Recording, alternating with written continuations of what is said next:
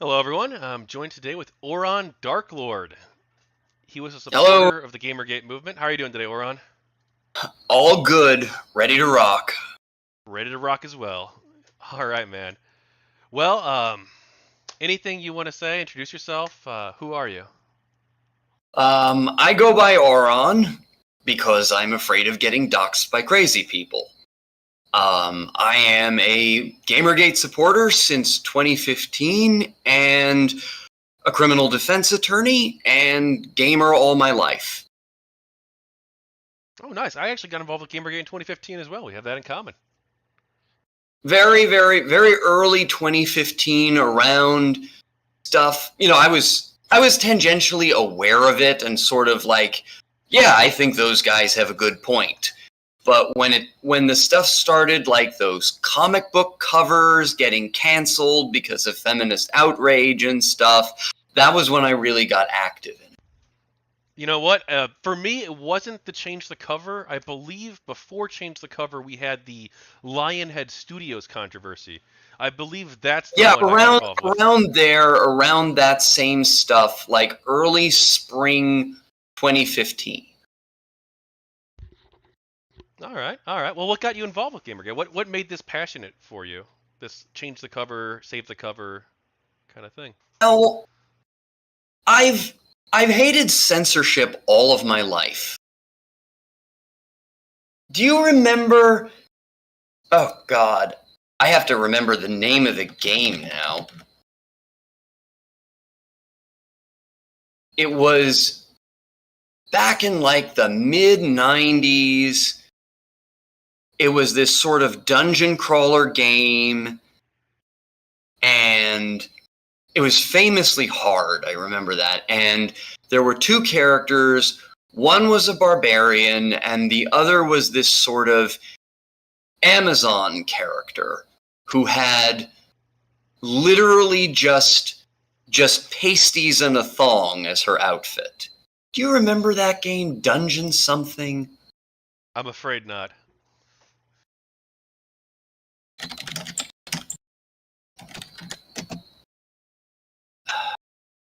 I can't. I'm sure I'll remember it right after we get off the air. That's how these But, things usually go. So but it was back change the cover then, though? Oh, good. back then, Death Trap Dungeon. Death Trap Dungeon was the name of the game. And I was super excited for that game when it was being advertised. And it was, this giant busted sort of Amazon chick in a chainmail bikini, super, super skimpy. And, here I was, this boy just starting to go through puberty and have feelings towards girls. And I thought that this was just the best thing ever. And then before the game released, they decided, probably due to pressure at the time from the religious right, wokeness wasn't really a thing yet, they decided to censor the female playable character.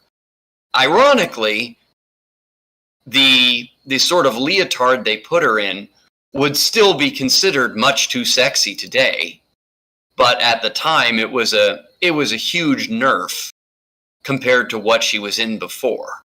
The character was named Red Lotus. And I had been so excited for this game because of her. And then they censored her, and my excitement for the game just vanished. I ultimately never even bought it. Probably spared myself because it was apparently quite a terrible game. But I never forgot that.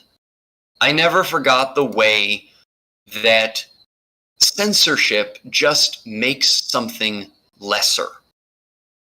Takes your excitement away from it. It ruins the hype, it ruins the experience, because what you get is always going to be so much lesser than what it could have been if it just hadn't been for whatever moral busybodies got their panties in a twist and screamed until the thing got changed. And ever since that experience, the whole idea of games or any other form of media being censored, especially sexual stuff, by virtue of that's just the most common target for censorship, just really pissed me off. It became something of a pet issue of mine. And I really thought for quite a while, as the religious right faded into the dustbin of history, that we'd gone away from that and the future was looking bright.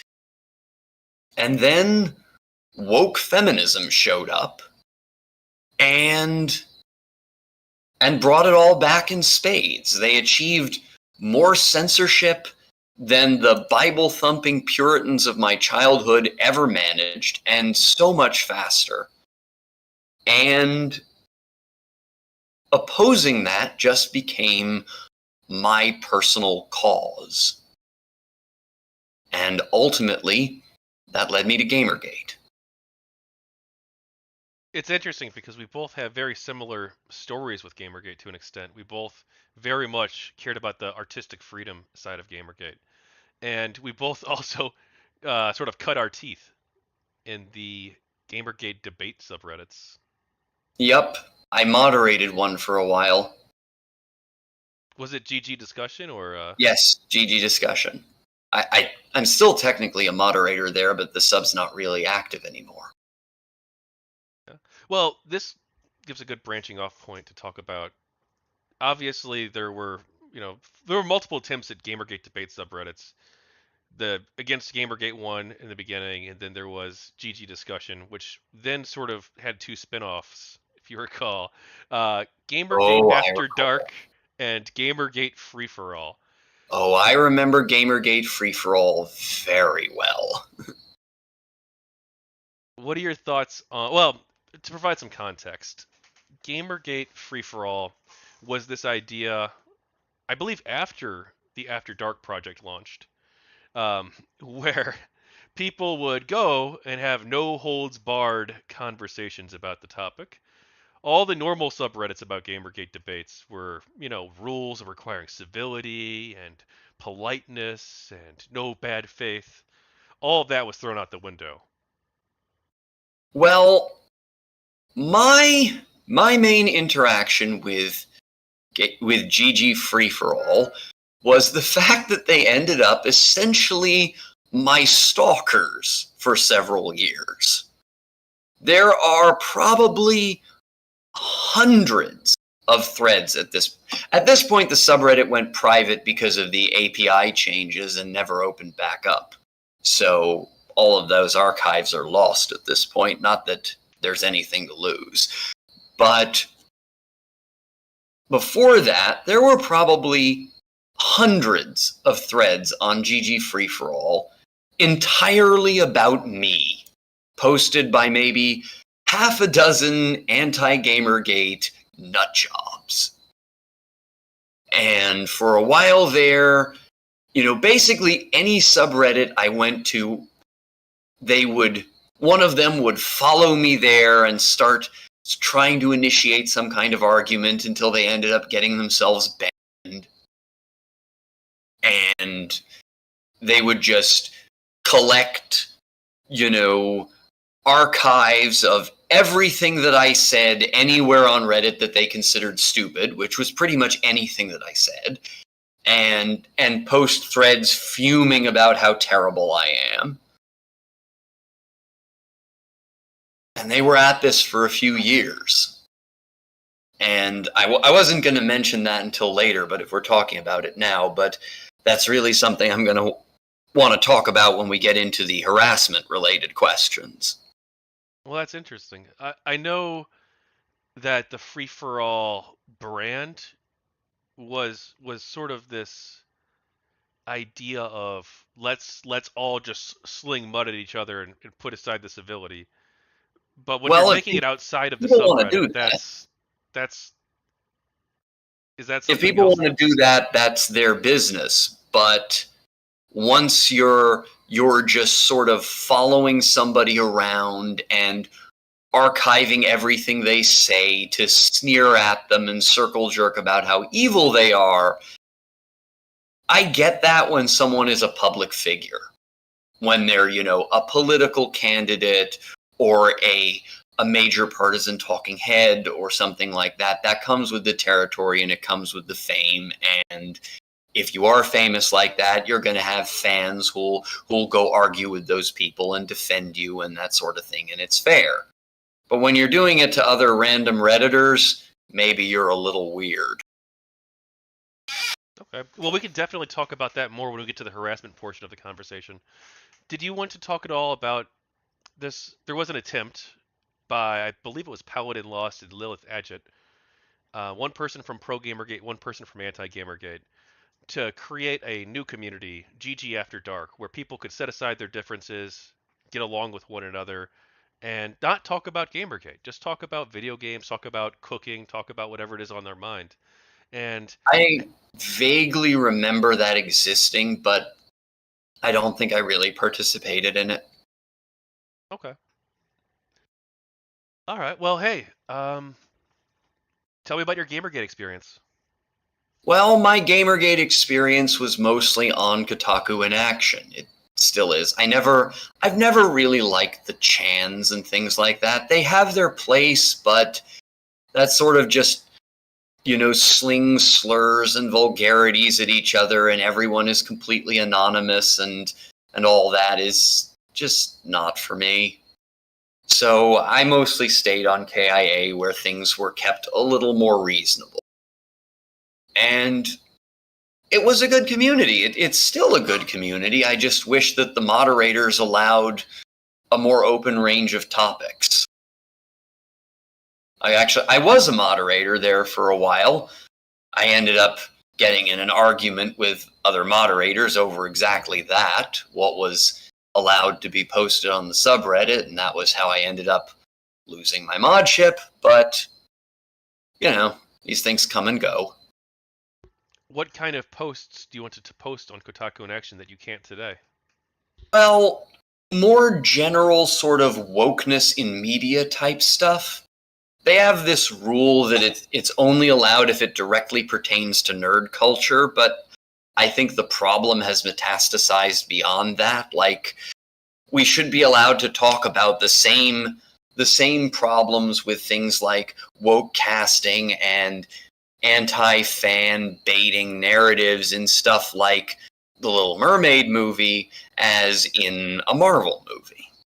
I think that that's an artificial limit they impose, which really hurts our ability to be effective advocates. What is wokeness? That's a very commonly asked question.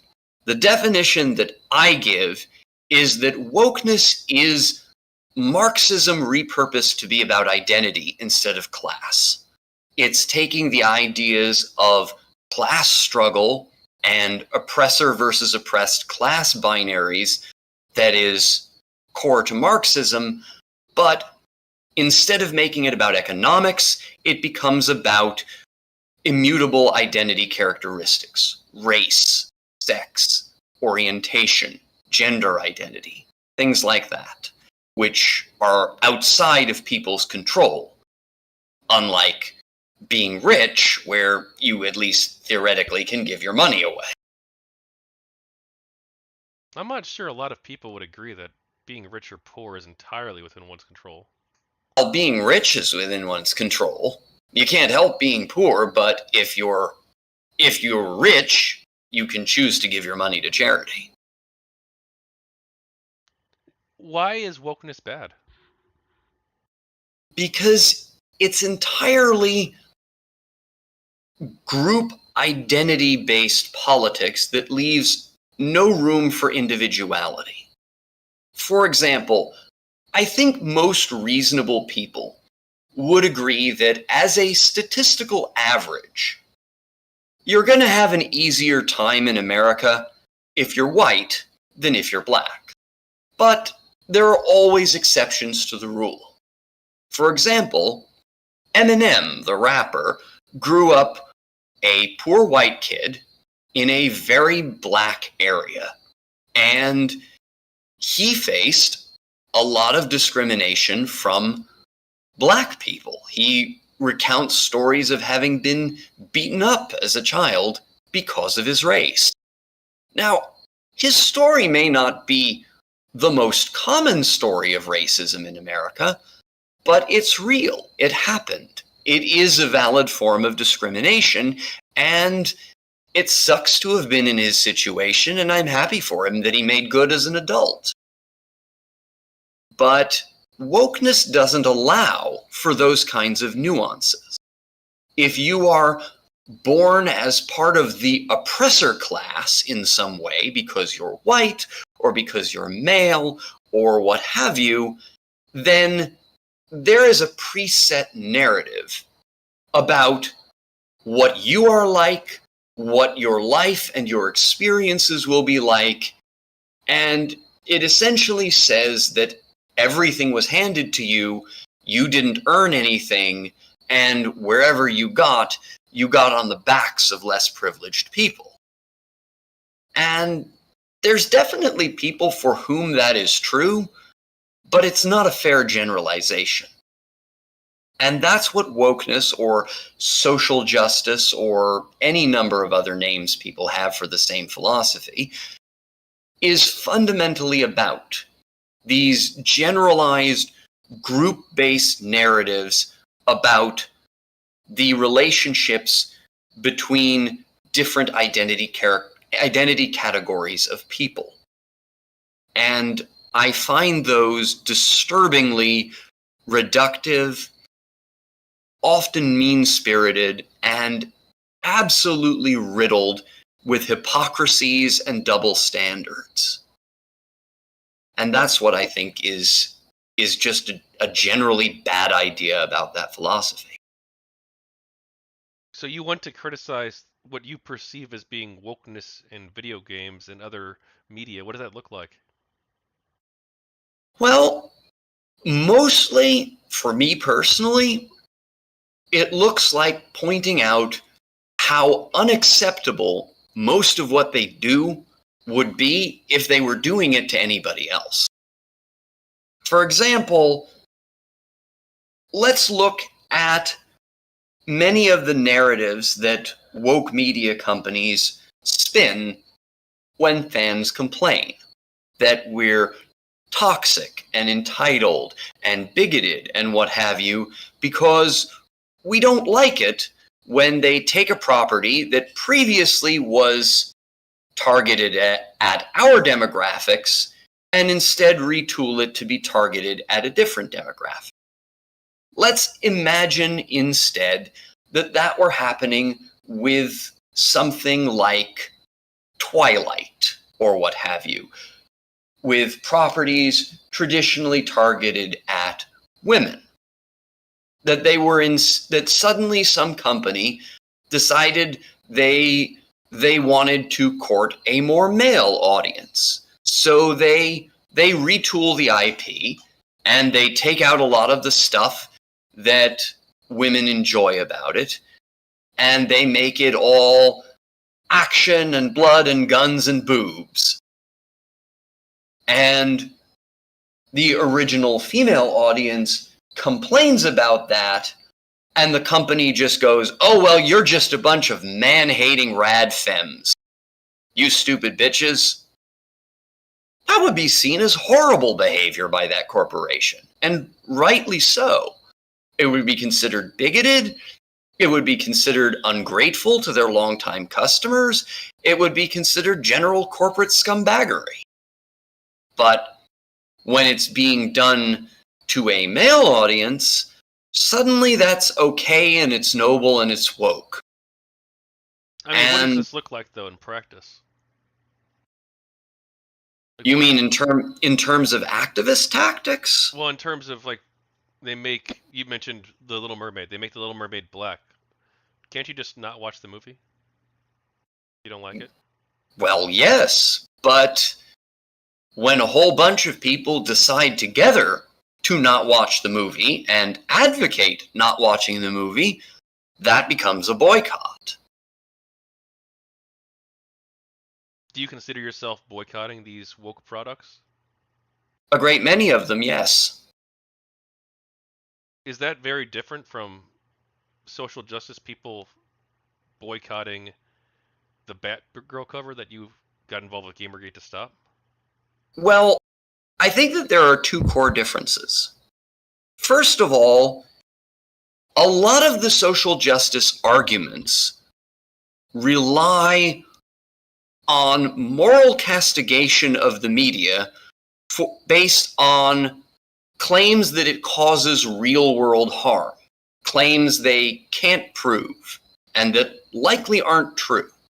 That things they consider sexist in media cause the objectification of women, that they influence men's real world attitudes towards women in negative ways, and that they give female viewers all sorts of body image issues and internalized misogyny and all sorts of other psychological problems.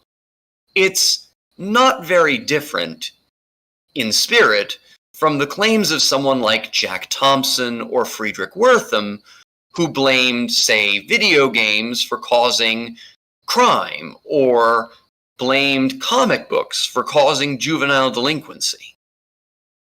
There have been decades of research into these kinds of media effects, which have fairly consistently found that they don't exist, at least not in any sort of reliable monkey see, monkey do type way. And yet the claims persist. That's intellectually dishonest. And it matters if the arguments you're using to try to persuade someone are true or not. Secondly, I am a big believer in the general application of the principle of self-defense. I.e., if someone comes at you with a knife and you shoot them, that's not murder. And society's general prohibition on killing doesn't apply to it because they did it first and you were just protecting yourself. Likewise, that applies to many things in these kinds of debates, to issues of censorship and things like that. If somebody tries to deplatform or smear you first and you hit back against them, you're not the bad guy. You're just defending yourself. The social justice warriors have spent 10 years screaming at these companies and lambasting them with press narratives and using often things like unfounded allegations of sexual misconduct as bullying tactics to try to compel these companies to make media their way and bend them to their will. And eventually, they succeeded. The media studios stopped making the kinds of media that people like us like, and they started making media that is carefully calculated not to piss off the social justice warriors. But whether it pisses us off, they couldn't care less. So, in turn, we are striking back. We're not starting it, and we would be perfectly content to agree to any sort of mutual disarmament treaty with the social justice warriors wherein both sides agree to stop using these tactics. But as long as they're coming at us with this stuff, we really don't have much choice but to hit back. So I want to touch upon a couple things. It's okay when we do it, essentially. Like it's so these things that the social justice people do are bad. You joined an entire movement to stop them from doing some things. but now you just want to do the same thing back to them. I wouldn't put it that way, obviously. My construction of it would be that the rules are the rules. If one side is allowed to do it, and has been consistently getting away with it for 10 years, then they can't really complain if it's done back to them. The golden rule: do unto others as you would have others do unto you.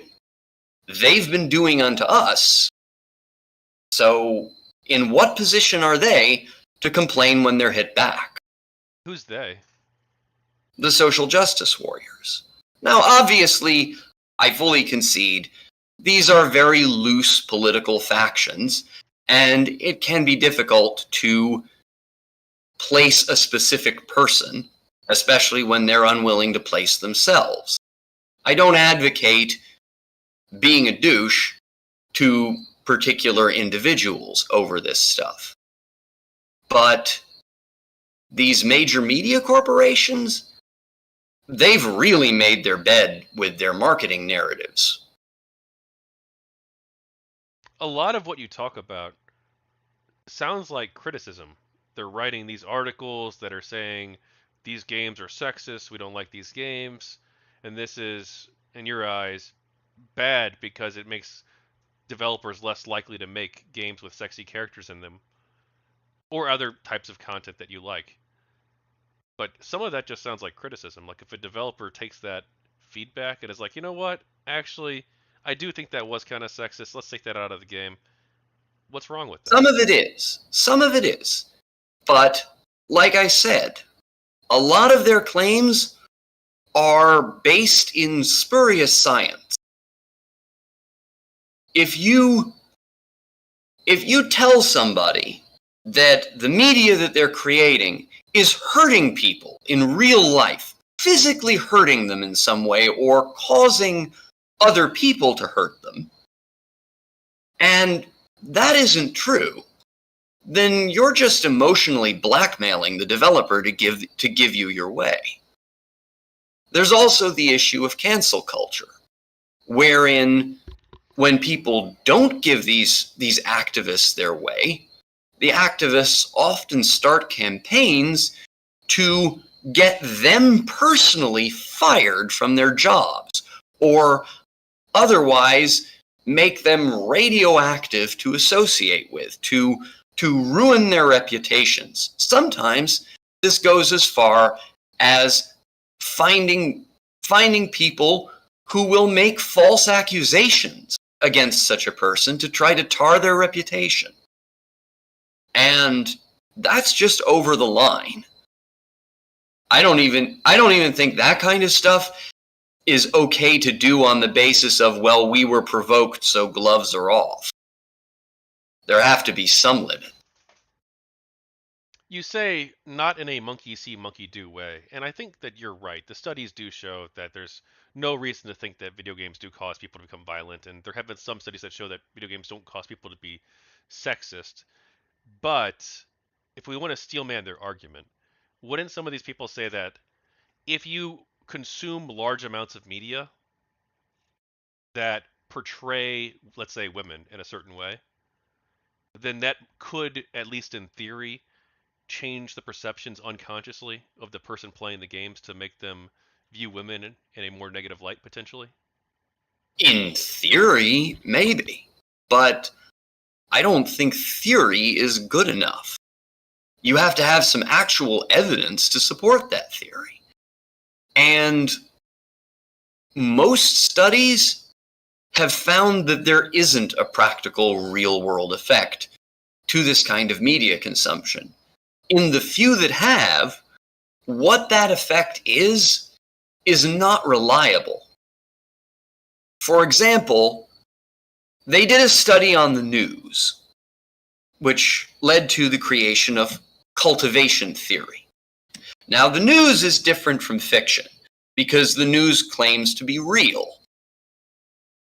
And what they found was that watching a lot of violent, scary events depicted on the news doesn't cause a person to become violent themselves, it causes them to become afraid that others may do violence to them. It's not the result that the activists claim it is, where people just imitate it. That's what I mean by it's not monkey see, monkey do. Sometimes it has some sort of effect, but the effect is something pretty out of left field that is unrelated to or even contrary to what the activists are claiming it does. For example, there was one study wherein, looking at some of these sexy female characters in video games, seemed to have positive body confidence effects for female viewers, which is opposite what the activists claimed it would do. Now, as far as I know, that study has never been replicated. It may be an outlier and its results are not reliable, but it kind of goes to my point that what people take away from these games, if they take anything away, is all over the map. And it may have more to do with what you bring into it, controlling what you get out of it, rather than the content of the game itself having a predictable psychological effect on the viewer. You said you got involved with GamerGate to oppose censorship campaigns like the comic book Change the Cover campaign. But now you're talking about opposing wokeness generally. Do you distinguish between the two? I do. Like I said, first of all, you shouldn't make spurious claims of harm. I think that really is a line between criticism and censorship. If you accusing and claiming that what you're criticizing has negative effects that it doesn't, or that there's no evidence that it does, you've crossed the line from merely criticizing it to trying to censor it. And the same is true of the cancel culture stuff. You're not just criticizing then. You're not trying to win the argument about whether it's good or bad. You're trying to silence the opposition. You're trying to bully people, to make them give you your way out of fear, not because you've persuaded them.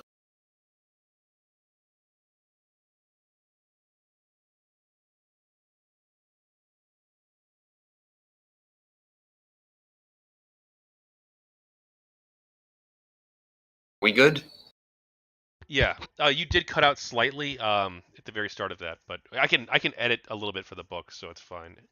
What was the very first thing you were saying when they start these it cut out like right before accusations? When they start making accusations that are either outright false or that there's no proof of. Okay, I think we're good. Against the media that they're criticizing, that's where they cross a line from criticism into attempted censorship. All right, so I know you've talked about this a little bit already, but why did you get involved with GamerGate? You mentioned that you saw these comic book censorship controversies. Yes. I saw that. I saw, as you pointed out, the Lionhead Studios thing, and I wanted to do something about it. And there was only one movement that was really daring to stand up to the games press and the media smear machine and the social justice warriors who, I don't agree that GamerGate was the first battle of the culture war, but it was the first battle they didn't steamroll. And if somebody was standing up against that, I wanted to be part of it. What did GamerGate mean to you? Well, GamerGate meant a few things. It was partially, and I think became more over time, about anti-censorship, creative freedom, etc., etc. But it was also about ethics in games journalism. And Yeah, that's a refrain. That's a cliche at this point, but it was true at the time. The games press had, for a long time, been diametrically opposed in many ways to gaming customers, had done a number of very corrupt things. Oftentimes, bad business practices were involved, payola schemes, just general bad journalism practices, and a lot of clickbait. And these two issues, the creative freedom and anti-wokeness and general political stuff, intersected like, two trains on perpendicular tracks with the ethics and games journalism stuff, which previously had been championed by a man named Total Biscuit. Well, his online name, Total Biscuit. The guy was named John Bain. And he is no longer with us because fuck cancer. But at the time, he was one of the most prominent pro-consumer voices in gaming. He was a YouTuber who did basically game first impressions and primers for customers whether they should buy something or not. But he was also very focused on calling out the bad practices of the major print media games journalism outlets, as well as some of the large game publishers themselves. And it was through him that I became aware of a lot of the shady stuff, which much of it blew up into GamerGate due to things like games journalists reviewing games that had been made by their roommate, or giving coverage, very positive, uncritical coverage, to someone they would end up sleeping with, and not disclosing that there was a personal relationship there. It was a very incestuous sort of environment, wherein the major gaming companies often came very close to outright bribing the games journalism outlets for good scores. And many of the smaller indie game developers were traveling in the same social cliques with a lot of the games journalists. And there was a lot of one hand washing the other. And GamerGate happened when gamers became aware of one of these incidents, pointed it out, and the games press responded by trying to nuke the entire gaming hobby to protect themselves.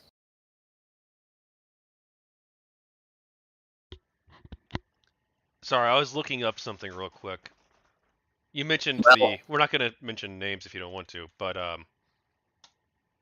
I don't think that this is necessarily about specific people. No, I think that if it had not been those particular people, within a couple months or years, it would have been someone else. We can cut that. We can cut that the meta talk out and just for the book itself. But Okay. a lot of people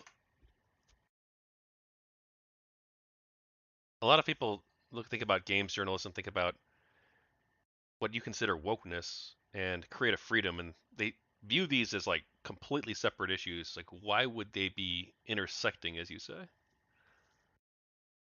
Because, well, almost all of the games journalists are themselves extremely woke.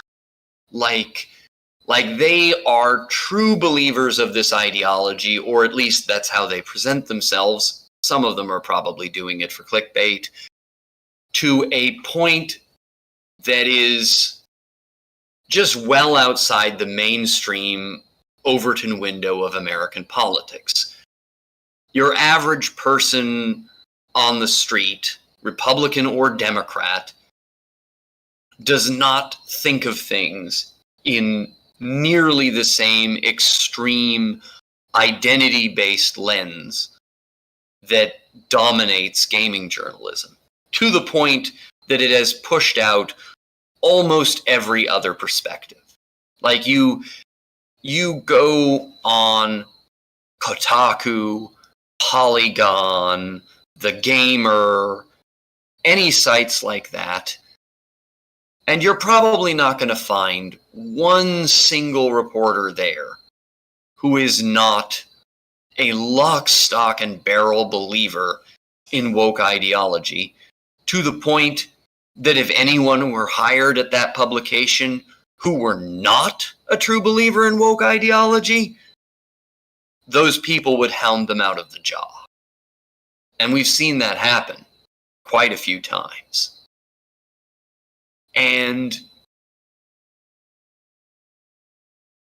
the intersection of the two things is when the journalists use their journalistic position to try to push their personal politics on the hobby. There should be a difference between journalism and activism. Push their personal politics on the hobby? Isn't that just them expressing opinions you don't like? Well, if they were doing so like we are, just people talking, people tweeting, etc., yes. And that would be okay. They're entitled to their opinions. That's their free speech. The problem is that they do it and they present these opinions as though they are journalism. Journalism is supposed to follow certain ethical standards. It's supposed to strive for objectivity. It's supposed to try to avoid doing unnecessary harm to individuals. It's supposed to try to inform the public, not manipulate them. And they don't draw this distinction. Many of these sites have no barrier between hard reporting and op-ed. And that's activism disguising itself as journalism and trying to take advantage of the credibility that journalism has in the minds of the general public to pursue activist ends. What does objectivity in games journalism look like to you, and why do you think that's important? Well, objectivity looks like a site having, for example, clear standards for what does and does not ding a game's score. Like, how much do they weight a game's graphics? How much do they weight its gameplay? How much do they weight whether it is largely bug-free at launch? How much do they weight the quality of its story? Things like that. That the viewer can know and gauge and have some transparency from them, rather than these scores just being obtuse random numbers that sometimes are raised because the publisher flew the game's journalist on an all-expenses-paid trip somewhere, and sometimes are lowered because the journalist didn't like seeing a character's panties. What if their subjective experience as a reviewer was that they had a less than positive experience because they thought an element of the game was sexist? I think that things like that are too subjective to be factored into a game's score. Because when you're a journalist or a critic, you're not just writing your opinion. you're essentially writing to inform the customer. Major games are expensive. They're $60. Now, many of the companies are trying to ask for $70. And oftentimes, they have things like microtransactions on top of that. This is not a cheap hobby. And buying these games is a major decision for customers. For many people, that can be a sizable portion of their disposable income. And these critics and journalists are supposed to be in a role of informing people so that they can make better decisions, so that they can make the decisions that will make them happy. Which means that the journalist has to factor in that not all of the customers are going to have the same tastes as them. So if they want to talk about subjective stuff, if they want to talk about things that affect personal taste, then that's fine. If they want to include a blurb in the game review that they thought that the characters were too sexualized and the game had too much fan service, that's useful information. Some people may choose not to buy the game for that reason. But when they start dinging the score as if it were something like the game crashing on launch, that's not reasonable. These things aren't the same. If the game crashes on launch, that's not a subjective problem. That's just not worth your money. It doesn't work. It's a broken product. Those are the kinds of things that should negatively affect scores. We've already briefly touched upon this, but maybe some people in the gaming website's audience are turned off by sexy characters in games. Maybe that's the kind of audience they want to cultivate. Is there something wrong with that? Well, like I said, if they want to include a blurb in the article, then go for it. But when it starts affecting things like review scores, especially in an environment where oftentimes Metacritic scores determine whether developers get a bonus from the company or not, that's not as reasonable.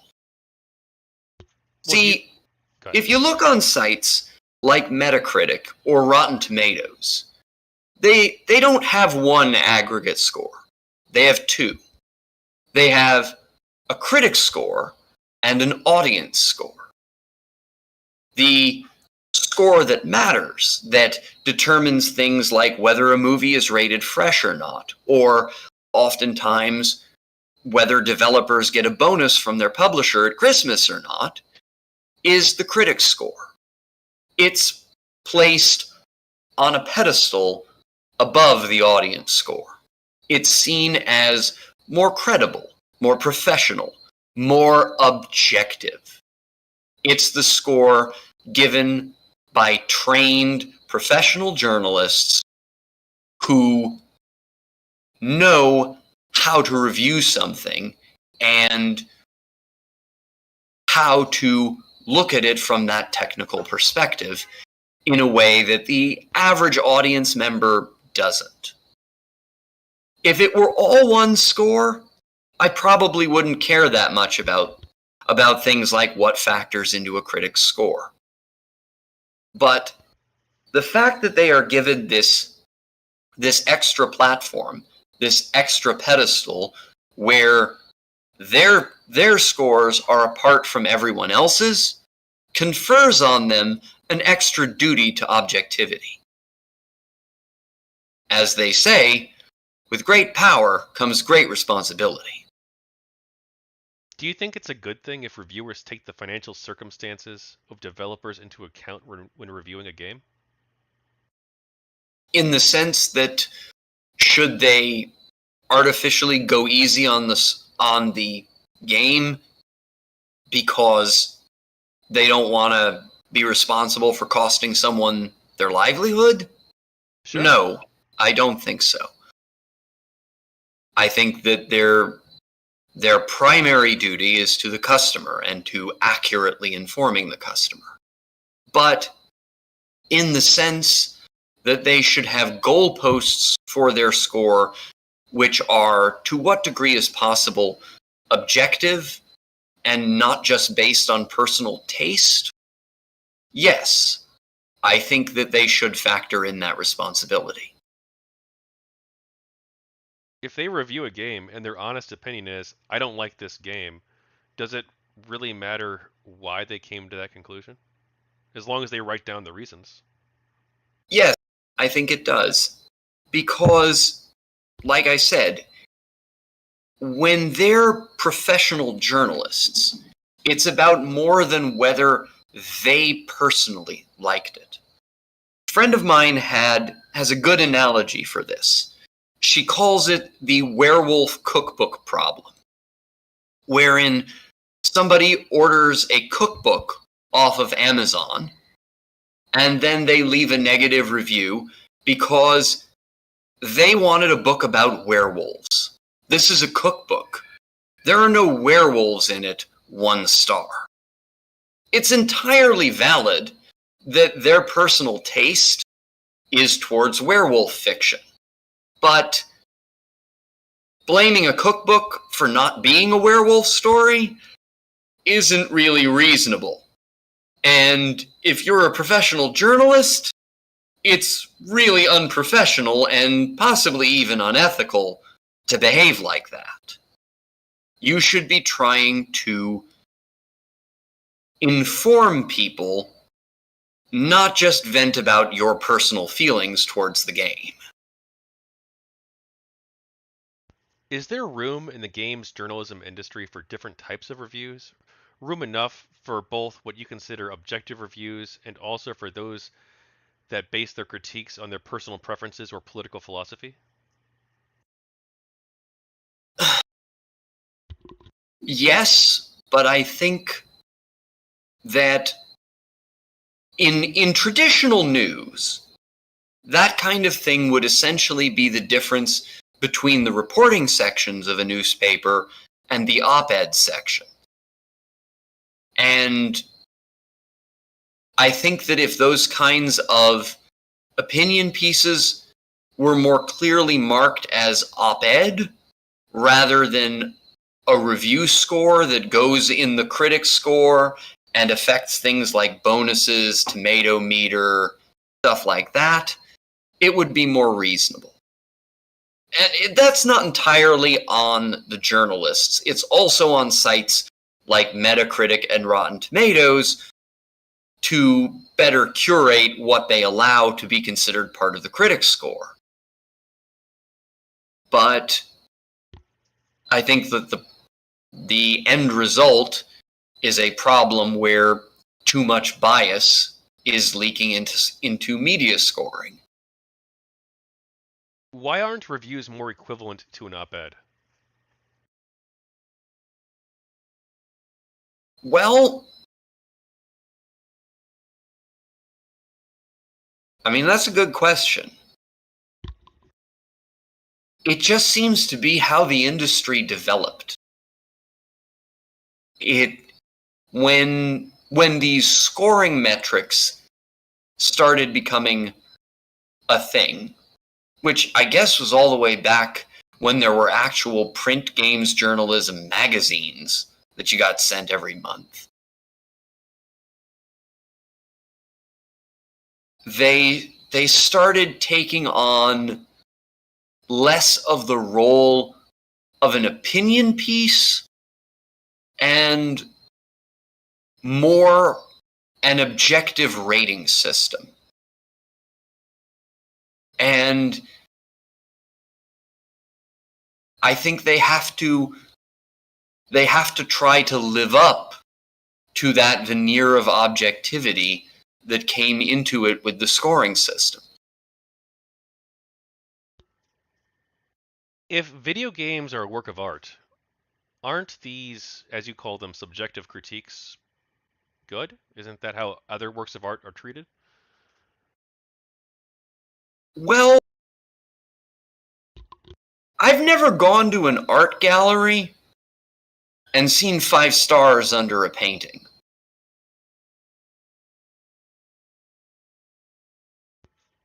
Oh, People, good. movies, yes. But movies have the same problem. I think that there's this intermixing of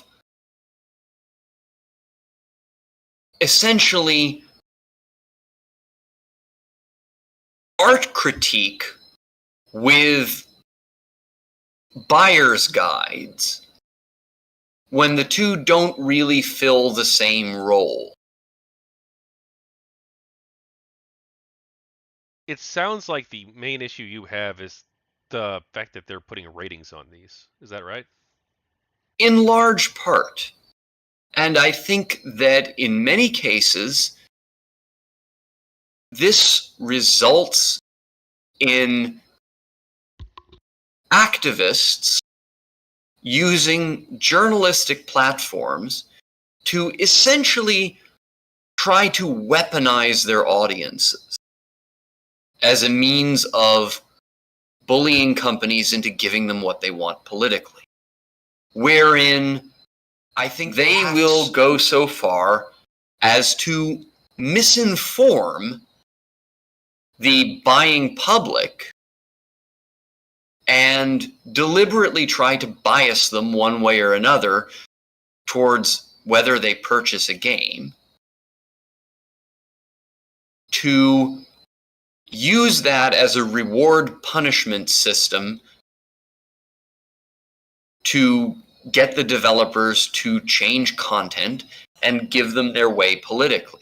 Essentially, it's saying to the developers, if you make media that is woke and that caters to our politics, we will be your strongest soldiers. We will run cover for you. We will hype up your product. We will minimize any discussion of its flaws. We'll even go so far as to vilify your critics. But if you don't cater to our politics, we will investigate you looking for problems to make scandals out of. We will talk up every slight flaw in your game like it's a huge game-breaking problem.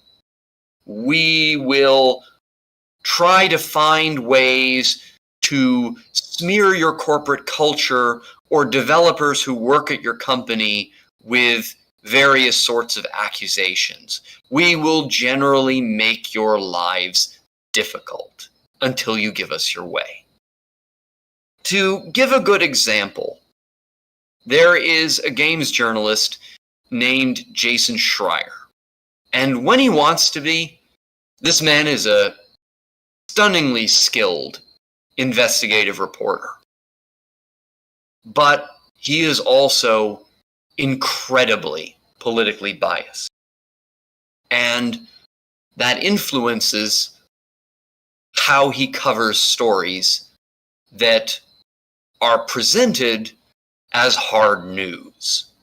For example, he covered instances of crunch, that is, games developers overworking their employees, at two different companies, Naughty Dog and CD Projekt Red.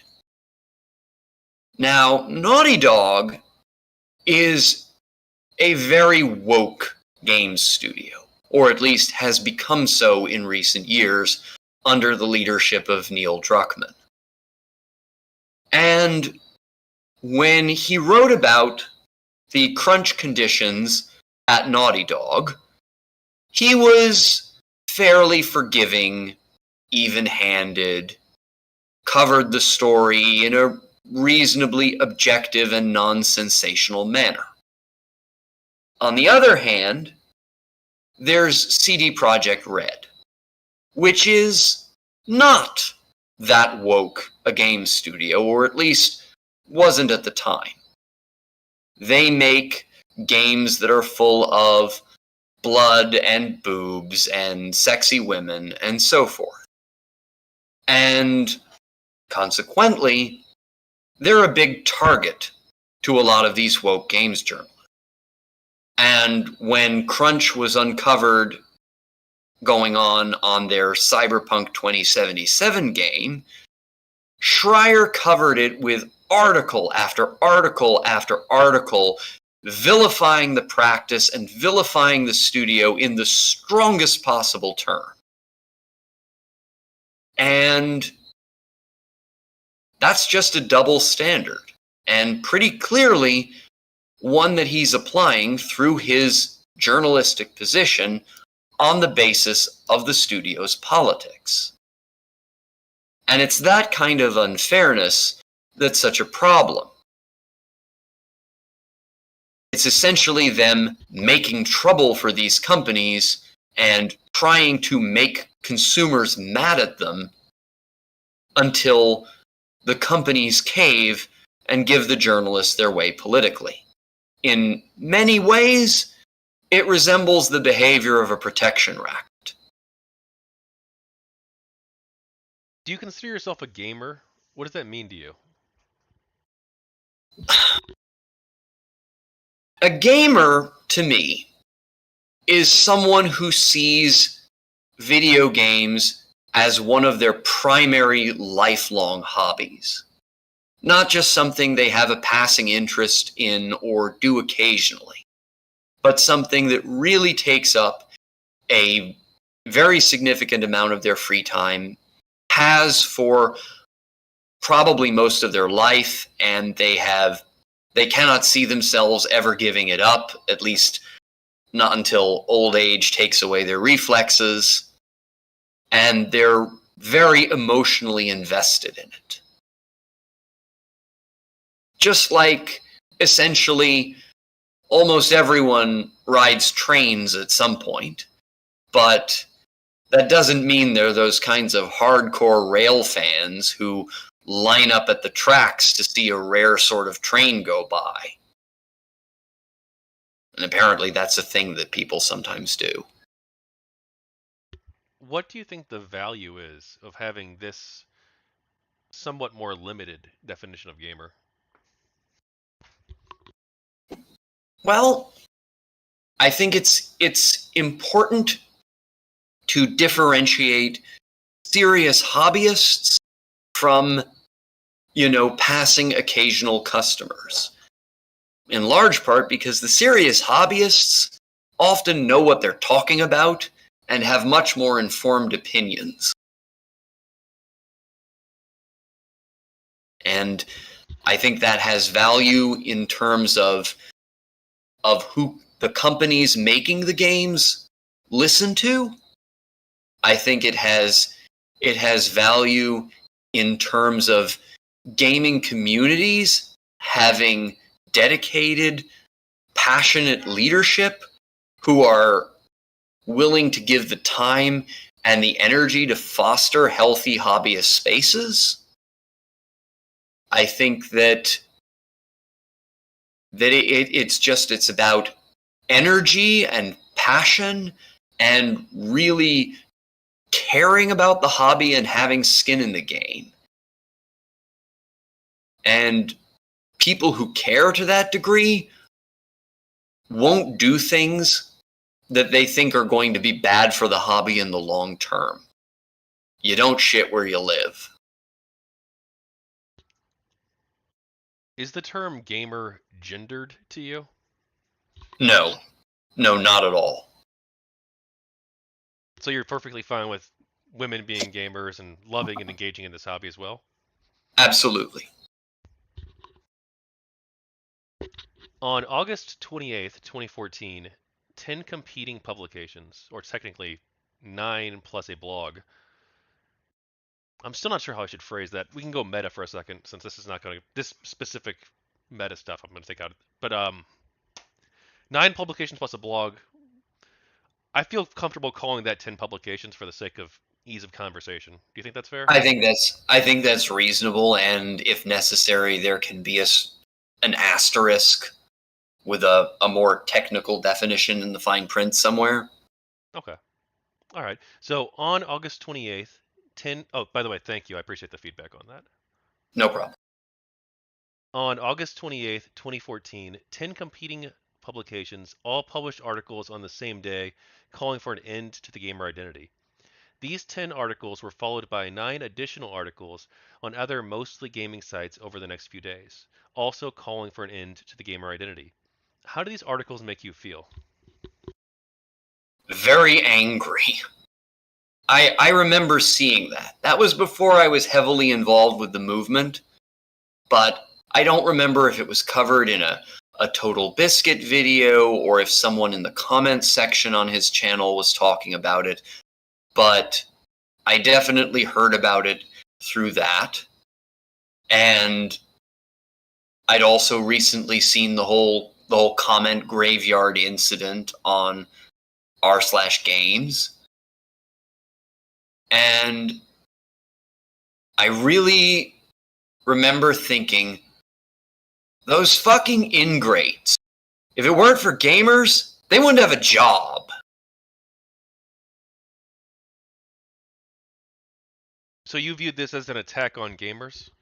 Yes.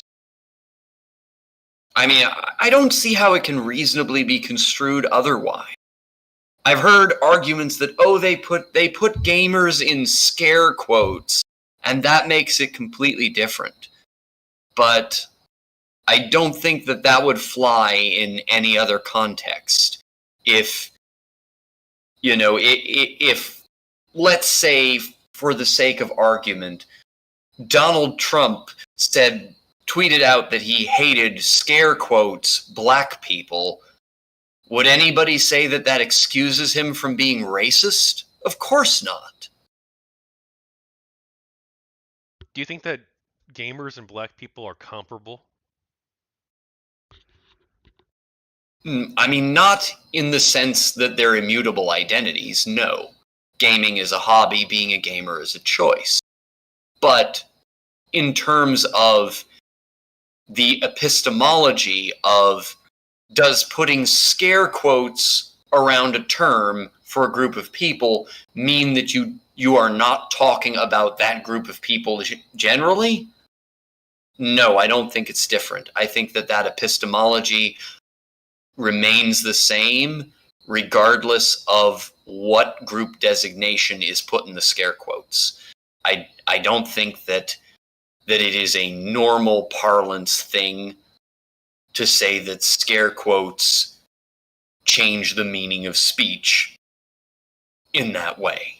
I'm not sure you even need to use the scare quotes line because I think a lot of the articles didn't even use scare quotes. It's just one of the defenses that I've heard commonly. But my point is, I don't see how a bunch of people can write stuff like gamers are dead or we need to end gamers, etc., and not have that viewed as an attack on gamers. Why do you think these gaming sites all wrote articles declaring an end to the gamer identity at the same time? I think it's probably not all one thing. It's probably two things. The first is collusion. That a lot of the people who were writing these articles were probably friends. They were probably in the same mailing lists, part of the same Slack channels, in the same group chats, etc., where they talked about the events that were going on. And at the time, the sort of pre-GamerGate stuff involving Zoe Quinn and Nathan Grayson and the r/games comments and all of that stuff. And they probably sat around talking about it and complaining about those evil sexist gamers and what have you, until somebody came up with the idea of, well, maybe it's time the gamer identity just went away. And pretty soon, several of them left whatever conversation this was with similar ideas for articles to write. Maybe coordinated in some more formal way, maybe not. But beyond that, especially with the later ones that came out the next day, I think there was also an element of what's called churnalism, wherein one journalist or one website essentially reports on another journalist or website's reporting. And, first one covers a thing, then another covers that there's coverage of this thing, and then another covers reactions to the coverage, and so forth. And there's sort of this cross-inspiration. So I'm sure that a number of them were not actively involved in direct collusion, but simply read the articles and thought, I'm going to do something like that because I want these delicious hate clicks too. If the games press tried to reform, or even just ignored ethical questions instead of publishing the Gamers Are Dead articles, do you think that GamerGate still would have happened? Probably not then. I think that most likely that controversy and the conspiracy stuff, if ignored, would slowly have died down over a couple of weeks. But the way that the games press was going and the kinds of journalistic practices that were common, something was inevitably going to blow up. There was going to be some incident of this kind of unethical, often politically motivated behavior that happened and that really stuck, and the anger from it didn't go away. I think that within months to at most a couple of years of 2014, something like GamerGate was inevitable. But if it hadn't been for the Gamers Are Dead articles, it probably wouldn't have been that particular incident. If the games press thought that there were some negative aspects to gaming culture, what do you think would have been a better and more nuanced way of criticizing that, rather than demonizing the gamer identity as a whole? Well, ideally, maybe something like what we're doing right now, where people actually have conversation. Perhaps the games press could have asked gamers to nominate through some, democratic means on a subreddit a few people to act as spokesmen for the gaming identity, to sit down for interviews with these publications and discuss these nuances and both their concerns with the gaming hobby and our concerns with games journal. And rather than an attempt to nuke us from orbit, it could have been a conversation. Would you have been open to hearing out the games press if instead of publishing 19 articles at once across competing websites, they instead wrote just one very thoughtful and nuanced article that talked about the negative aspects of gaming culture, while also recognizing the good aspects and not demonizing the gamer identity as a whole? I was open to hearing them out as things were. I've spent years trying to foster dialogue, be it with some of these journalists, most of whom are very reticent to talk to anybody on our side, or with activists on the social justice side, despite their sometimes crappy behavior and broad generalizations. I remain open to discussion, and I'm willing to hear out pretty much anyone's perspective as long as they're willing to hear out mine in turn. Obviously, I would have felt better towards them had they been less vitriolic towards us. But even as things stand, I'm open to dialogue. Why do you think the games press didn't go that route?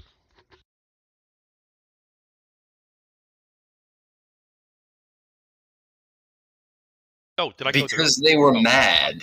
Because they were mad and scared. They felt threatened. They felt called out. They felt defensive. And they did what people in a relative position of power usually do when they feel like that there is a rabble at the gates with torches and pitchforks. They tried to make a show of force to scare the peasants back into submission.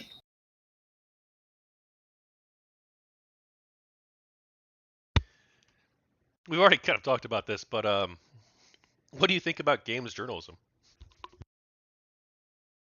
At this point, I think that many of these sites and much of traditional games journalism has kind of screwed itself because of controversies like this, and because of their poor reputation for ethics and anti-consumer behavior. YouTubers have largely eaten their lunch, and that's probably a good thing. I have a very negative opinion of traditional print games journalism at this point. Again, we've also talked about this a bit, but why do you think the games press was largely unresponsive to calls for reform? Because I think they felt they could get away with it. They felt that they were the powerful, entrenched interests, and that if they wielded their media muscle, they could vilify and shut up their critics and not have to meaningfully reform. Can I go meta for a second? For the Sure. book, I prepared a large list of questions, and then I also wanted to delve off into other things as we go based on how the conversation's going. Now, if we talk about a previous element, let's say in an earlier conversation as an aside or as part of an answer to another question, something else comes up. Should I still ask the question again in regards to asking it later on so that we have like a statistical analysis? So go ahead, I'll let you. I don't think it's necessary if I'm just going to be repeating myself. Yeah, I agree. I thought it would be good to ask everybody the same questions. That way we could have like a statistical like analysis of like, okay, here's like how everybody answered this one specific question. We've got like. I'll do it like that if you want. I'm fine with doing it like that, and you can sort of, piece it together how you want. I trust that you're going to be fair. Thanks. Well, I wanted to do was publish people's like just the transcript basically, right? Interview. That's what I was thinking. With maybe like an opening like chapter by me and a closing chapter by me, like summarizing my thoughts on it from the interviews. But I'm open to actually. I think the transcript idea is good because I want people's like raw stories to be told. But I do feel like if we've already covered a topic in a question, I feel like skipping that question when it comes on the list is probably fine. Whatever. As far as I'm concerned, you've been being a tough but fair interviewer. You really called me on the carpet about that "it's okay when we do it" thing, and I hope I answered that one well. It's a fair question. I'm not going to tell you how you're doing mid-interview. I'll tell you after. But that was one of the tougher ones. All right. What kind of reforms would you like to see happen? Well, like I said, I would have really liked to see a clear delineation established between reporting and op-ed. And in the reporting, for them to really strive for objectivity and, to what degree is humanly possible, to keep personal and political biases out of it. And obviously, another thing that would have been important, and that to an extent we did get, would be a lot more disclosure when it comes to things like personal biases, personal relationships, conflicts of interest, things like that. If you were the editor-in-chief of a gaming website and some of your employees were credibly accused of ethical violations, what would you have done? It would depend on a few things. It would depend how serious the violations were, and it would depend if these particular employees were repeat offenders. Obviously, I would have to conduct an internal investigation and determine if the accusations were accurate. If they were, then my publication would have to issue an apology and possibly retract some already printed stories. If the employees were first-time offenders, they would probably be disciplined internally. But if they'd done the same thing repeatedly, I would likely have to let them go. You've already talked about how game journalism has been in part supplanted by the video format, essentially. But do you think that there's still a role for good games journalism in the world? I doubt it. I think that these websites have burned so much credibility and also just become in many ways an inferior format to video content, and that they're not going to survive, that there just aren't enough clicks to go around to keep large publications in business without them having to resort to the kind of cheap and unethical clickbait that makes them worthless. I think that video format content and streaming content is the future. So Hell, I think it's the present. do you not think that there's any room in this sort of gaming world for long form written content? As a business, I mean, obviously, there's always going to be room for people to express their opinions on their blogs. But in terms of, big business, corporate masthead journalism, I'm not sure there's enough clicks to go around to really support that ecosystem like there was even 10, let alone 20 years ago. In the first few weeks of GamerGate, it was revealed that nearly 150 games journalists from competing publications were on a mailing group called Game Journo Pros. What did you think of this revelation? Well, I wasn't surprised. Mailing lists like this had been uncovered before, such as the Journo list in political journalism. This kind of collusion was not unprecedented, and after seeing all those Gamers Are Dead articles, I suspected that there was probably collusion of this or a similar nature going on. It was widely speculated on. The Games Journo Pros reveal mostly confirmed what a lot of people already suspected. In August 2015, Michael Koretsky, a regional director for the Society of Professional Journalists, hosted the SPJ Airplay conference. The idea of the conference was to have journalistic ethics experts and game developers meet with Gamergate supporters to discuss their concerns about games journalism and the way the media covered Gamergate.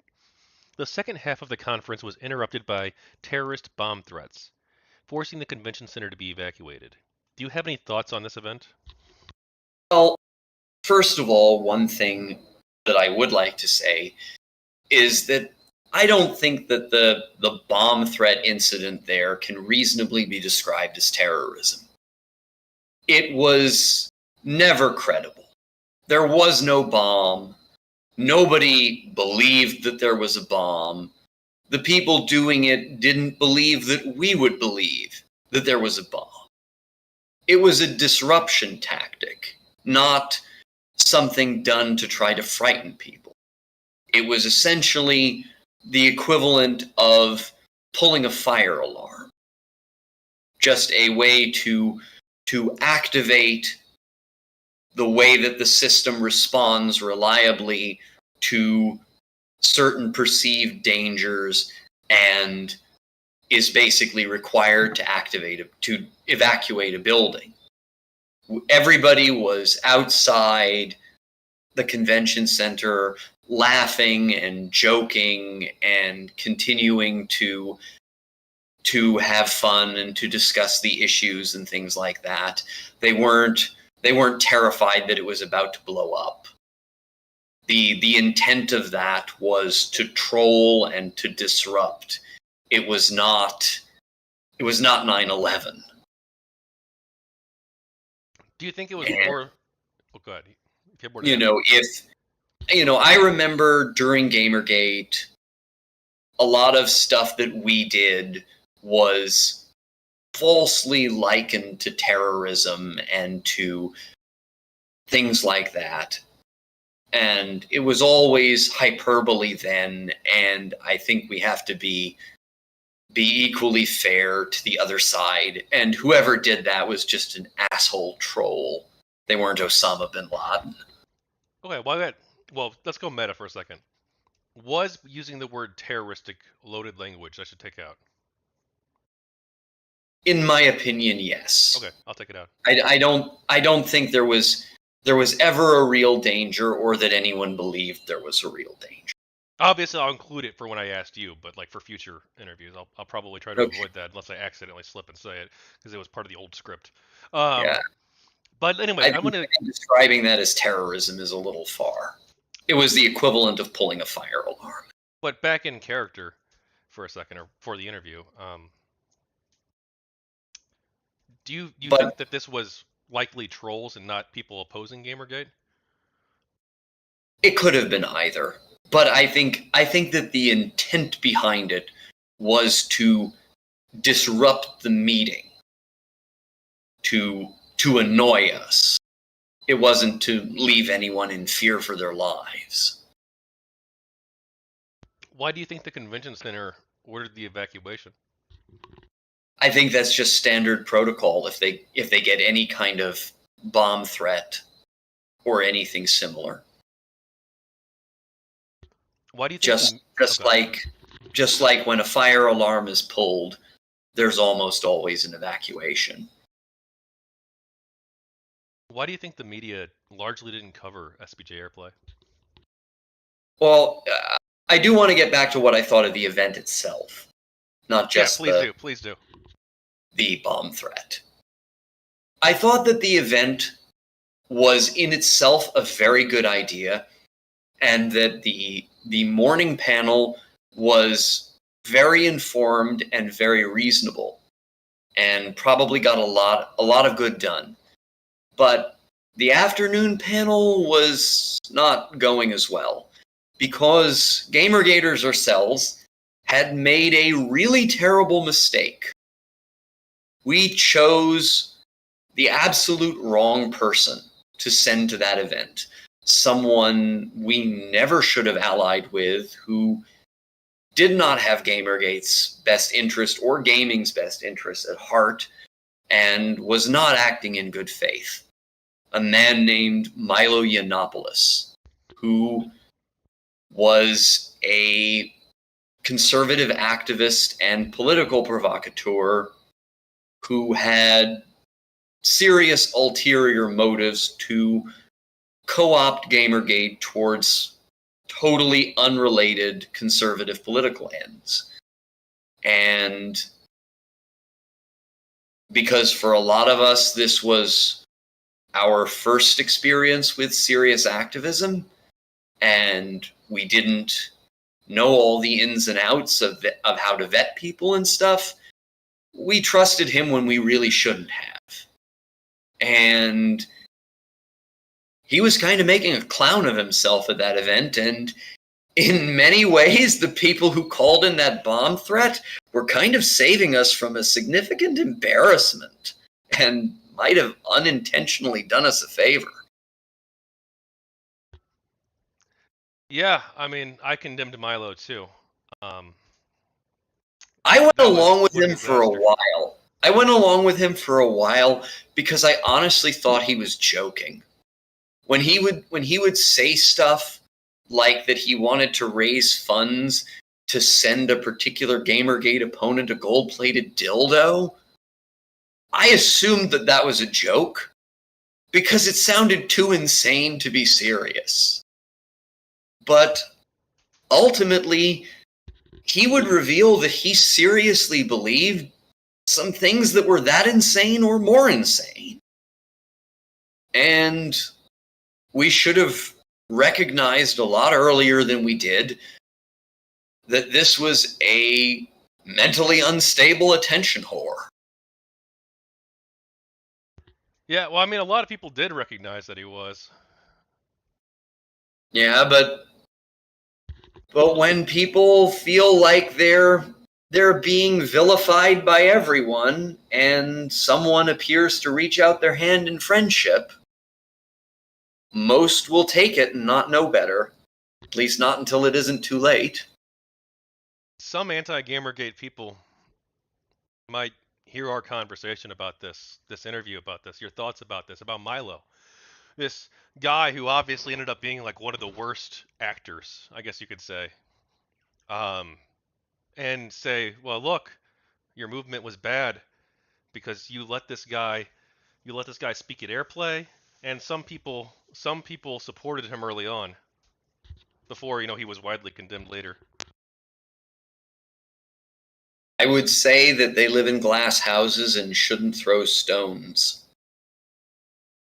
I would say that one of their most prominent figures, and arguably one of the people whose actions most directly contributed to Gamergate, ultimately engaged in an incident of cancel culture wherein she so completely ruined a man's life that he died by suicide. You want to talk about bad actors? Someone like that is a worse actor than even Milo. A number of anti-Gamergate figures have been arrested for sexual harassment, sexual assault, or possession of child pornography in the years since Gamergate. There have been people on both sides who turned out to be awful human beings. And I don't think that either side should face guilt by association tactics because of that. If anti-Gamergaters want to say, "We told you so" about Milo, yeah, they did tell us so. And we should have listened. And to anybody saying, "I told you so," yeah, I'm sorry. But that doesn't mean we're all like Milo. Just like it doesn't mean that they're all responsible for a man's suicide.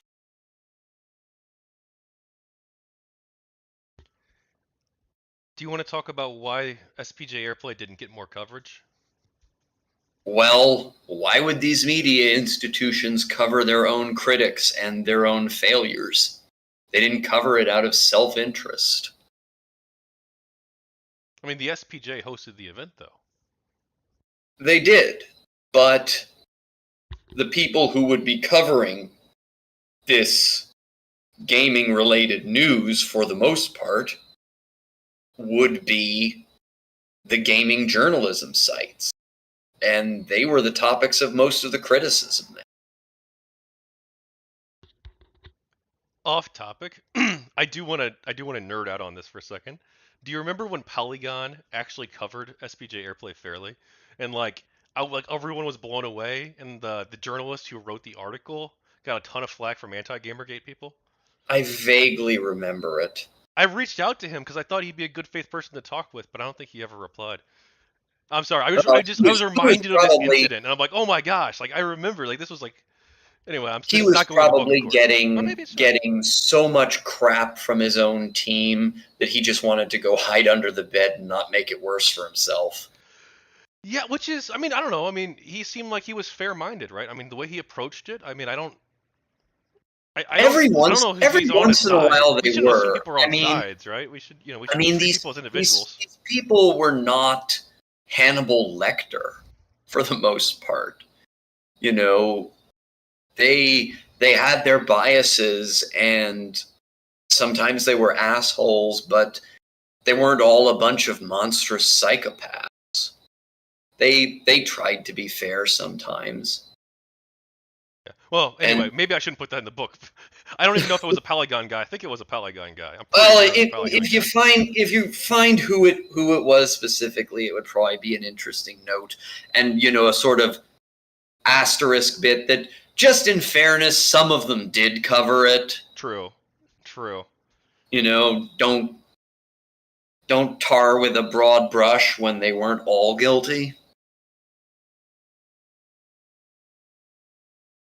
Some GamerGate supporters believed that pressuring advertisers to pull out would be a good way to convince gaming publications to initiate ethical reforms. What did you think of this strategy? Well, it was certainly effective. We ended up costing them a lot of money, and some of them did, in fact, institute ethics policies. Do you support contacting advertisers over? Well, I guess we already talked because you are in support of this tactic, yes? Yes, I am. Okay. Gawker has reported that GamerGate's advertiser boycott cost them $7. We did skip the or also over opinion pieces. Oh no, that's coming up. Okay. Yeah. Do you But by the record, I sent everybody on both sides the list of questions beforehand. Though, of course, the branching questions that occur naturally. Yeah. No one. Some has of that them list. I may have in the wrong order here.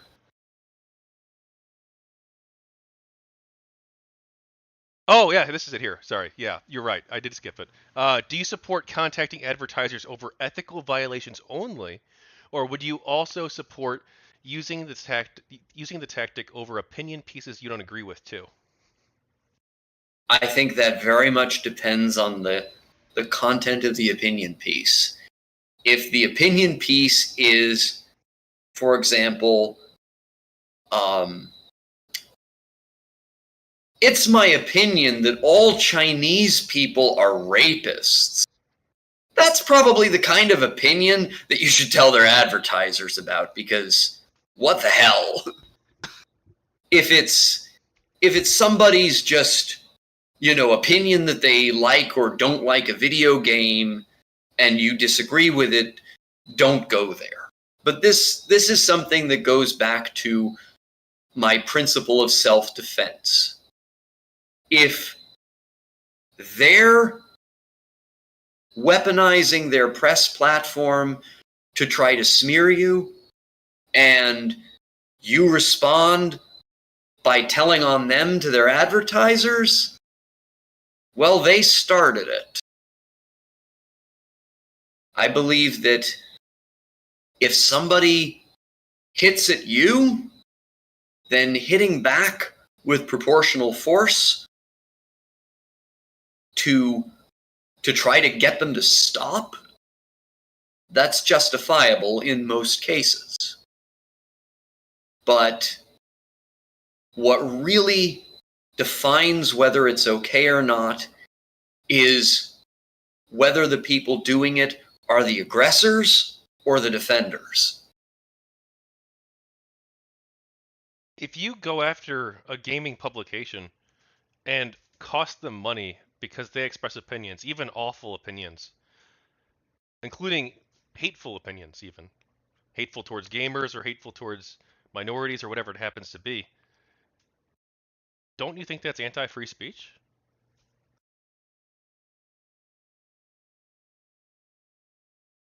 I think it can be, but I think that there are some lines. Like I've said several times in my life about cancel culture that the problem isn't the cancel, it's the culture. There are some people who deserve that kind of ostracism. There are some people who have done something so crappy, it probably should cost them their job or their reputation. For example, someone like Kevin Spacey. I'm totally comfortable with the idea that his career has suffered greatly for the things that he did. That there is a very sizable body of evidence that he did, even if not enough evidence to convict him in court. But that was something really, really serious. The problem with cancel culture is when we've made a culture of it, when we do it over trivialities or over situations where there really isn't a lot of evidence that the person is guilty. And the same is true of things like advertiser boycotts and criticizing people for speech that's considered hateful. All of these things, the term cancel culture didn't really exist at the time, but would now be today understood as efforts to cancel someone. I think whether it is justifiable depends on both how extreme the behavior was and how solid the evidence of guilt is. And sometimes that will inevitably have subjective elements. And if it's done too frequently or too punitively, it can have a very chilling effect on free speech. But sometimes it is justified. Now, Gawker reportedly lost millions of dollars, 7 figures, they say, because of the advertiser boycott. Do you consider the tactic to have been successful? Resoundingly. Gawker lost a lot of money, it lost its credibility, and ultimately it went under. Not because of that directly, but that certainly took a piece out of them while they were fighting a major lawsuit. And, let's talk for a second about that lawsuit. They published someone's illegally obtained sex tape, and then they defied a court order to take it down. The lawsuit was then bankrolled by someone else who was entirely understandably angry with Gawker and very wealthy, because Gawker had outed this man as gay while he was in Saudi Arabia, a country where people are frequently killed for being gay.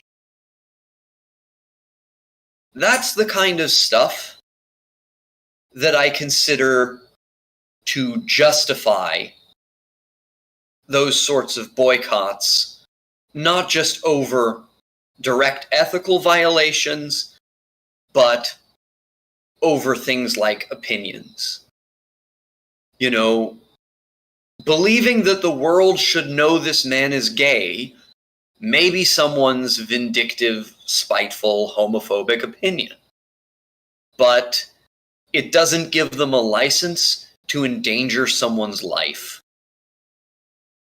Gawker's lurid obsession with the sex life of a wrestler is not a justification to publish revenge porn. They might think that this is all just opinions and that it's newsworthy. They even defended on the stand that at the civil trial that even publishing the sex tape of a child might be newsworthy. But that doesn't make it so. What they did was awful. And if people are outraged to the point of contacting their advertisers, for stuff that extreme, it's justified. Now, obviously, these are companies that care about money. And when some GamerGate supporters started costing them large amounts of money, do you think that that made it less likely that these gaming sites would engage in reforms and dialogue with the GamerGate community? I think that in the case of many of these sites, it wouldn't really have mattered what we did. They were dug in, they'd circled the wagons, they were not going to yield to people who they considered a political outgroup or sort of the peasantry questioning their betters. They were going to circle the wagons around their in-group, and they were going to refuse to make changes and refuse to acknowledge the legitimacy of the criticism against them, pretty much no matter what we did. It would not have mattered if we had used a carrot or a stick or what. They were going to do what they were going to do. All right, I'm going to skip a couple of the questions we've already gone over, but let's talk about, I want to phrase this a little bit differently because we've already talked about it a little bit, but I'm sure you recall that many people on social media who considered themselves social justice activists in some cases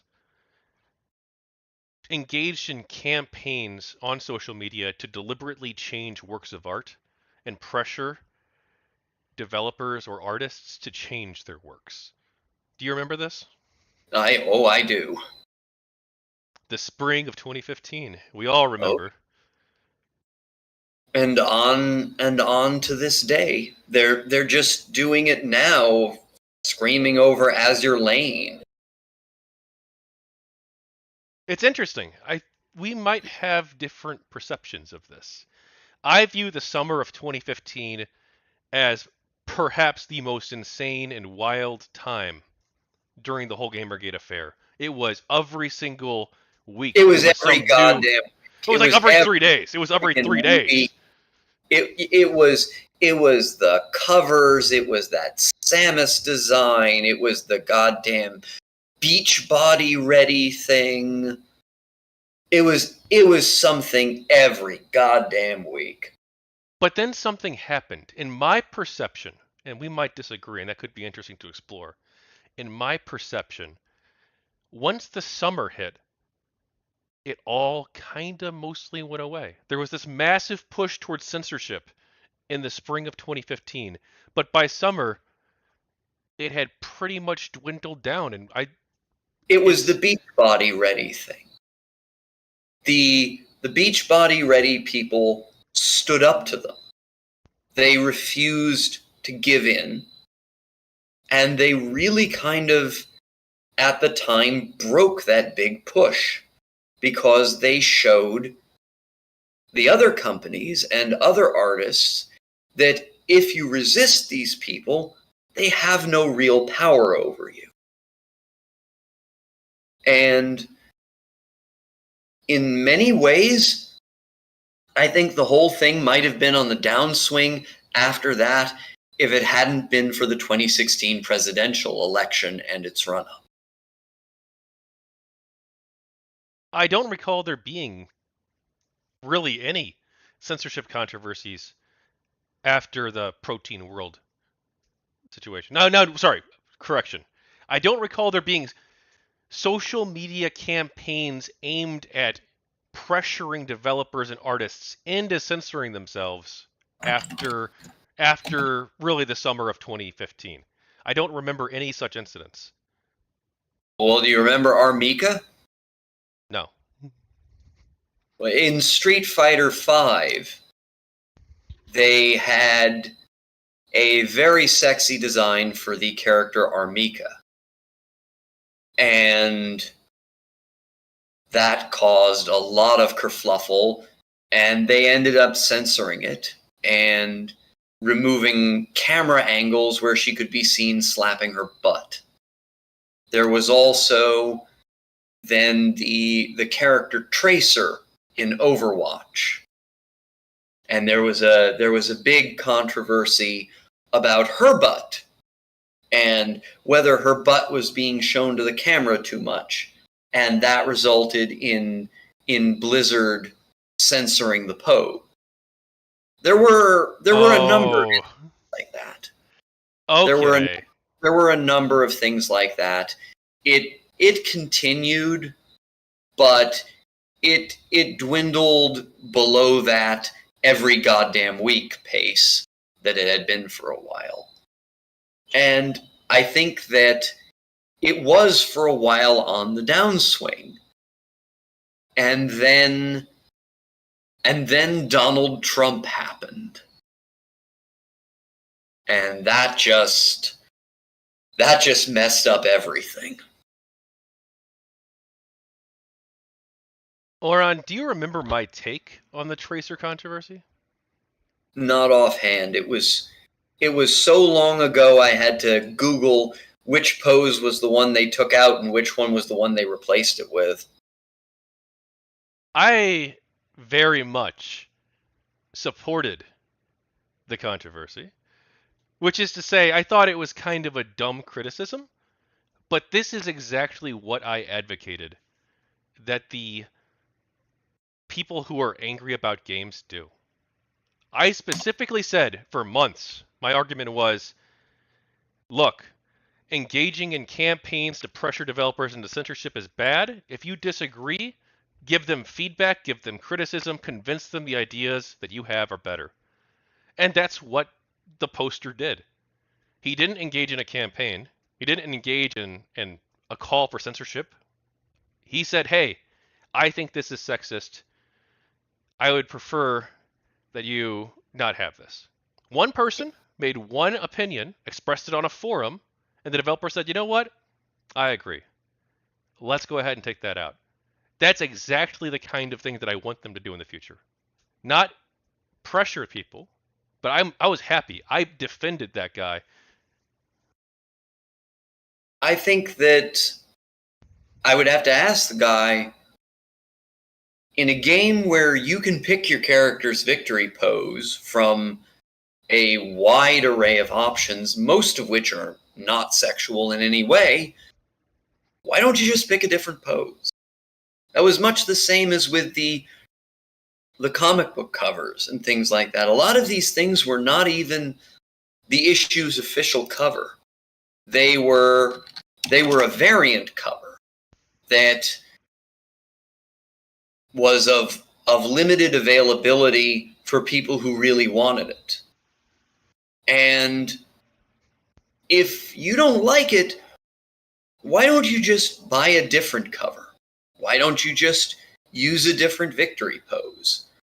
Why are you concerned with taking it away from other people rather than simply wanting to have your own experience in your own way.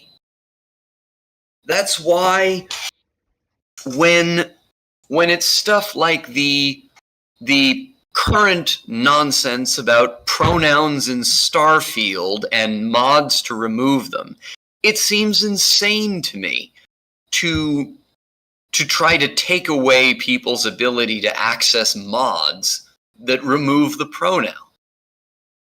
I think, mind you, I think the objection and the making such a big deal out of the pronouns in the game is kind of stupid and overblown.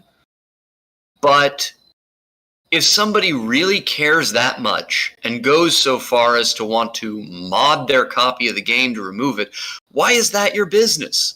Why do you care how they play? You don't have to use that mod. You would have to actively seek that out and install it. And that's where I am with a lot of this stuff. These social justice warriors don't just want the ability to have an experience of the game or the comic or what have you that is comfortable for them. They want to control what other people are allowed to experience. They want to take the content away from those who do enjoy it. And I just don't see that as a reasonable demand or as being at all compatible with principles of free speech. You know, if you feel that something is attacking you and you want it out of your way so that you can enjoy media without feeling attacked, that's reasonable feedback. That's even a reasonable thing to campaign for. But if you're trying to take away options from other people, that's rarely reasonable. Unless you can prove that having those options causes some kind of concrete real-world harm, you shouldn't be doing that. If I had my way, the resolution to all of this tug of war, should things be more or less sexy, all that stuff, would be to just standardize the idea that fan service is toggleable in a game's options menu. I think that would be the best outcome that would give the most choice and the most satisfaction to the most people. Is you can just go into the options menu, you can click a button that says, I'm attracted to guys, girls, both, etc. For, some people who don't consider themselves either.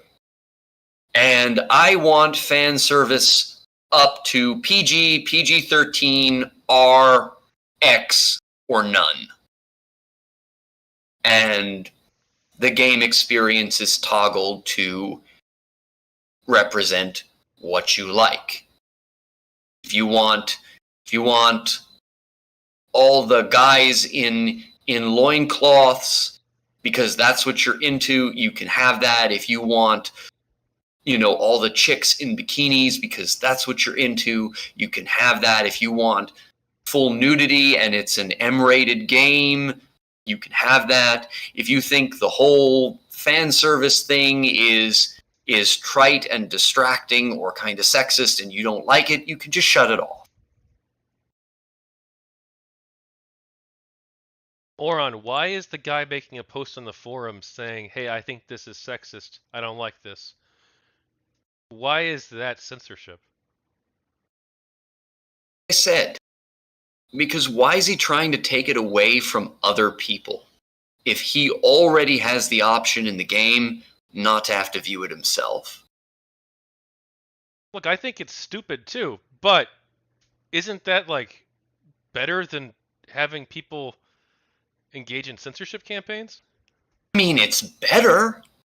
It's better. It's not, at least you're not screaming at people on social media and whipping up mobs. It's an improvement. But I still think that trying to control other people's experience of a video game like that, when you already have the ability to avoid the content yourself, is kind of dickish. But at the same... Go ahead. It's controlling. It's authoritarian. Isn't it also authoritarian to say, hey, you can't criticize the video game in this way? Because what if the developer's like, hey, look, you know what? I think this is a valid criticism. I'm glad I heard this critique, and I want to take this into account. Or maybe they can dismiss it too. They have multiple options. They can approach it any way they want. But aren't you, by trying to essentially stifle this guy's voice, this guy who says it's sexist, aren't you stifling his voice and the developer's ability to hear that feedback and that criticism of their artistic work? I think that's potentially true, but again, isn't he trying to stifle the original vision of the game? He may be trying to stifle the... Oh, God, you want to add more to that? It's sort of a philosophical question of, can you stifle the stifler? Somewhat related, I guess, to the paradox of tolerance. And I'm not going to say that it's on the same level. The paradox of tolerance is often misquoted, and the guy who originally wrote that said that he meant it to be applied to people who are attempting political violence. That the intolerant, as he sees it, are those who are trying to stifle tolerance through the use of fists and pistols. And obviously, nobody in this controversy was using fists or pistols. In fact, the entire GamerGate controversy, as angry as people got, was impressively non-violent on both sides. I don't think through the whole thing anybody threw a single punch. Let's revisit this for a second. I don't want to loop, but I do want to be critical. I see a weak point here. I'm not trying to debate you, actually. I see a weak point here, and I want you to make the best arguments you can make. I want everybody to make the best arguments they can make. And I am doing my best. I see it as a question of, can you stifle the stifler? And if you do stifle the stifler, is that the same moral wrong as the stifler's initial attempt to stifle someone else? Which comes back to my principle of self-defense. If someone else started it, and you do it back to stop them from coming for something that you like, or from smearing you, or what have you, then they're the ones initially and primarily in the wrong.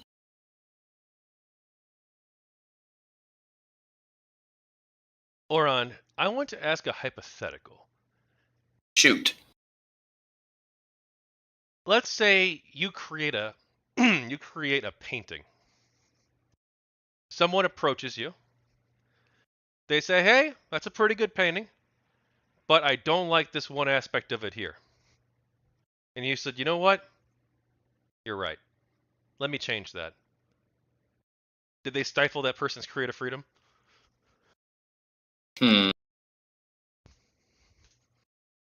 No, because there's one painting.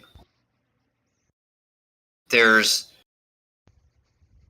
painting isn't something that they can then modify and customize. The painting is the painting, and everybody who views it in the art gallery is going to see the same painting. And it's something that everybody is sharing and everybody is voicing their opinions on the same thing.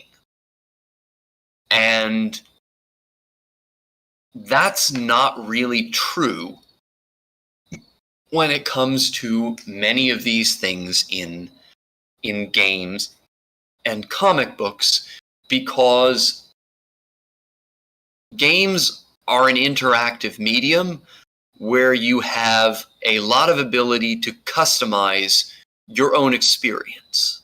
So your not liking it is already factored into the original design.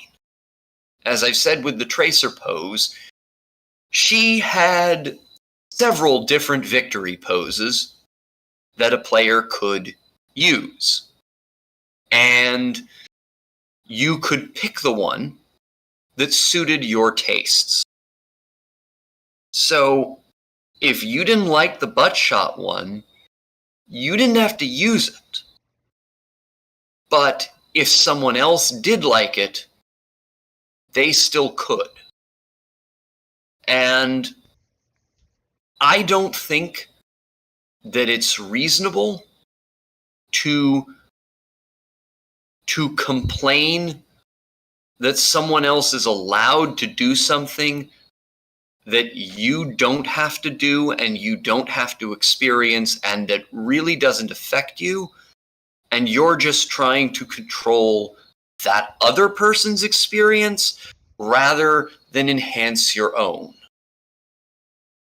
If everybody is viewing the same painting in the gallery, then the person who is complaining and trying to convince the artist to change the painting is trying to enhance their own viewing experience. They're trying to make the painting more compatible with their tastes. And that's not unreasonable, and the motive isn't inherently censorious. It's not about suppressing something. It's about increasing their own aesthetic pleasure in viewing the painting. But when it's content that is already optional and an individual player doesn't have to engage with, and they just want to take it away from other players who do like it, I think then the intent is to suppress, and then it meets the definition of censorship that you would find in most mainstream dictionaries, and that is used by anti-censorship groups such as the American Civil Liberties Union, who describe censorship as a desire to suppress speech that someone considers offensive. Auron, could it be someone's opinion? Their artistic critique. Could someone's artistic critique be that I think that your artistic work as a whole is degraded because of this one thing I don't like?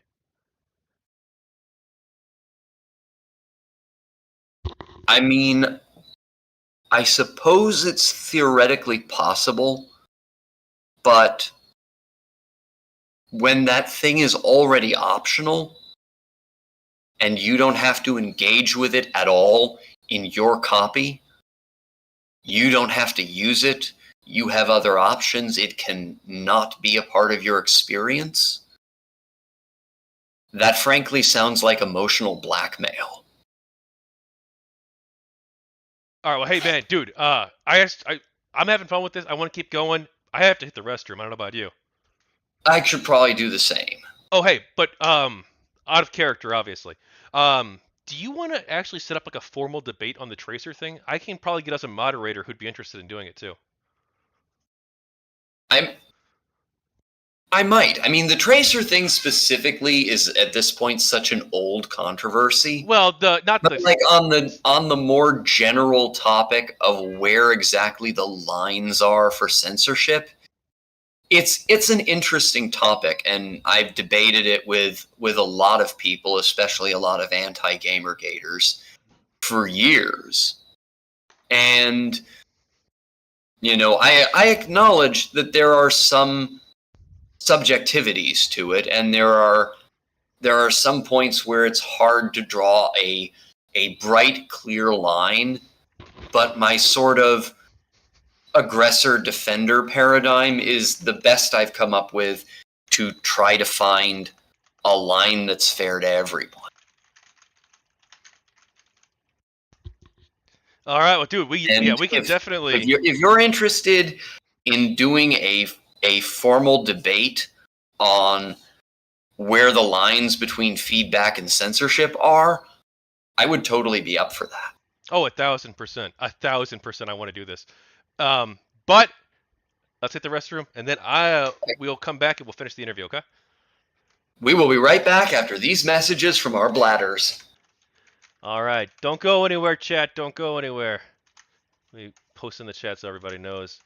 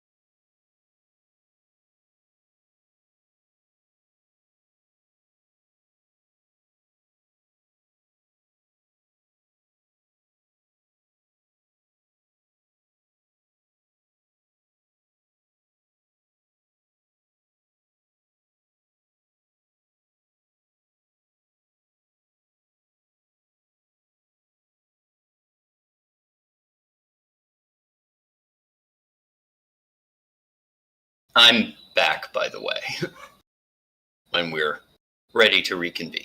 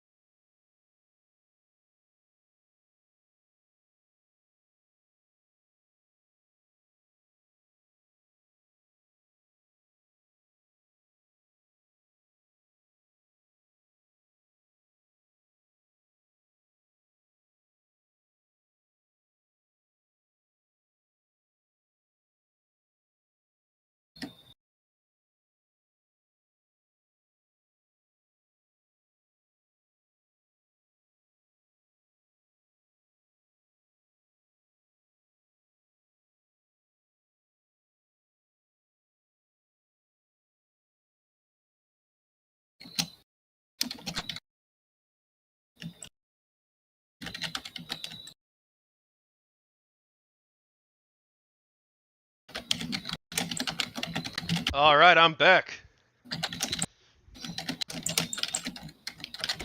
Auron, you there?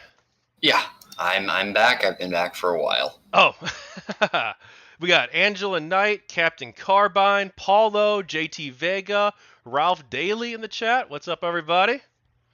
I've never had that many people sit around listening to me talking about needing to go pee. You're a popular That guy. that was a new one. I was like, wait, there's a chat? I just said that in front of other people? Oh, we got people on Twitch chat too. Yeah. Oh, okay. All right. Cool. So yeah, we definitely got to set up that debate, but let's get back into it. If I can find out where we were, give me a second. Because we could loop all day on the tracer stuff and on the creative freedom where the lines are thing. It's an interesting topic. And I think it's interesting for the book too, because I'm getting your perspective on this, but I want to get other people's perspective too, because I know mine's way different. So I figure a lot of other GamerGate people have different perspectives as well. Oh yeah, there's definitely gonna be a lot of debate on that. I've been debating that issue for years. That's okay. I'll change your mind on it once I make my really good arguments in the debate. We'll see. Maybe I'll change yours. All right. So what is a good way for someone who has a criticism of an artistic work? Let's say their criticism is that the work is sexist. Is there a good way for them to make that critique? Yes. I think that the best thing to ask for, where it is possible in the format and the type of media, is choice. You know, if you think something is sexist, well then wouldn't that be solved by also having the option to do the same thing to a character of the opposite sex? I think that would be, for most reasonable people, gender equality. But, you know, or maybe you just want to turn it off.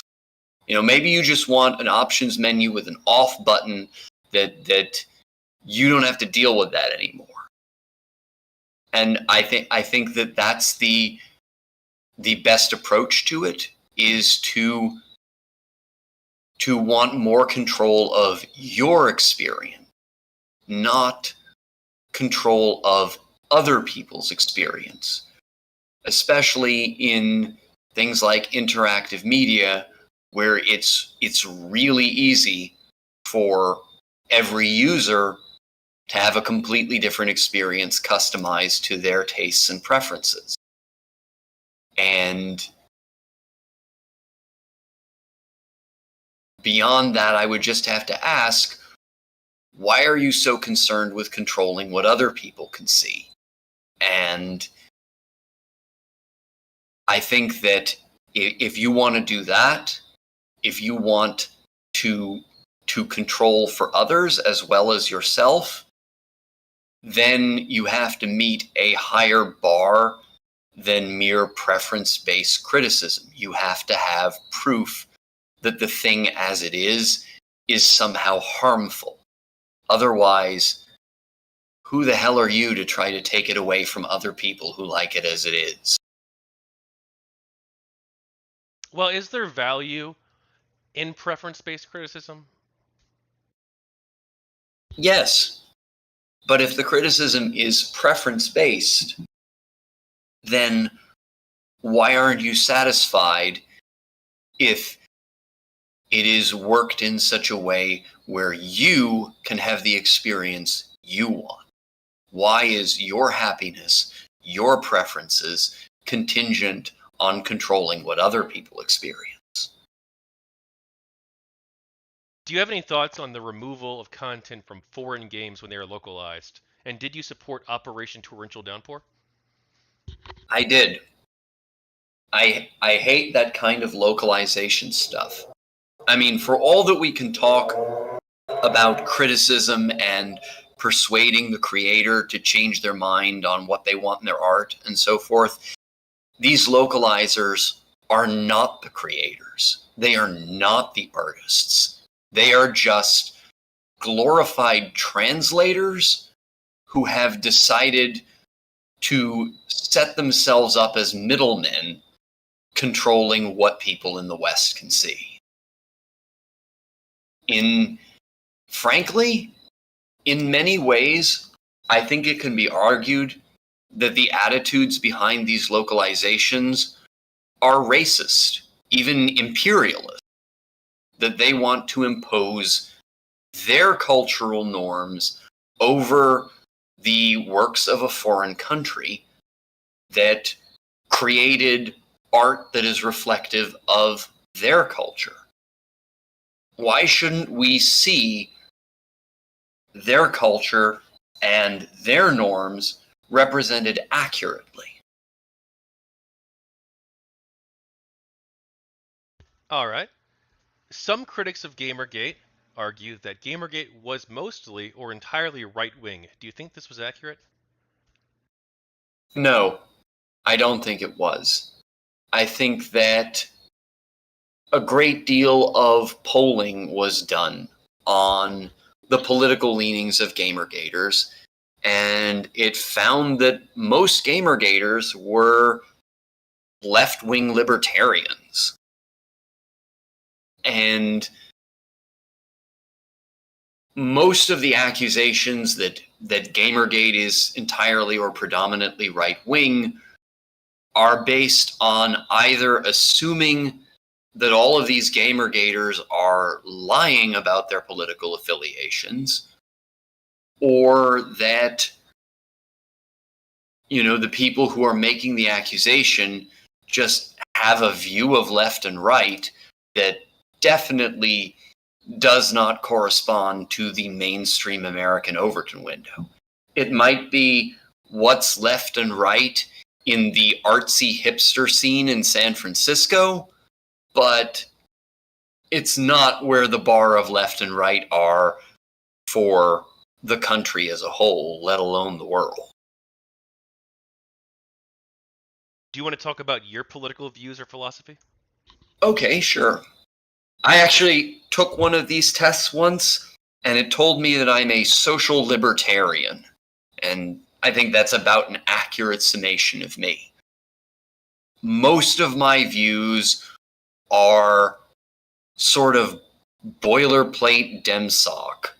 I supported Bernie Sanders in both of his presidential campaigns, ultimately rolled my eyes and grudgingly pulled the lever for Clinton and then Biden.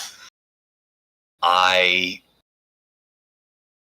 think that our primary focus as a society in terms of political change should be on income inequality, on important social programs like healthcare, and on preventing environmental catastrophe, mostly through making corporations and the extremely wealthy pay their share in taxes, and then putting this additional tax revenue into programs like healthcare, universal basic income, environmental initiatives, things like that. Environmental initiatives that work, mind you, like, regulating ludicrous polluting and greening up our power grid by building new nuclear plants, not making people drink through paper straws. That's just stupid and not helping anyone. But I am very critical of identity politics in general, whether it is coming from the left with wokeness or coming from the right with more classical forms of identitarianism, white supremacist groups, racial separatists, things like that. And I am not against most limits on personal freedom. I think people should be allowed to have pot, they should be allowed to have guns, they should be allowed to have porn, they should be allowed to have whatever gay book Ron DeSantis is trying to ban in Florida, etc., etc., etc.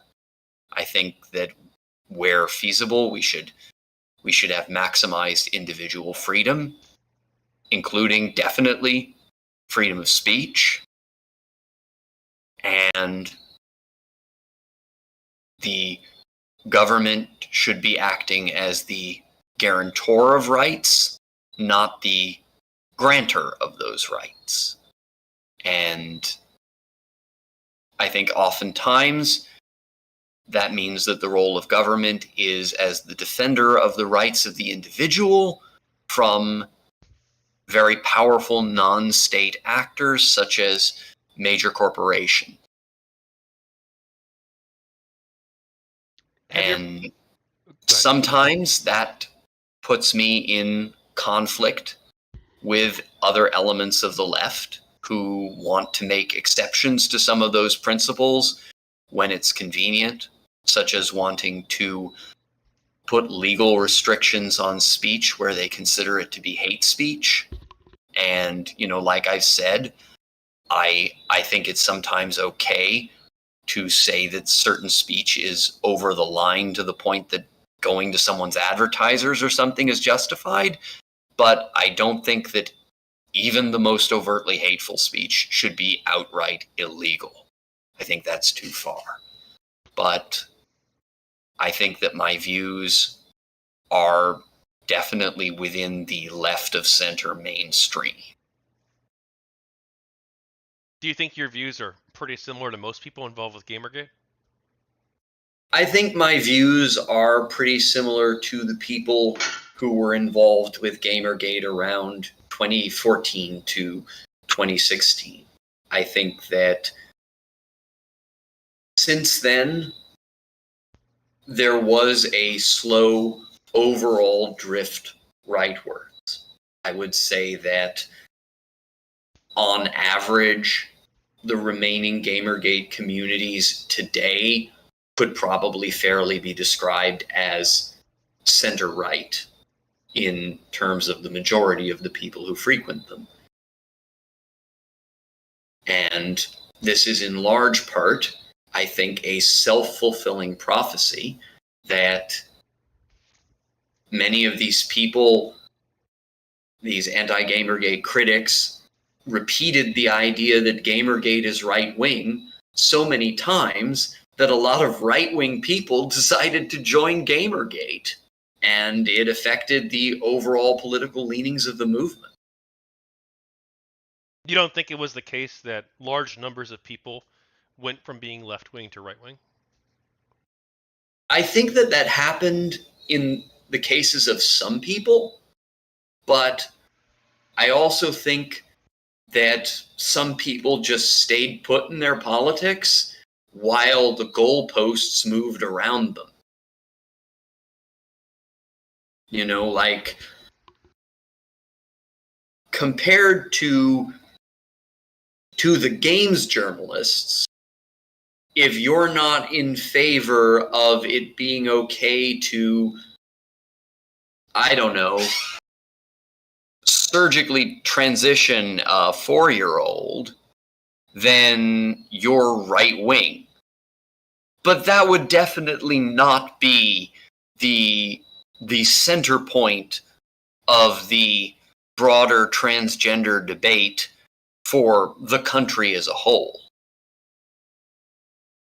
If you ask the median swing voter in a purple state what they think of something like that, it is not going to be where the games journalists think that the goalposts of left and right are. Aren't you strawmanning the games journalist right now? I don't think so. I have directly heard arguments for the transitioning of very, very young children, including by irreversible medical means. I don't think that is like the mainstream left-wing position, but it's the position of many of these super woke hipster activists that games journalism does have a lot of. Do you think there can be any value in analyzing games or other works of art through a political lens? Depends on the game. I think that, if it's Metal Gear Solid or it's Witcher 3, then yeah, there's a lot of political themes and a lot of very deep content that can have a lot of interesting political implications. But if you're trying to write a Marxist critique of Kirby, or a paleo-conservative take on Yoshi, I think that that's idiotic, frankly.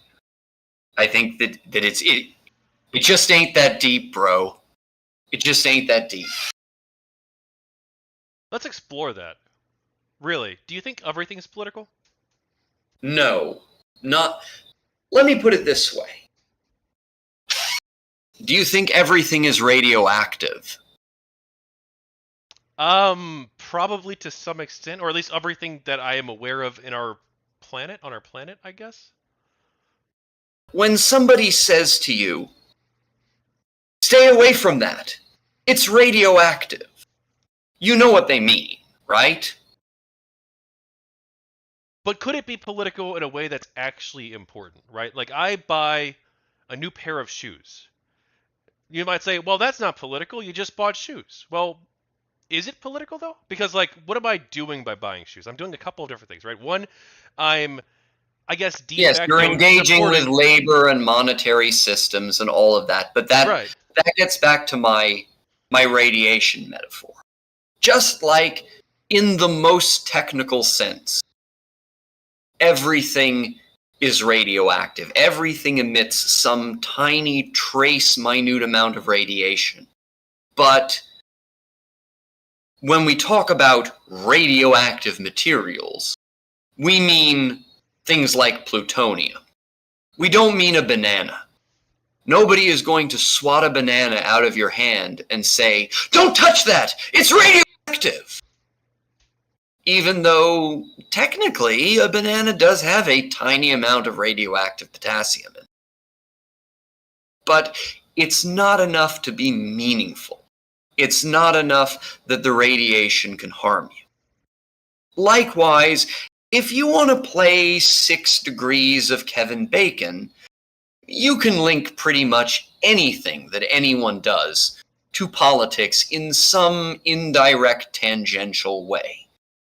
But that doesn't mean that it's political in the way that going to a rally to listen to a candidate speak is political. And some media is very political. Some media is essentially an author's thesis statement on a contemporary political issue. While other media, you would really, really, really have to jump through hoops to find a connection to modern politics that wouldn't sound rather laughable to the average person. I'm not sure if that's certainly the case. Okay, what's the political significance of Kirby's Dream Land? I've not played the Kirby games except for one on Game Boy years ago, so I'm not sure that's like the world. I think that is the one. That was the one I'm talking about is the original Game Boy Kirby's Dream Land. Dude, this was when I was like 7 years old. I'm not sure we. Okay. Don't say what? Shoot. How about Pikmin? I played Pikmin recently. Now that's one I haven't played. Oh damn. Okay. Shoot. We'll be here all day. Well, let's just say this. I think that there can be some things that are political that actually they don't seem political on their face, but like actually do carry with them like certain like normative connotations, right? So let's Sometimes. say like Sometimes. let's say you have a movie, and in the movie there's a large banquet. Let's say Harry Potter, right? The Harry Potter. Have you seen those? Yeah. Okay, you know how they have that big Yeah. massive banquet? Before the writer went nuts. But yeah. Yeah. Well, the massive banquet, there's food there, and some of the food there is meat, right? Okay. Is having them eat meat a political act? No, and even less so with the wizards because they just wave their wand and the meat appears. They didn't actually Yeah, kill any. that's a bad example. Let's say hypothetically that they actually killed the animals through factory farming. Let's say that were hypothetically the case. Would it then have political significance? I don't think to most people. I think that that's a stretch. I But it mean, the political vegans, the PETA types, they're a really fringe outside the Overton window movement. For all the Sturm und Drang on certain right-wing websites, nobody's going to ban meat. That's not a remotely considerable option within American politics.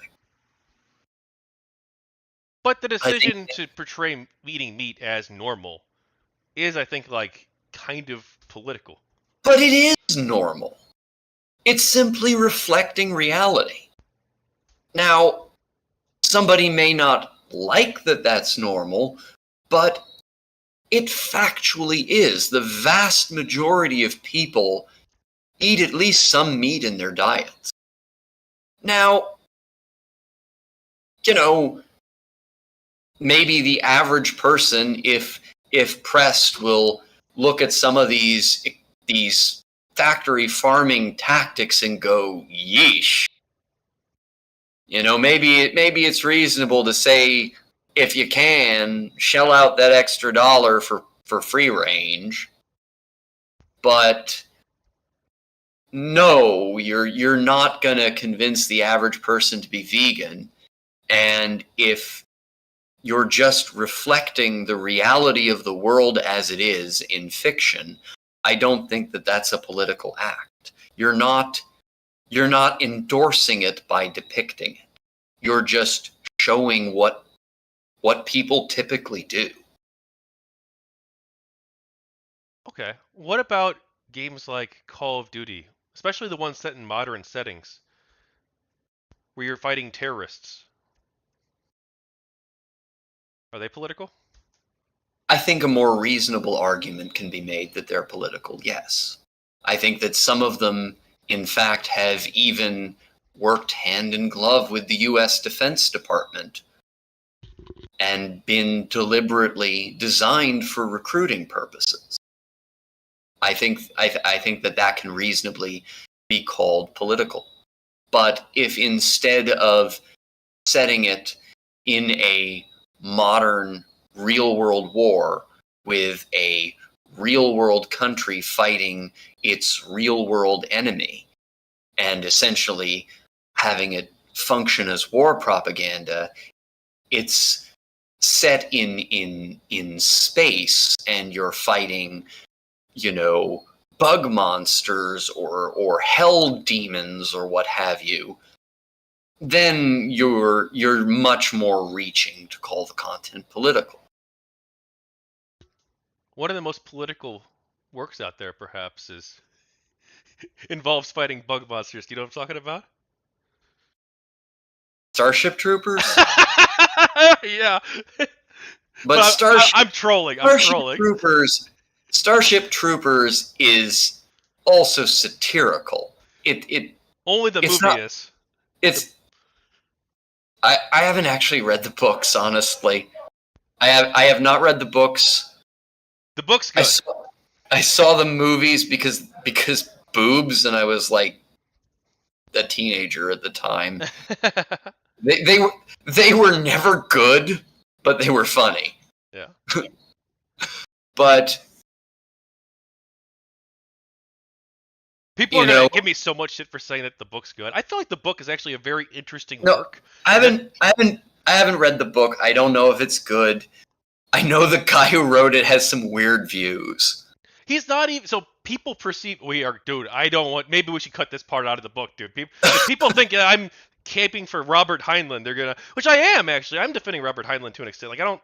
I think he was actually a pretty progressive person for the time, and people look back now and they're like, "Oh my God, he's a moral monster," because he did like write one book I think that had like kind of like racist stuff against Chinese people in it. Like that's not Oh, obviously not good. But like he wrote a bunch of other books too that were advocating for like Starship Troopers. They advocate for this is not going in the book. This part we just cut this. um, but Starship Troopers, they depict a egalitarian society with men and women in the military. This is like the 1950s. but that's They, because every single person is just a body to throw into the meat grinder. well, they also they depict. They're not doing that because they're great feminist allies. They're doing that because they need twice the soldiers, or we're all gonna die. Well, no, I think he actually does. Like the main character of the book is Hispanic, right? He's like he actually was like super progressive. Movie wasn't. His last name's Wow, Rico, right? you could not do that today. In the movie, well, in the movie, he's like a white Hispanic though, right? Because he still has the name Rico. Yeah, but is he even supposed to be? I mean, is Casper Van Dien Hispanic at all? I was. Oh, you mean the actor? I'm sorry. I thought you meant to think about it like that at the time. Bro, I was too young to question why all of these people have Spanish names, and yet this is blatantly just a bunch of white people. I'm from Buenos Aires, and I say give them hell. Yeah, Or I say kill them all. I was too young to notice that, but you could not get away with that today, and you probably shouldn't. Well, yeah, dude. How much, dude? Should we just cut the whole Starship Troopers part out? Maybe. It's up to you, man. This is your part of the segment. Do you want the Starship Troopers part in the book? We can keep it or not. I am comfortable with whatever. Okay. I stand by my words. I stand by my words too. My words. But I was a teenager at the time I saw that movie. I am not responsible for being an idiot. yeah, no, I agree. I stand by my words too. But the thing is, I feel like if you have you ever made an argument and you're like, you know what, this is true, but I'm going to get so much shit for making this particular point that I should probably just like make a different point that or just avoid that part of the argument altogether and focus. Sometimes, but I honestly try not to. I try not to self-censor like that. I don't like to give in to fear. I don't like to give in to the heckler's veto. Yeah, you know what? Fuck it. Robert Heinlein wasn't a moral monster, and we shouldn't demonize him as a moral monster. At least, unless he did shit that I don't know about. Maybe he did. I don't know. Maybe like a you know what? Or something. Fuck it. That movie was good because boobs. Yeah. Also, killing giant fucking insects. Okay, nothing wrong with that. But seriously, the actual politics in Starship Troopers aside, many games since have used some sort of insectoid alien monsters as the bad guys. And usually that is not political. It is obvious to almost everyone that if a swarm of alien locusts descended on Earth and tried to eat all of our biomatter, we would just fucking kill them if we could. You can't negotiate with the biomatter eating locusts. Some people say. Oh, so actually, we talked about this before. You said that GamerGate wasn't the first battle of the culture war, but it's the first one where people fought back. What do you mean by that? What does that mean to you?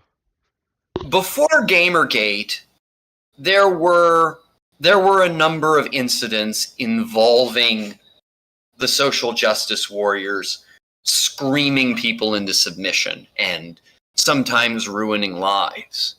There was the elevator gate bit, there was that dongle incident, and of course there was Anita Sarkeesian's Kickstarter.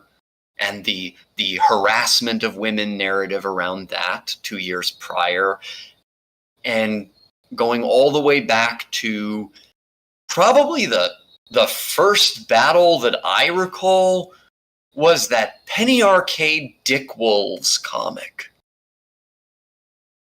And ultimately, they screamed and screamed and screamed until the Penny Arcade people apologized for the Dick Wolf joke, which I will never forget.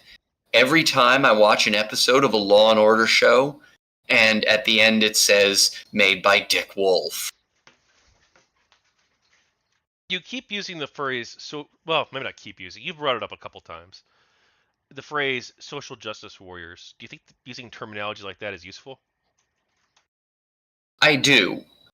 I think that there is a problem with this distinct ideology existing, whether you call it social justice, wokeness, what have you, that has some pretty clear tenets, but it refuses to name itself or to really acknowledge its own existence. And, you know, where pretty much every ideology has some accepted nomenclature for what to call it. You know, we can define what communism is. We can define what democracy is. We can define what fascism is, etc., etc., etc. These belief systems, these structures, they have accepted terminology. But this thing we call wokeness, it refuses to accept any sort of name. The proponents for it, you can clearly tell that there's a shared belief system with particular views and particular prescriptions for social change, but none of them seem to want to acknowledge it as a specific thing, to name it, or to define it beyond, well, this is just being a good person. And that limits people's ability to talk about it, to discuss it, to criticize it. And I've seen some very compelling arguments made that preventing people from criticizing it is really the point of not naming it. That it's a kind of social camouflage, that they just want to blend it into the background of society and slowly normalize it while pretending that nothing is really changing. And if they refuse to name themselves, if they refuse to come up with a term for their ideology, then other people are going to come up with one. Largely, their critics will come up with one. We need a name for it. We can't just gesture wildly in the vague direction of certain ideological tenets and say, you know, the thing. So people come up with names. They come up with social justice warrior. They come up with wokeness. I've seen successor ideology as a term for it. I've seen left identitarianism. I've seen people respond to the term alt-right by describing these people as the control left, which I thought was cute, but isn't really going to catch on outside of tech circles. But if they don't like it, if they don't like woke or social justice warrior or something, they are free to come up with a name, and I am willing to use that name as long as it's something neutral sounding. I will not call them the defenders of justice or what have you. But if they can come up with a reasonably neutral sounding descriptive term for their ideology that they prefer, I'll go with that. I'm not looking to insult them and be super pejorative, but woke and SJW are the terms that have caught on in common parlance because they refuse to come up with anything better. You mentioned the harassment narrative around Anita Sarkeesian's Kickstarter. Do you think Anita did receive harassment? Absolutely. There is no way that of hundreds of thousands of people sending her messages, there wasn't some absolute asshole who told her to unalive herself. There absolutely was. What do you think of the framing of Gamergate as a battle within the left, between those who believe in small L liberal democratic values and those who don't? I think that is partially what happened, but while a lot of Gamergaters were left-wing, many were also centrist or conservative. I don't think that Gamergate at the time had an inherent left or right political affiliation as an overall movement. But I definitely think that in terms of what it advocated, those small L liberal values like free speech, basic fairness, neutral institutions, things like that were definitely agreed upon points of interest and of, common goals among most Gamergaters. Now we're getting into the spicy stuff. Did you interact with any anti-Gamergate people? A lot. I was a moderator on r/GGDiscussion. I still am, though the subreddit is no longer very active. And I debated with quite a few of them for several years. Some of them were very cool, interesting, articulate people, and others were shitheads. And I'm sure that they have the same view of Gamergaters. Did you ever try to change anyone's mind? Well, sorry, that's a stupid question because. Oh yeah, definitely. Did you ever succeed in changing anyone's mind? Few I moved a bit. Like I didn't get anybody ever to just go, well, I'm totally gonna stop being a social justice warrior and become a Gamergater now. But I moved people on some specific issues, and sometimes they moved me. Are you friends with anyone on the other side? To this day, no. I would call some of the people on the Gamergate discussion subreddit having sort of become friends, but lost touch with those people when the group sort of fell apart. I have friends in real life who don't agree with me on Gamergate and on culture war issues, and sometimes we debate it, but I don't think any of them would consider themselves, activist anti-Gamergaters. You've probably spent hundreds of hours, is that fair to say, arguing with people about this? Oh yeah. Over the course of 8-9 years, definitely. Okay. So, how do you think the conversation around Gamergate could have been more productive then?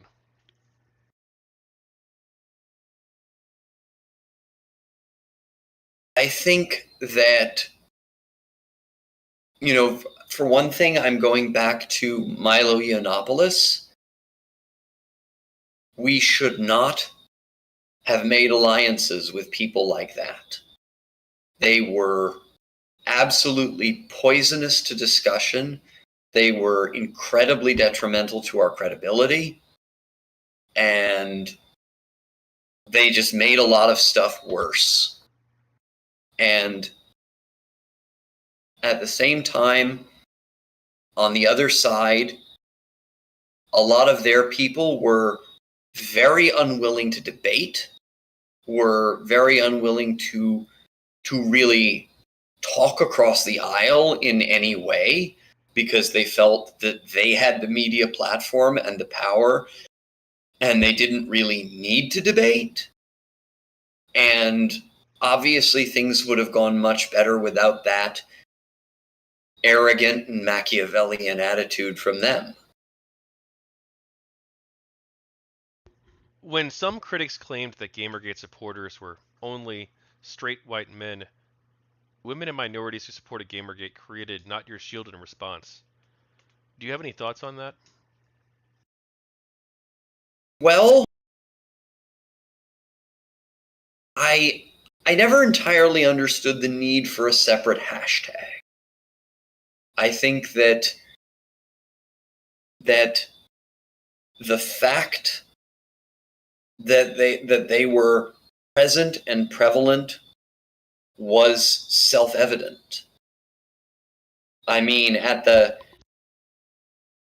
time, one of our advocates, one of our talking heads, was a Latina porn star.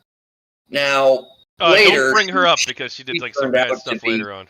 Yeah, she turned out to have some skeletons in her closet, and there seems to be something to those accusations. I mean, bring up whatever you want. I'm not trying to. Sorry, let's just hang on. But look, there have been sexual predators discovered on both sides.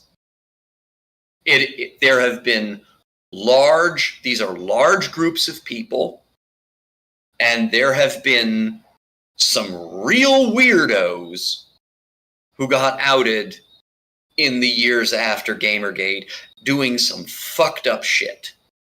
There were people on both sides who got arrested for messed up sex stuff that was not related to GamerGate. And neither side could have known at the time. There was no way to know.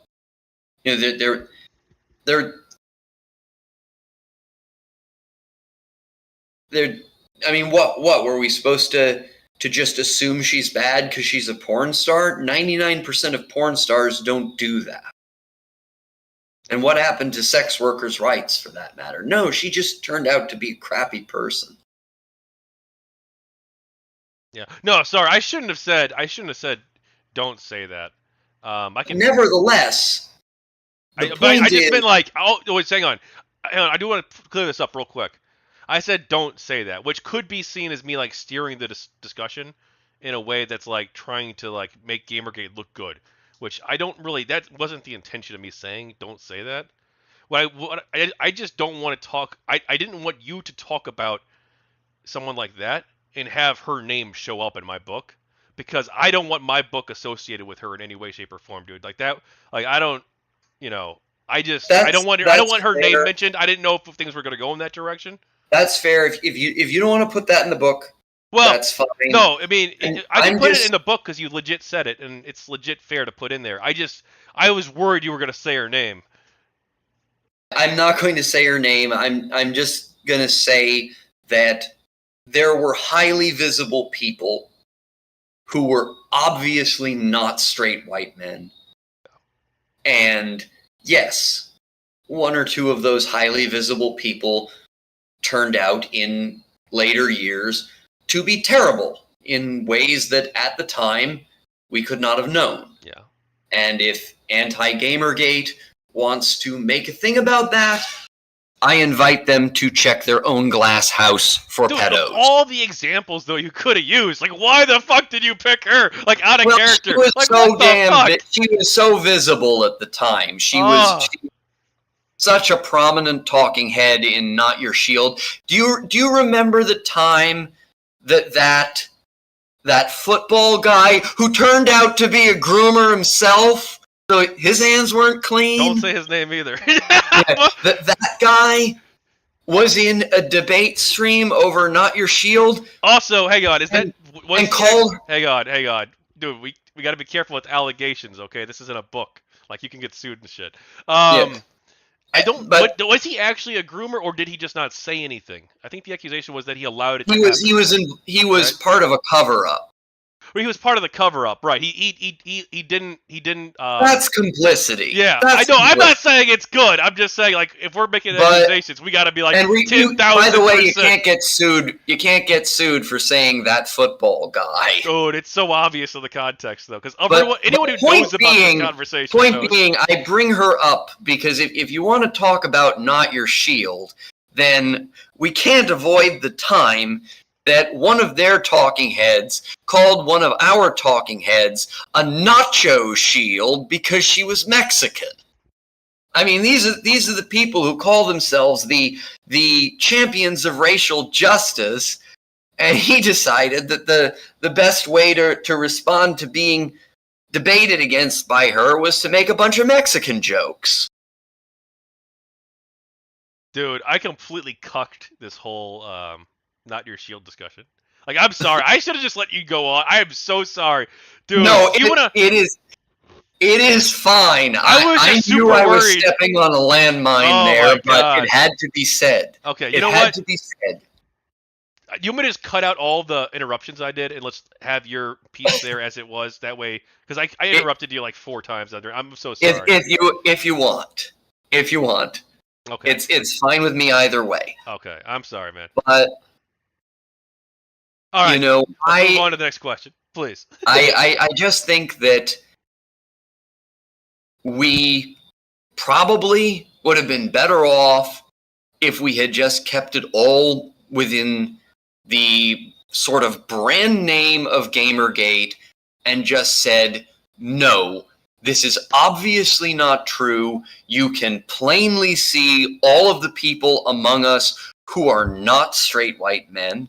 I went to one of the GamerGate meetups at one point, and there were many women there. There were many non-white people there. I didn't ask anybody what their sexual orientation was, because that would be weird, but probably they weren't all straight. That accusation was always BS. Do you think that there was any value in having Not Your Shield as sort of a direct rebuttal to this specific claim that was made? Even as a one-time, hashtag? But when it comes to hashtags and subreddits and all of this stuff about whether you should have a bunch of different ones or one big overarching one, I take my view on that generally from Robert Baratheon. Which is greater, 5 fingers or 1 fist?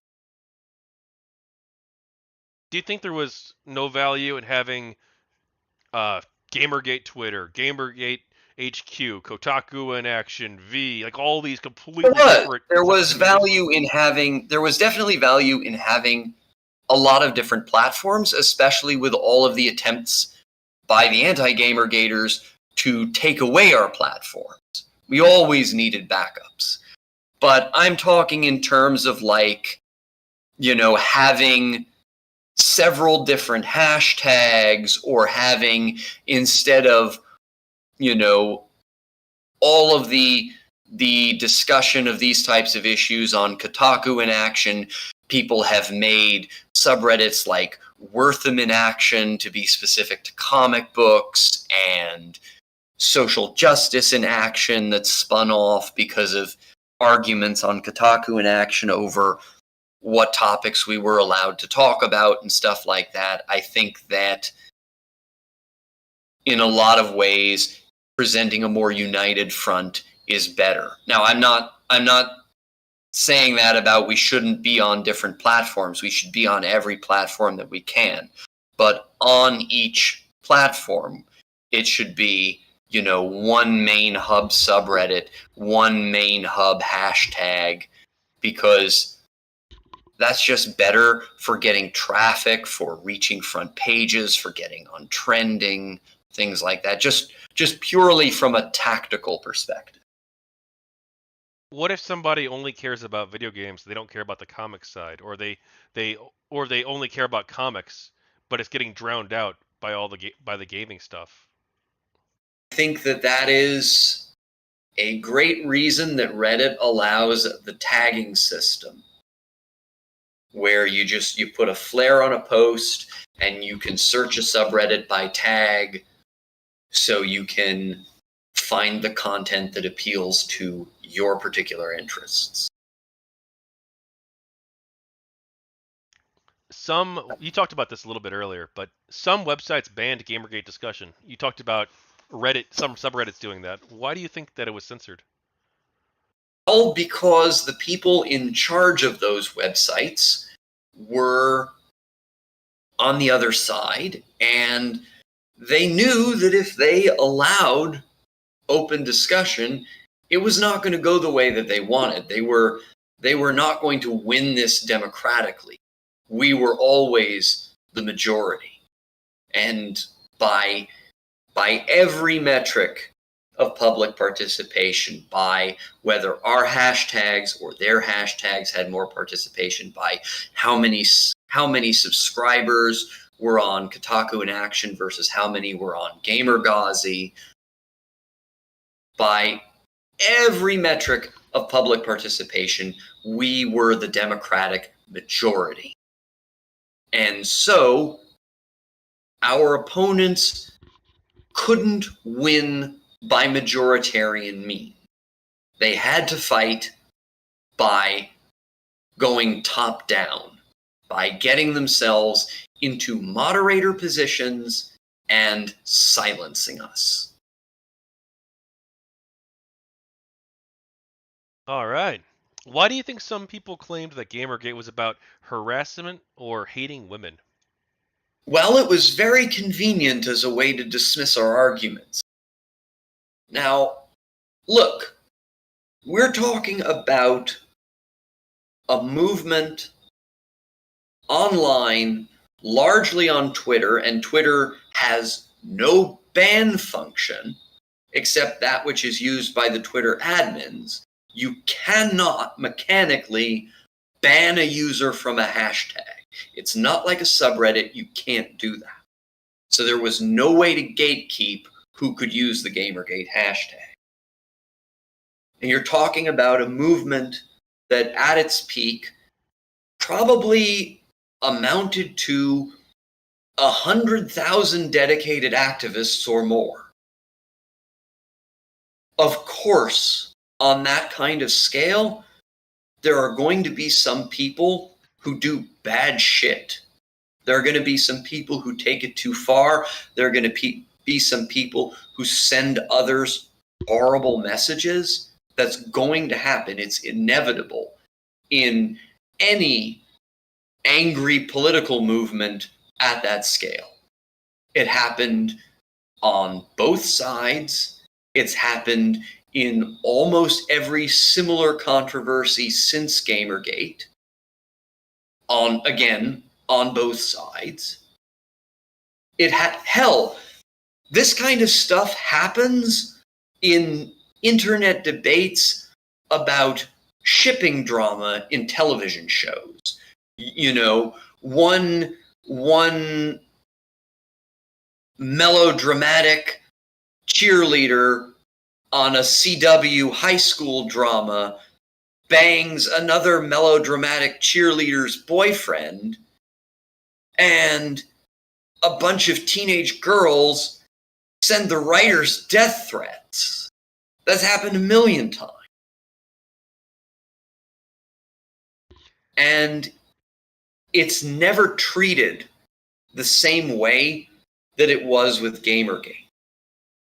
It was never treated as tainting and delegitimizing an entire movement of so many people and whole political and philosophical objectives because some tiny minority of people said some shitty words online.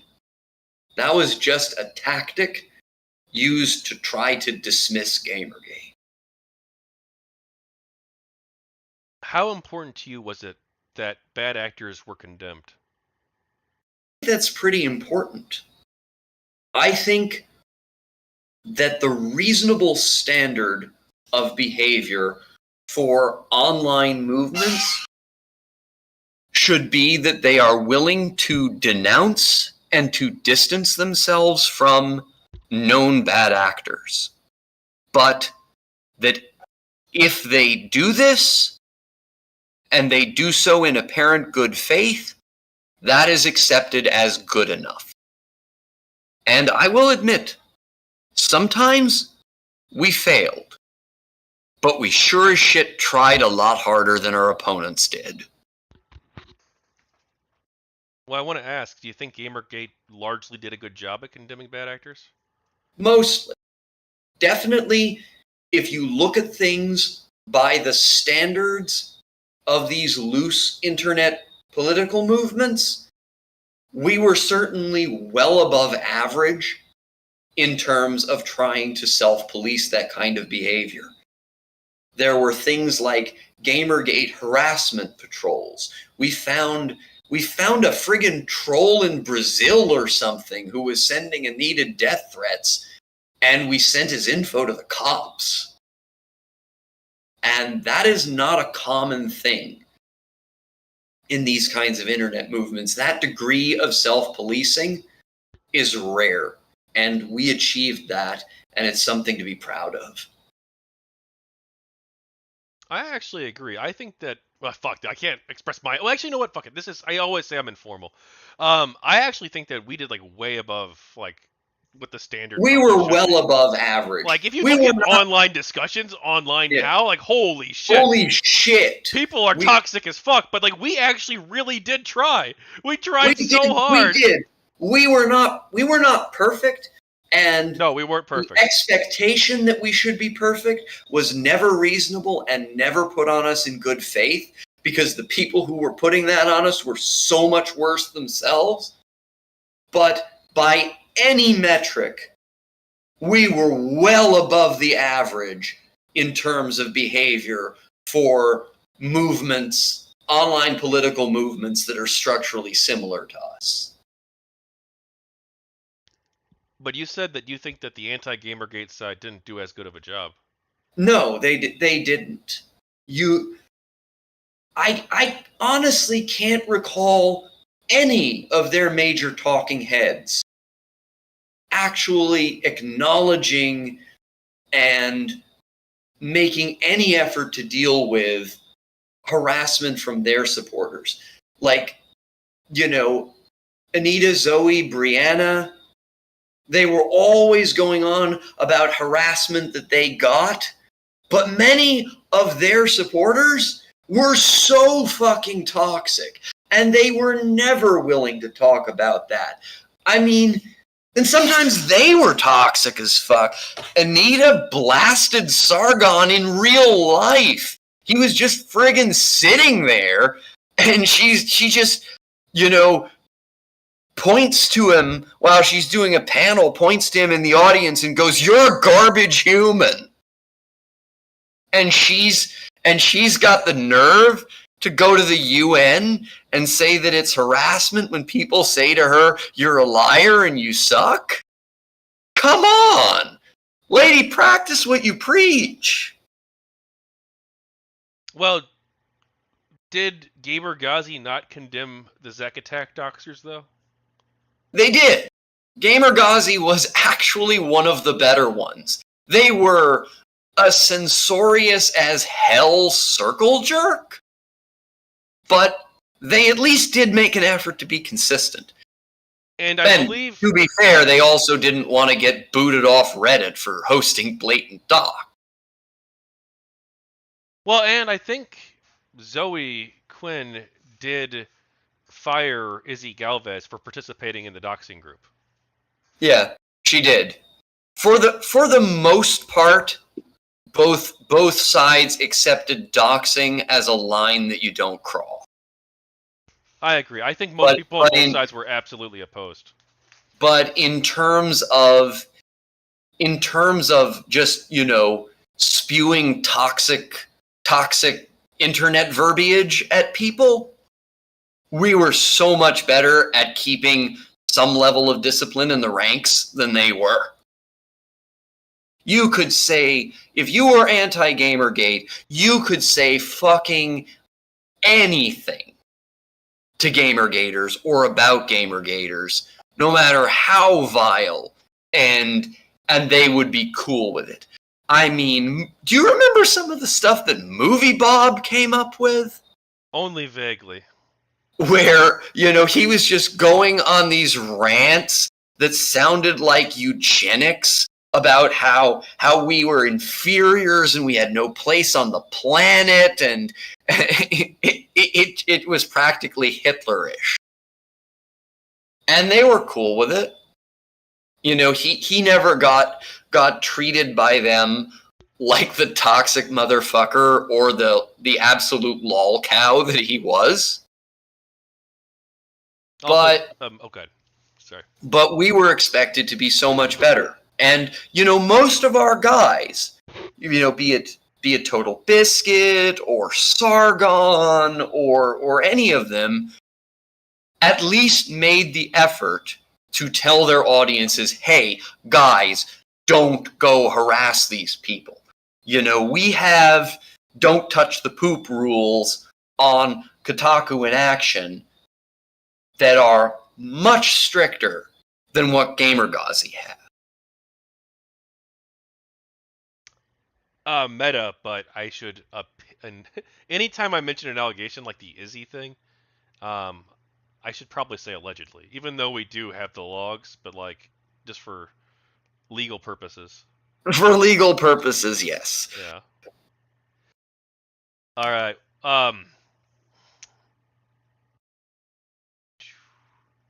But no, I don't think that they were good about dealing with harassment. But I will say that they were better than what is the norm today. I mean, if you look at the Black Lives Matter people or the MAGA people or anything like that, they will dox people, they will go after people in real life. Holy shit, they are so much worse than either we were or the anti-GamerGaters were. If you saw someone on quote-unquote your side doing something you thought was bad, how would you handle that situation? Well, I would try to explain to that person, and I have been in this situation, and I have done this and sometimes been successful. I would explain to this person from a coldly tactical perspective why what they are doing is a bad idea, why it's bad optics, it makes us look hypocritical, it erodes our moral high ground, it could get our platforms in trouble, it gives the enemy ammunition, etc., etc. Not because that I think that only the cold tactical logic is what matters. The morality matters too, obviously. But the person who's doing that stuff, they're probably really angry right now, and they're probably not going to listen to an appeal to morality. But they might listen to somebody explaining to them why doing what they're doing is not in their practical self-interest. Where do you draw the line between normal behavior, then behavior that I should talk to this person about and address, versus behavior where it's like, look, you've crossed the line, you're gone? Well, for one thing, obviously, platform rules are an important element of that. No, I mean personally, in regards to how you treat people within the movement, sorry. If you attempt to physically harm or terrorize anyone in real life, you're a monster, and I don't want to be around you. You know, if you're doxing somebody, if you're prank calling the cops to send a SWAT team after them, if you're sending threats, if you're stalking somebody in real life, if you're making alt accounts to go after somebody who is trying to get away from you, you're creepy and possibly breaking the law, and you shouldn't be allowed around.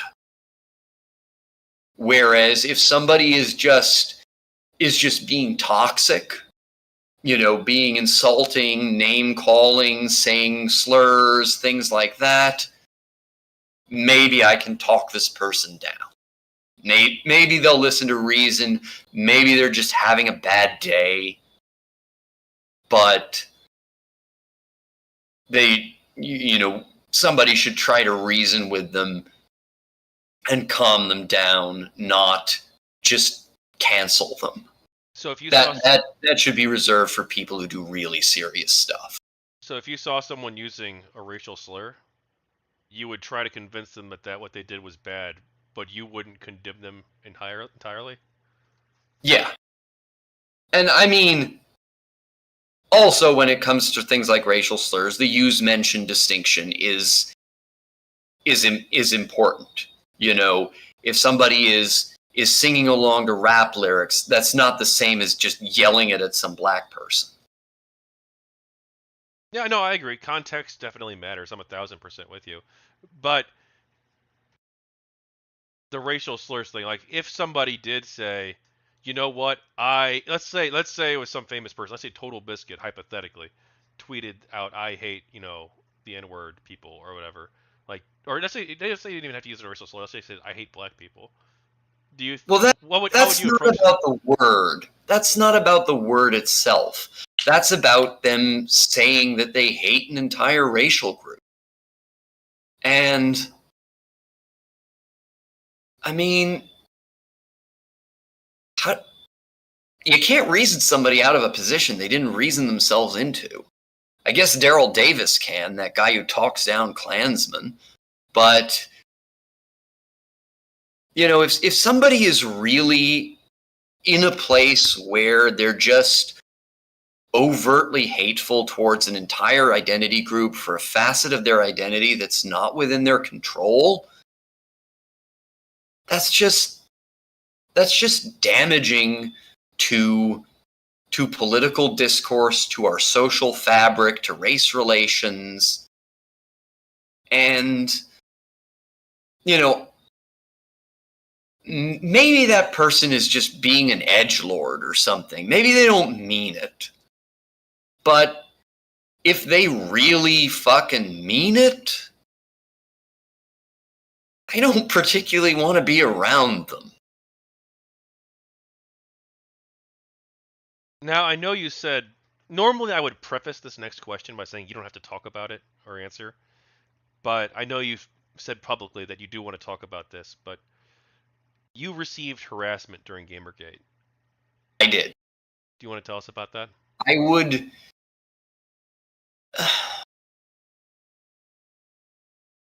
I try to be legalistic about legal terms, like harassment.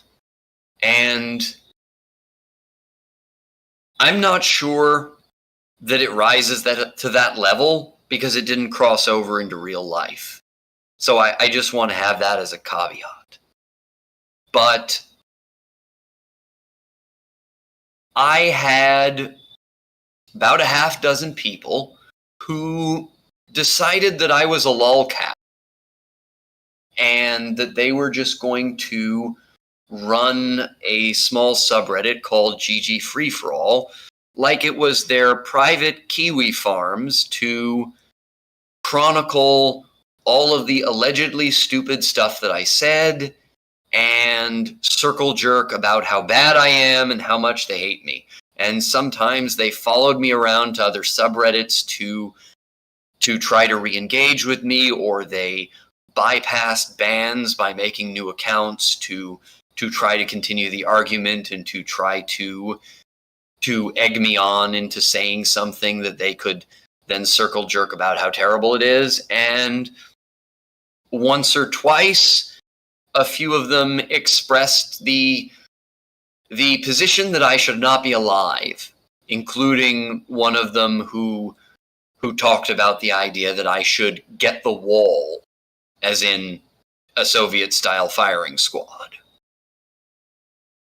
That person got their account suspended from Reddit, obviously.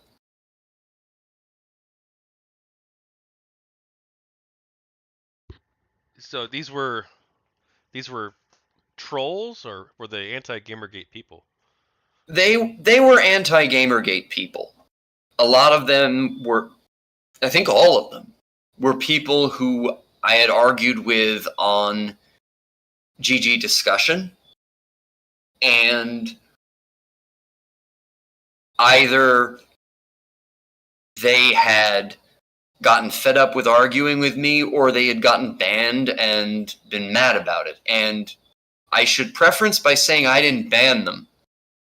We had moderator code of conduct rules on GamerGate discussion that you were not allowed to warn or ban the person you were arguing with, and bans required a majority vote of the mod team, which was always kept split, half pro GamerGate and half anti GamerGate. So unless some anti GamerGaters agreed that this person had broken the rules, they couldn't be banned. So I was not just going around banning these people. I want to clarify that right out the gate. But still, some of them ended up getting banned, so they went to GamerGate free-for-all, and they circle jerked about how terrible I was and how I must have been responsible for their bans. Yeah, I kind of reflect on this period myself, and I don't know what to think of it, because I was on GamerGate free for all as a pro GamerGate person, and obviously I got a lot of crap, some of which some people might consider to be harassment. That I received. Even I had people making, I'm not sure if you remember, people made accounts pretending to be me and stuff. I had too. But I mean, to be clear, like, they were obvious troll accounts, right? It was, they were mean. They were very mean. Nut Scrape, and I had Aurondarklord, which I have to admit, in hindsight, was a pretty good pun. I have to admit. But still, who does that? Who's that obsessed? Yeah, I think I had a Cuckscape person too at one point. I mostly remember nuts. I don't remember. No, they were, and then, like you said, they really would go and follow you around, but in, like, to other places, like, I mean, I don't know. Again, I can't speak to your experience. They would make posts saying, like, look at this stupid thing that this person said, and yeah. I had one who followed me to the Game of Thrones subreddit, and I had happened to make it was during the Game of Thrones ending controversy, and I made a post with, it was just a sort of, meme post, where it was this picture of Daenerys with her fleet, and me complaining about how she got robbed. And she did get robbed. That was a terrible ending. But it was a terrible ending, I agree. And I just got lucky. Everybody was mad. Everybody was making posts about how mad they were about the ending. And I happened to be the one who got lucky. And my post blew the fuck up to the front page. And I ended up with 10,000 upvotes on it. It's the best karma I've ever gotten from a single post in my entire history on Reddit. I ended up with 10,000. I think I was number one on the front page of r/all for a while.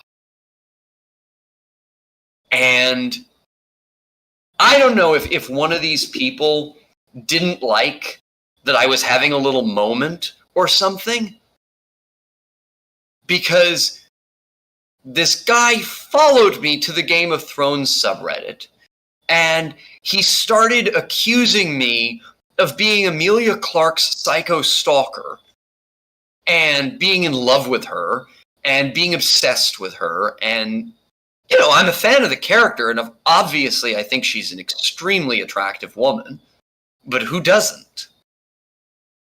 But, and just going nuts in this totally unrelated thread. And anybody who I was talking to in the thread about the show, this person was showing up and being like, don't you know that this Auron guy is a GamerGater, and he's a sexist, and he's a racist, and he's all these things. And just trying to turn everybody in the thread against me and being generally crazy. And of course, finally, I hit the report button, and the guy got banned. Because of course he got banned. That was fucking psycho. And that and the time that they talked about wanting to put me before firing squad was the weirdest it got. Oh, and one time that they started trying to follow me onto Twitter, but I blocked all their accounts that I know of. Now, obviously, I'm not going to defend harassment, but let's to play devil's advocate for the GamerGate free for all anti-GG people.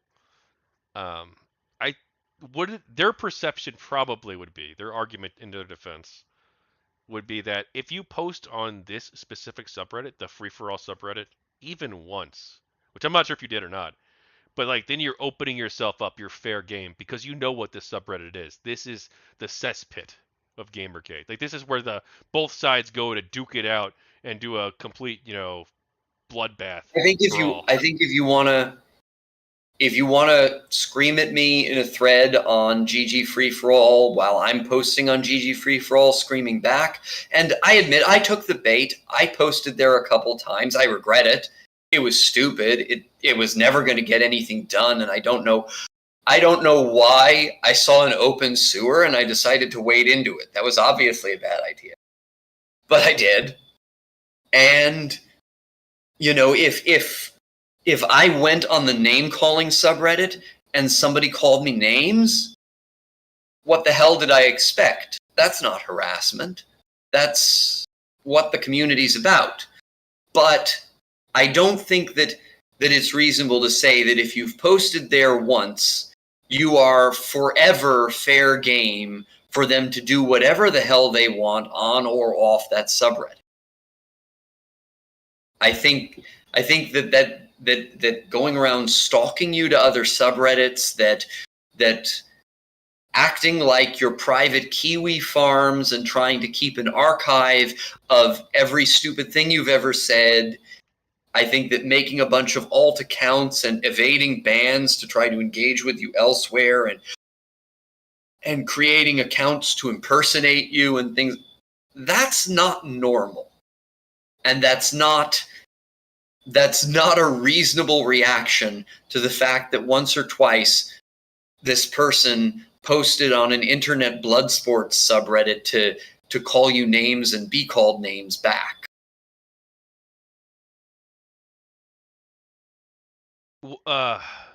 Obviously, harassment against people like Anita Sarkeesian got a lot of media attention. But why do you think when pro Gamergate people got harassed, it was not really covered very much? Because that was inconvenient to the media. For the same reason they didn't want to cover things like airplay.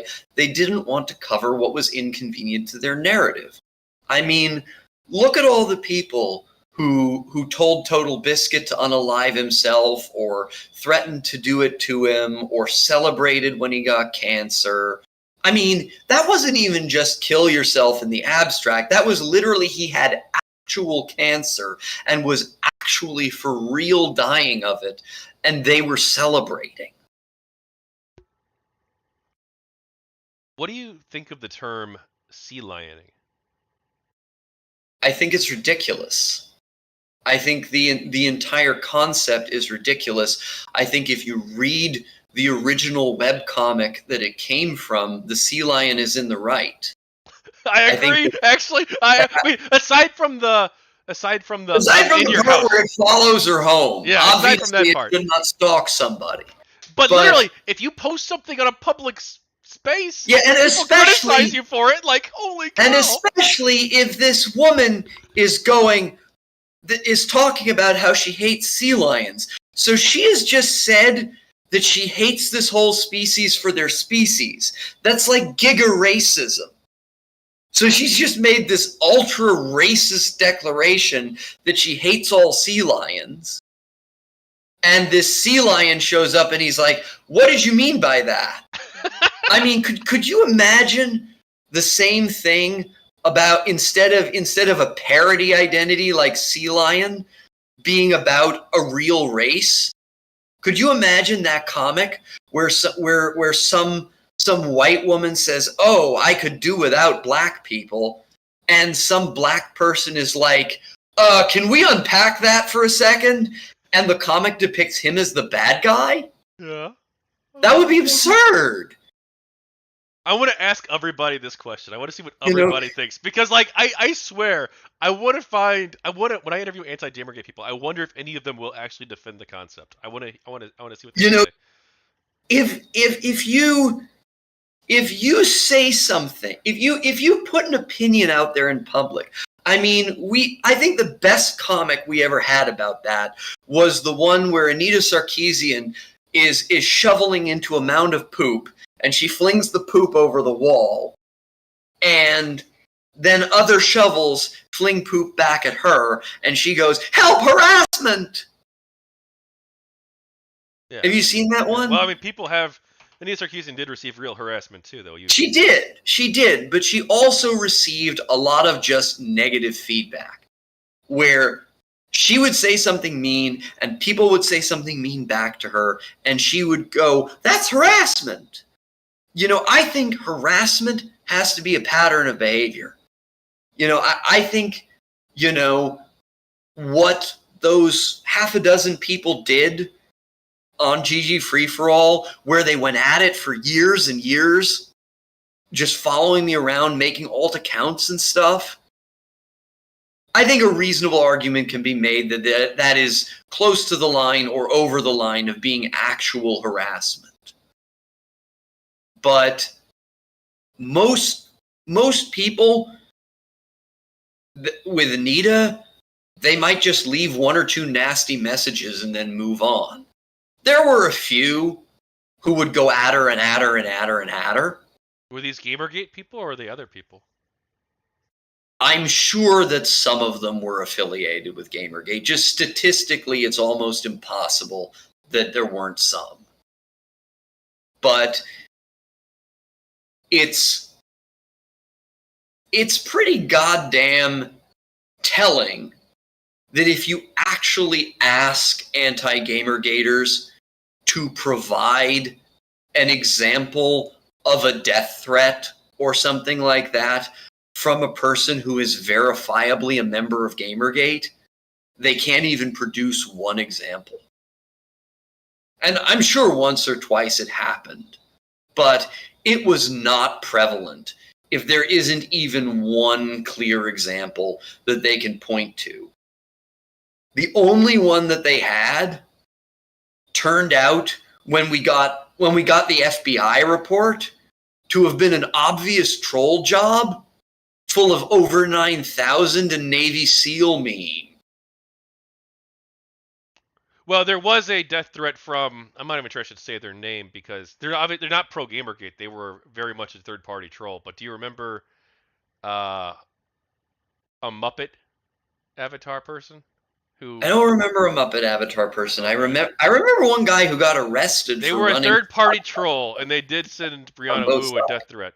Well, they sent pictures of guns at her, which no. You know who I'm talking about. I know who you mean. You know what I'm talking. Obviously, I know who you mean. What was that guy's name? No, don't say his name, because if you say his name, then you're basically giving attention to the harassment that he did. which is not good. Okay, Morally, I don't think. I won't say his name. I don't remember it, but I was going to Google it. But we all condemned. I We remember all his name condemned that now. I remember his name 1,000%. now. I will not say it. I will not say it. Yeah, yeah. I can DM you off air. If you, I remember his name. I remember who you mean. because I know who you. he wasn't The even guy who GamerGate. claimed that he was the guy who claimed that he crashed his car driving to Brianna Wu's. No, I'm talking about somebody else actually. But No, I remember this. But no, that guy this was a different person I was referring to. But that there guy was a was guy who crashed his car too. That was a second person. Yeah, he wasn't even GamerGate either. He was just yeah, some he random wasn't. dude. Brianna sure had the weird ones. Brianna got the strangest ones. But yeah, some of those people were not affiliated, but that crash your car guy, he was playing a character. That was a joke. Obviously, It was a joke in it's not an terrible acceptable. taste. It's not an It acceptable. was a joke in terrible taste, Yeah. and he absolutely should not have done it. Yeah, he was like a comedy YouTuber guy, and he did a But he skit. was he was Obviously, a comedian. He was a comedian playing a character in the vein of Jim Sterling pretending to be a dictator. but he was not associated with GG at all. No, he wasn't. But he was basically playing like one of the fake GamerGate terrorists from that Law and Order episode. Anyway, dude, I gotta go to bed in like 45 minutes. Well, I can stay a little bit later if I need to, but I'm not sure how long my headset's gonna last. I got a wireless. We can get on the road. But I just want to say that I think harassment has to be a pattern of behavior, and most of the time it was just one person says a mean thing, the other person says a mean thing back, and then the first person cries harassment, and that's not harassment, that's an argument. It's a childish argument, but it's an argument. And I also think that in the original Sea Lion comic, the sea lion was right until he started following the woman back to her house. Yeah, I would agree with the sea lion You thing. should not continue a debate with a person who clearly does not want to have it. If someone is arguing in public and you argue back, that's fine. But if they block you, don't make alt accounts to try to re-engage with them. That's where the line is. If someone blocks you, you're free to say, ha ha, you're a coward, you blocked, so you lost the debate. But don't make alt accounts and keep going after them. Yeah, that's bad behavior. What do you think of how the media covered Gamergate? I think they covered their asses. I think it was largely a smear job designed to delegitimize us because we were criticizing them and we were criticizing their political views. Did you reach out to any journalists or media outlets who wrote articles about Gamergate to correct misinformation? I attempted to several times. I wrote several letters to, well, not physical letters, emails to various sites. I wrote comments on a number of games journalism articles, like I wrote several comments on Kotaku articles, and most of the time they filtered those comments, and of course mine never even got approved. Did anyone in the media reach out to you for an interview to discuss the movement? Nobody at major publications. Anyone at minor publications? A few, like, people like you, streamers, bloggers, stuff like that, asked for my opinions on stuff, and I gave them. I volunteered my thoughts. So few of the...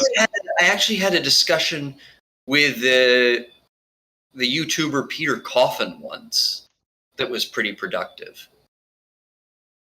And it was sort of, well, I'm here to convince you to like Bernie and socialism. And I was like, I already like Bernie and socialism. And he's like, wow, maybe you guys aren't all right. It's obvious why the games press has an incentive to paint Gamergate a certain way. But when mainstream outlets started to cover Gamergate for the first time, why do you think that they didn't try to reach out to people on Gamergate for the most part didn't try to reach out to people in the Gamergate side to hear their side of the story? I mean, for the same reason. The media is insular. It's extremely politically slanted. I mean, so many of these gaming journalism sites are subsidiaries of the same megacorps as major mainstream media. I mean, consider that Kotaku at the time was part of Gawker, which was this huge media network. Did the media's coverage of Gamergate harm your credibility and trust in the media? Enormously. Enormously. These days, I fact check pretty much everything I read in the news, if I can. I basically assume bias until proven otherwise. Is there anything that they can do to regain your trust? It would take a long time.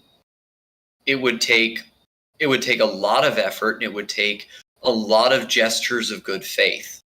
In terms of, frankly, I think some people who committed major repeated ethical breaches and who are still doing it to this day at many of these publications would have to be fired. Like, Taylor Lorenz at the Washington Post.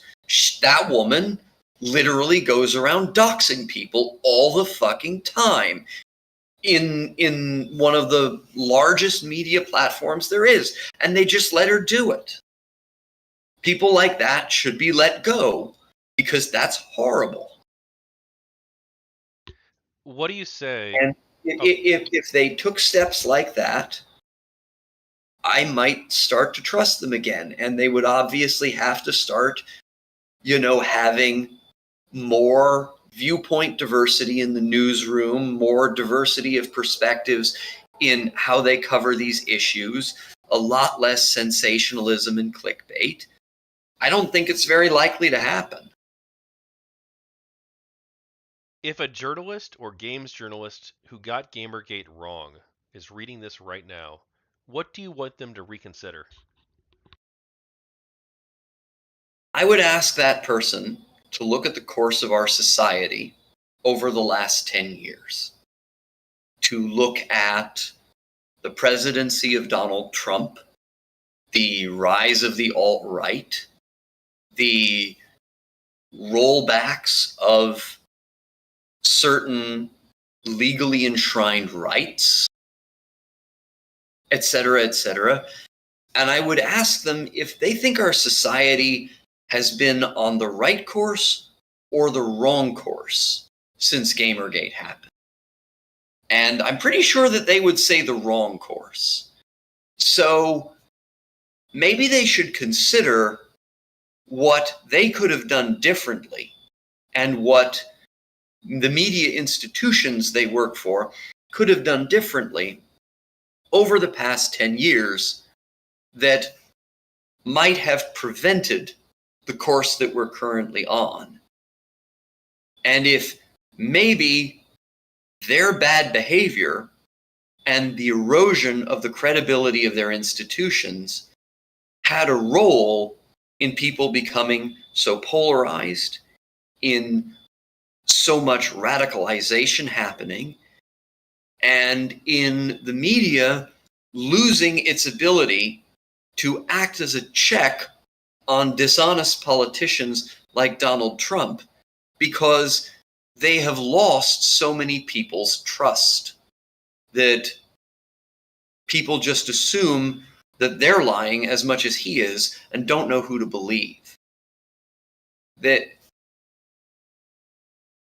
maybe if they had been more responsive to criticism and more willing to reach across the aisle and work collaboratively with their critics Some of this stuff could have been diffused before it became so ruinous to our political discourse and the course of our society.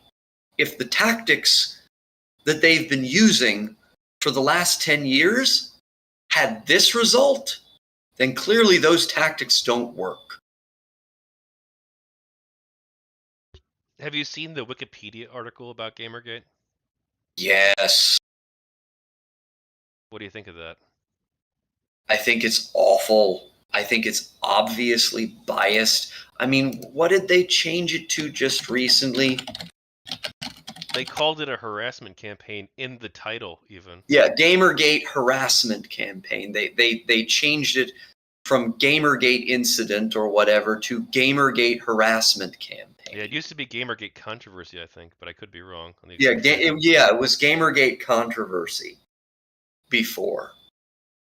And this is just so obviously biased, and it completely ruined my faith in Wikipedia as an institution. Because it used to be so good. It is good in a lot of ways. It's a great resource, I mean, but then they lied about this specific thing. Yeah, if you want to look up an obscure chemistry fact, Wikipedia is perfectly usable. But when it comes to anything remotely political, remotely controversial, it's worthless, because what ends up the Wikipedia article is whatever the highest ranking admin and the most obsessed editor managed to scream and repeatedly vandalize and ban all of their dissenters until they got the article the way they wanted it.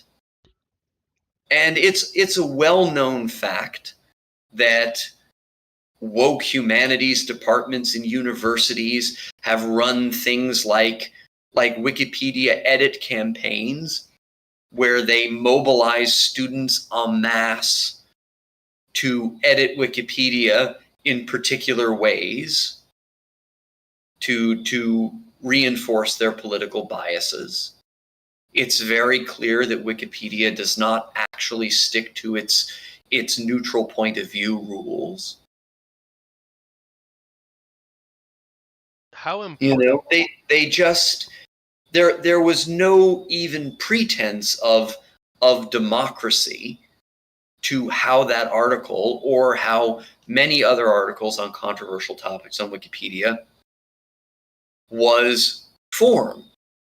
They just got themselves into positions of power on the site, banned people who disagreed with them, and forced their way from the top down. It was completely contrary to Wikipedia's stated mission, and it destroyed the credibility of the site. How important is it to you that the narrative, quote unquote, on GamerGate change? I mean, I'd love to see it, but at this point, I don't think it's very likely to happen. Be the change you want to see in the world, right? Why don't you? Yeah, but I'm never going to be able to edit that Wikipedia article.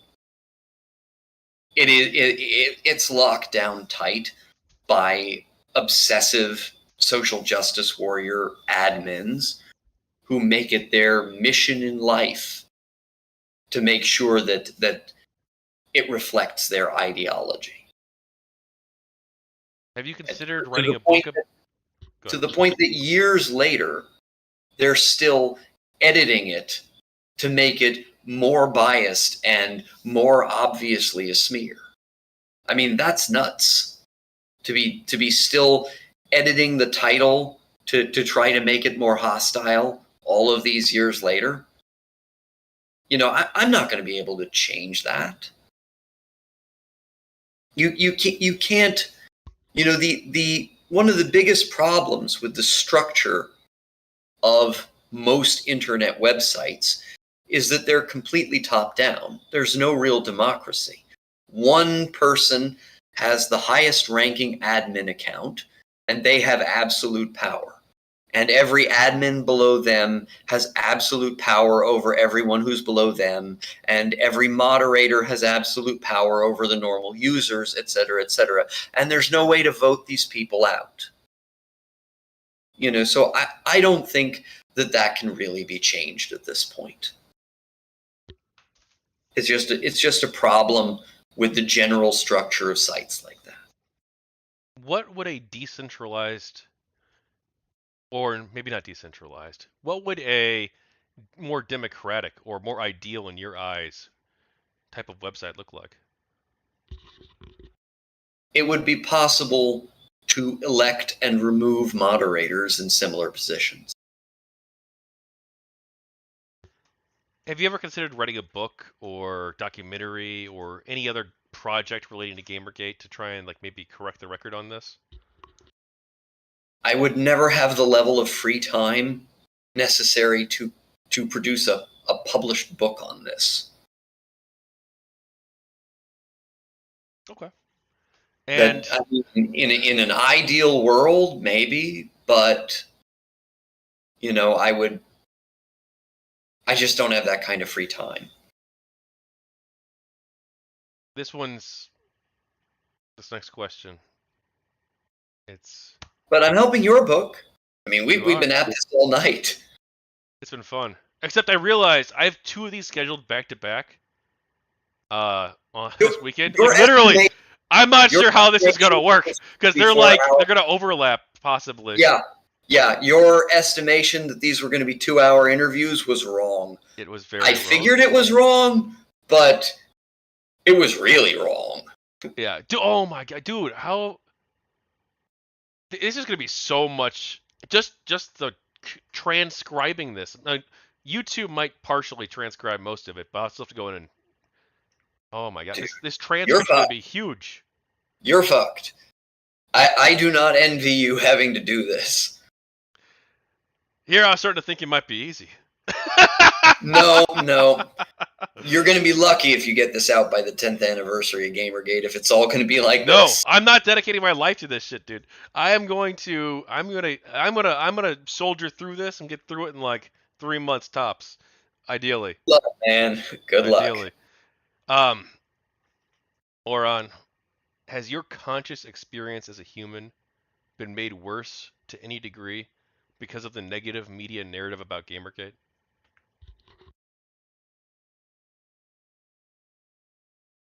It does not feel good to be fair game like that. It does not feel at all good to read those kinds of attack articles, to deal with creepy Reddit stalkers, to listen to the increasingly unhinged things that social justice warrior types say about their outgroup. And I have to admit it, they probably feel the same way dealing with horrible shit people on our side sometimes say. But no, it is not particularly fun to engage with all of this. I do this kind of activism because I believe it's necessary and because I believe that if somebody doesn't, things are going to go to hell even more than they already are. I don't do it because I think it's fun. Yeah, actually, I agree with Captain Carbine in the chat. Don't rush. I do usually go to bed in about a half hour, but I can stay up a little bit later for this. No worries. So yeah, there's no rush. Feel free to take as long as you need to answer the questions. What's your favorite video game? Where do I know this Science Mile guy from? Who's saying I'm running apologetics for what? I'm just reading back through the chat at the moment. Yeah, there's 3 chats, by the way. There's Kick and Twitch too, but they're not super active. I'm just reading this. Do you want the reading of the chat to be included in the book or no? Up to you. I mean, honestly, I don't think that's good content. I think it's gonna bore the fuck out of people. So I'd say probably not, unless there's like a specifically really good question that you're like, I really want to address this question. It's really good or whatever. Another KIA mod who Tinkerbell was secretly Adolf Hitler. What? But I do want to get back on the track of doing the I think interview. he's just teasing me. So, Auron, what's your favorite video game? Of all time? Damn. That's a tough one.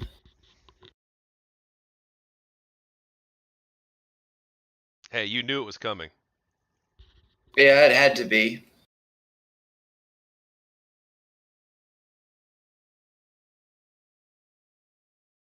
Probably by virtue of fond memories from my youth.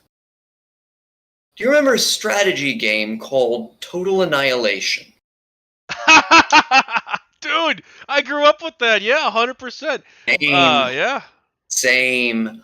I have thousands and thousands of hours on Total Annihilation.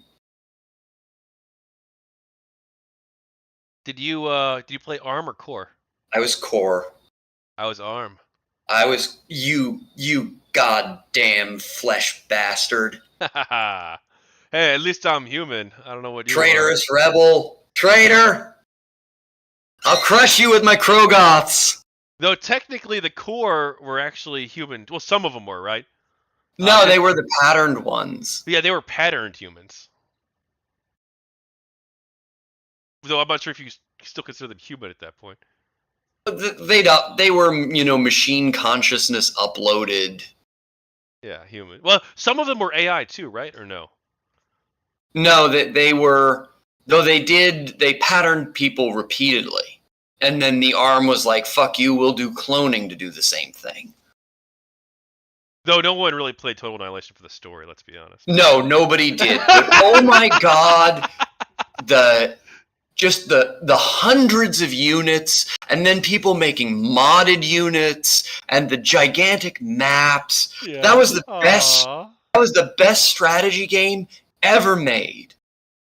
And all of the attempts, Supreme Commander, Planetary Annihilation, to ape it, they came close, but nothing ever truly recaptured Total Annihilation. Yeah, I was always a turtley player, so I'd build like 10,000 like Big Berthas and like the they later added like the Gatling gun Big Berthas or whatever. I would usually try to rush Krogoths and then just drown my opponent under a tide of steel. Oh my god! So did you ever play the it was with one of the expansion packs. There was it was where they added the Krogoth, but there's the super hard Krogoth encounter. Encounter! Oh my god, dude! That was so hard. That was so hard. I probably did it. I probably did it 100 times before I won it. Oh, hey, at least you won it. I don't think I ever did. It took. I put so much into that. I worked so goddamn. Krogoth encounter was harder than any human opponent could ever be. I mean, that was nuts. Oh, dude, that was so unfair. Did you ever play online though? I did. Well, dude, they had some of the. I didn't play during when the official servers were up. Boneyard or whatever it was. Boneyards, I think it was. But I played on one of the other later ones. They actually had like whole entire like planetary campaigns and stuff, where it's like the ARM and the Core would be like fighting over worlds. There were all sorts of modded game modes, and there were people who had like continuous servers where it was running like EVE Online.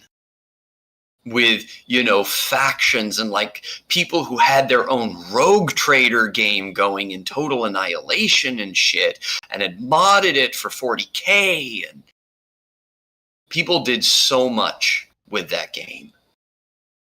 Now here's that was the best. That was the best game. That was I think I can comfortably say that Total Annihilation was my favorite game of all time. Oh, you know what, dude? I would say Resident Evil for me, but you make a strong case for Total Annihilation. The music was so amazing, too. Oh yes, the soundtrack, the whole soundtrack. Yeah, I used to download old, you know, MIDI files from it, and I would listen to the intro song for hours on loop. Is this going to have to be a thing, Auron? Are we going to have to actually play Total Annihilation together at some point? God, I would have to find my discs. They have it on Steam and GOG too, I think. Can you even still play it online? Would it even work on a modern computer? I think so. I played it on my computer like a couple years ago.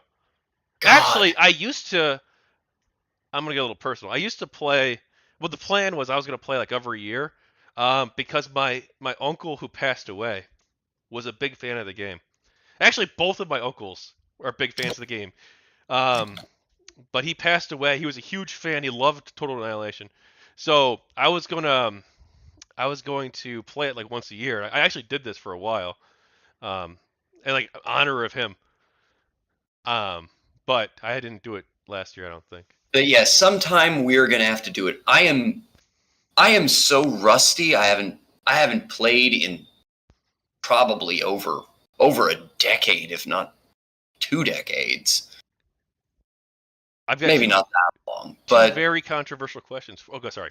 I haven't played in so long. I'm going to be so friggin' rusty. I barely remember what half the units do, but I remember my Krogoths, and I remember. Do you remember the Goliath tank? Was that like the big Walker guy? No! Wait, core plasma tank. Plasma tank. I loved my Goliath. I think I do. The Pee-wees, though. The Pee-wees were really cute. Yeah, and they had that unique sort of rapid fireball gun only the arm got. Yeah.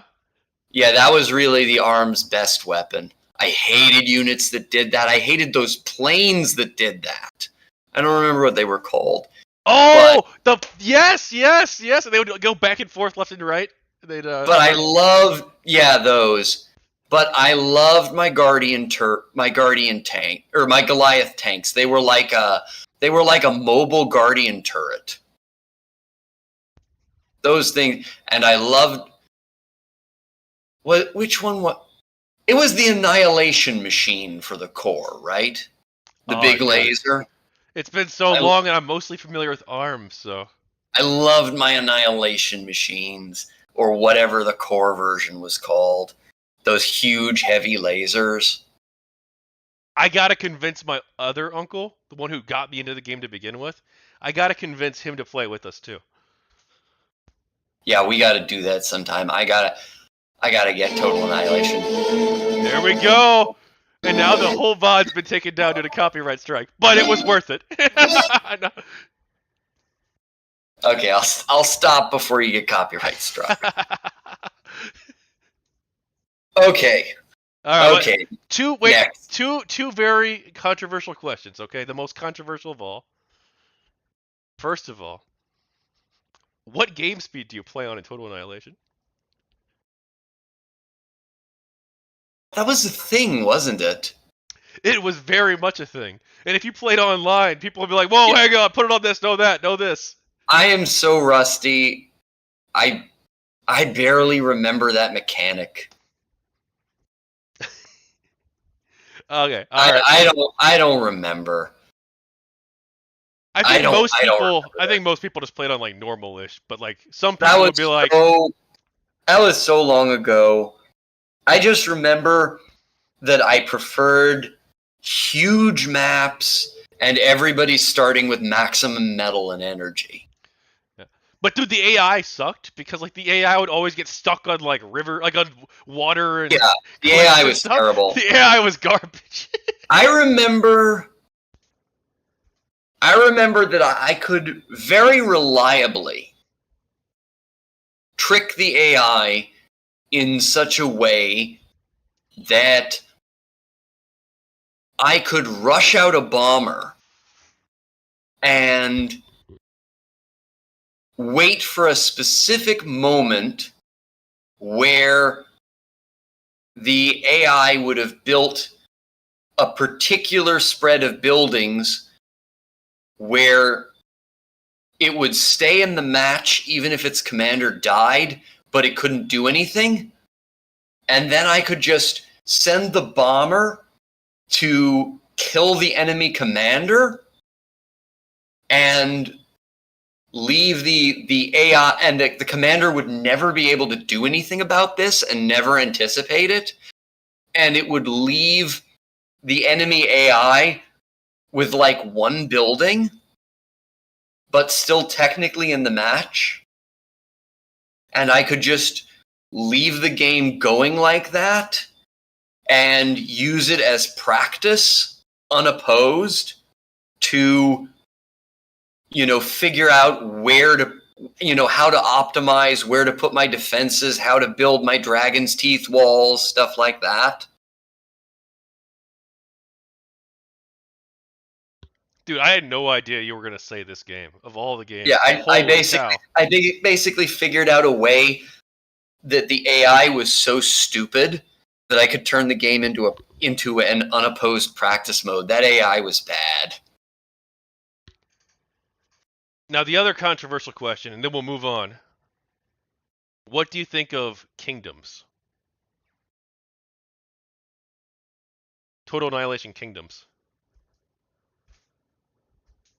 It was not nearly as good, but the Creon were so fucking cool. Yeah, I don't know why I didn't like that game as much. I think it was just there were so few resources, I feel like. But it's been so long. It was not nearly as well thought out, and they had so many. They had like 5 different factions with very little meaningful diversity in play style between them. Like, Arm and Core was really clear. The Core are the big, expensive, heavy unit guys, and the Arm are the fast Zerg rush guy. They were the Zerg and the Protoss before the Zerg and the Protoss. But the Kingdoms factions were not differentiated enough except for the Creon. Were they the ones who'd raised the dead or whatever? Yeah, they were the ones with all the technology and the raising the dead. Were the mines ever useful? We gotta move off Total Annihilation, but were the mines ever useful? Not in my experience. No, they were never. I mean, like they were cool as a concept, but like no one would ever use them realistically. No, it was too easy to minesweep with worthless little K-bots. Yeah, and they were so slow. You can use them as like moving targets too. But yeah, they just were. But you know what was really good from the core contingency? The hovercraft. Oh yeah, dude, the hovercraft. Those hover tanks were so damn good. I killed so many people who were investing into these vast navies, and I'd just go around them with hover tanks and kill all their buildings. Yeah, I like the hover tanks. It's a cool concept. It adds something kind of interesting. But honestly, I didn't use them super often in gameplay.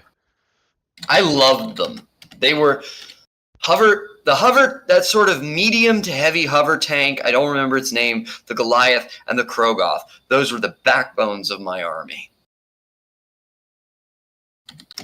I've always thought that the Thors were really cute.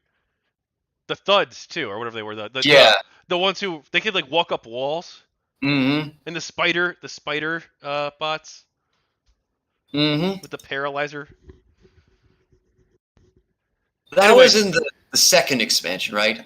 No, I But think I the would. spiders were in the original, right? They were in the original campaign, I think. Are they? Maybe I'm losing my mind, but But I think they were. They were. I remember so many matches. Do you remember the map Shore to Shore? Was that the one with the continents? It had two coasts and a huge ocean between them with like a bunch of islands in it.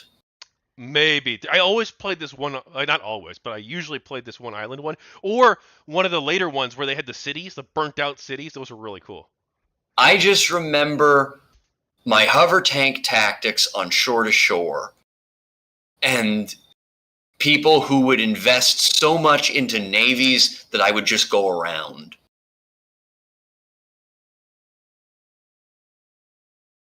I would do that. I would barely build naval at all, and I would just sort of turtle on the mountain area on my side and crank out hover tanks, using a few Krogoths patrolling the beach as my main defense. And I'd just crank out a huge-ass army of hover tanks, and then I would send them across, and I would go totally around the other guy's navy, and they never friggin' expected that. All right, that's it. Forget the GamerGate book. We're just gonna make a whole book about total annihilation.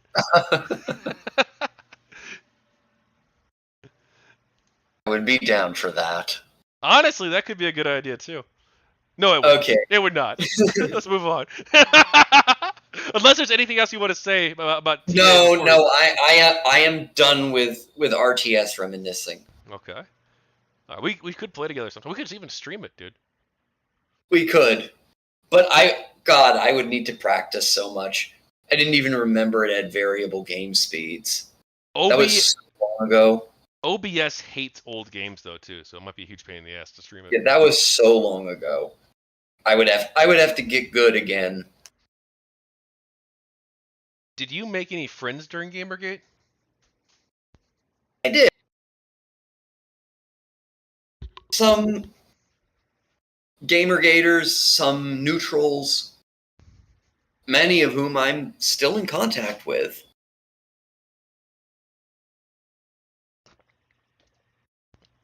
Okay. Oh, you went to a meetup. What was that like?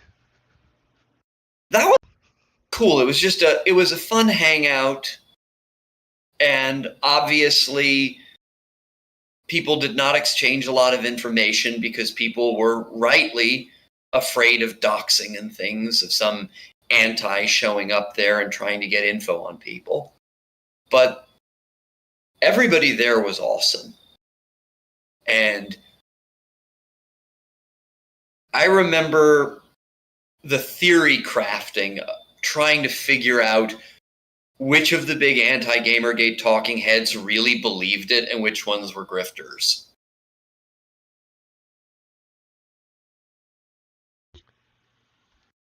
That was a lot of fun, especially as people got drunker and the theories got wilder. Honestly, that sounds like a blast. I went to, well, actually, sorry, I didn't went to. Let's not sell myself short, okay? I hosted a large number of, a handful of GamerGate meetups in St. Louis, but they were really small. We'd get, I think the biggest we had was like 6 people or 7 people, maybe. No, it might be like 8. I don't know, but it was like not huge, not huge at all, because like not that many people. It's St. Louis, nobody lives here. But honestly, it was cool meeting people, and it was fun to do. But I didn't go to any of the bigger ones. I wish we'd continued that. But there was only one that was ever remotely in my area.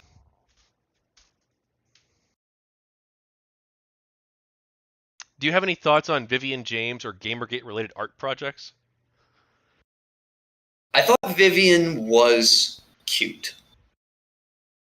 I am glad that people mostly treated her as cute and not as a waifu.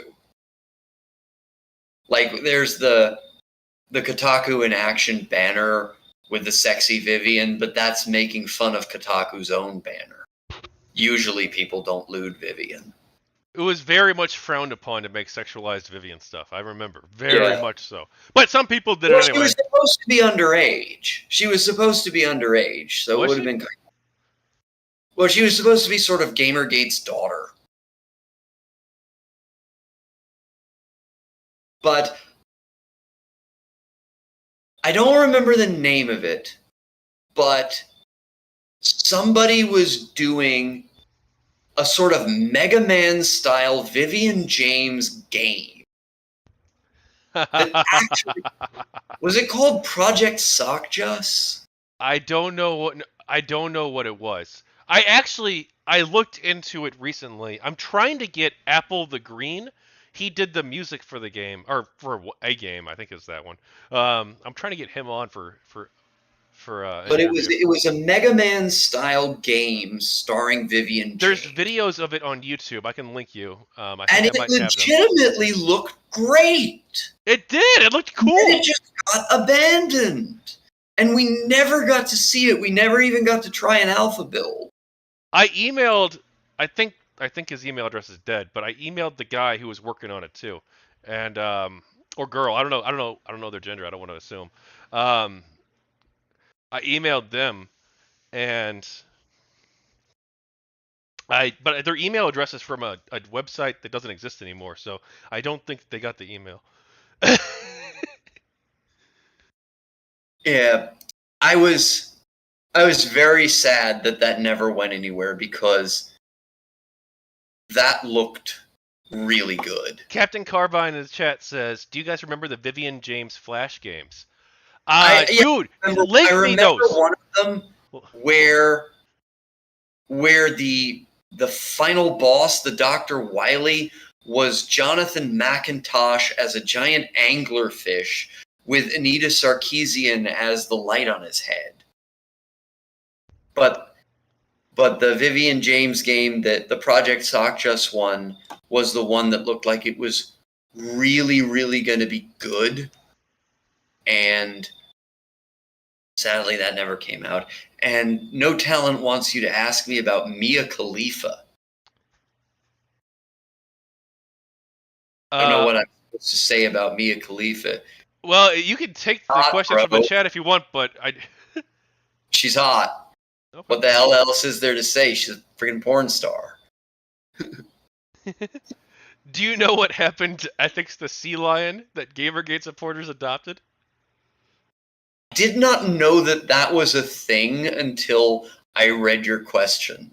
I was unaware that a bunch of channers had adopted a sea lion and literally called it Ethics. I always thought Ethics the sea lion was just a character we invented. I did not know there was a real sea lion. I think that's sweet. I would have liked to hug it, except it probably would have tried to eat me. I want to know where the sea lion's at. I want to know what happened. I too would like to know where the sea lion is at. It's been 9 years. How long does a sea lion live? Oh no! Don't look it up. Don't look it up. I'll be sad. I'd probably never be able to find it, but it would certainly make sense. After all, ethics in games journalism is dead. What was your favorite moment in Gamergate?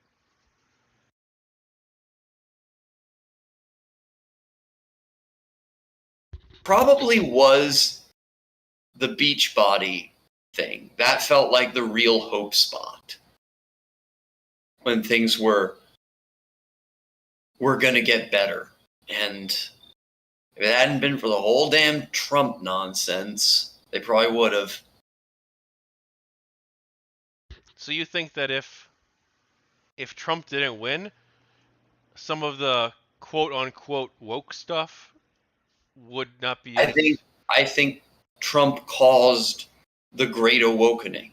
I think that stuff was starting to crest and recede, and then he ran this hyper divisive presidential campaign and just blew it up. And I know you disagree with me on that, No Talent. I know you disagree with me. We've been arguing about that for years.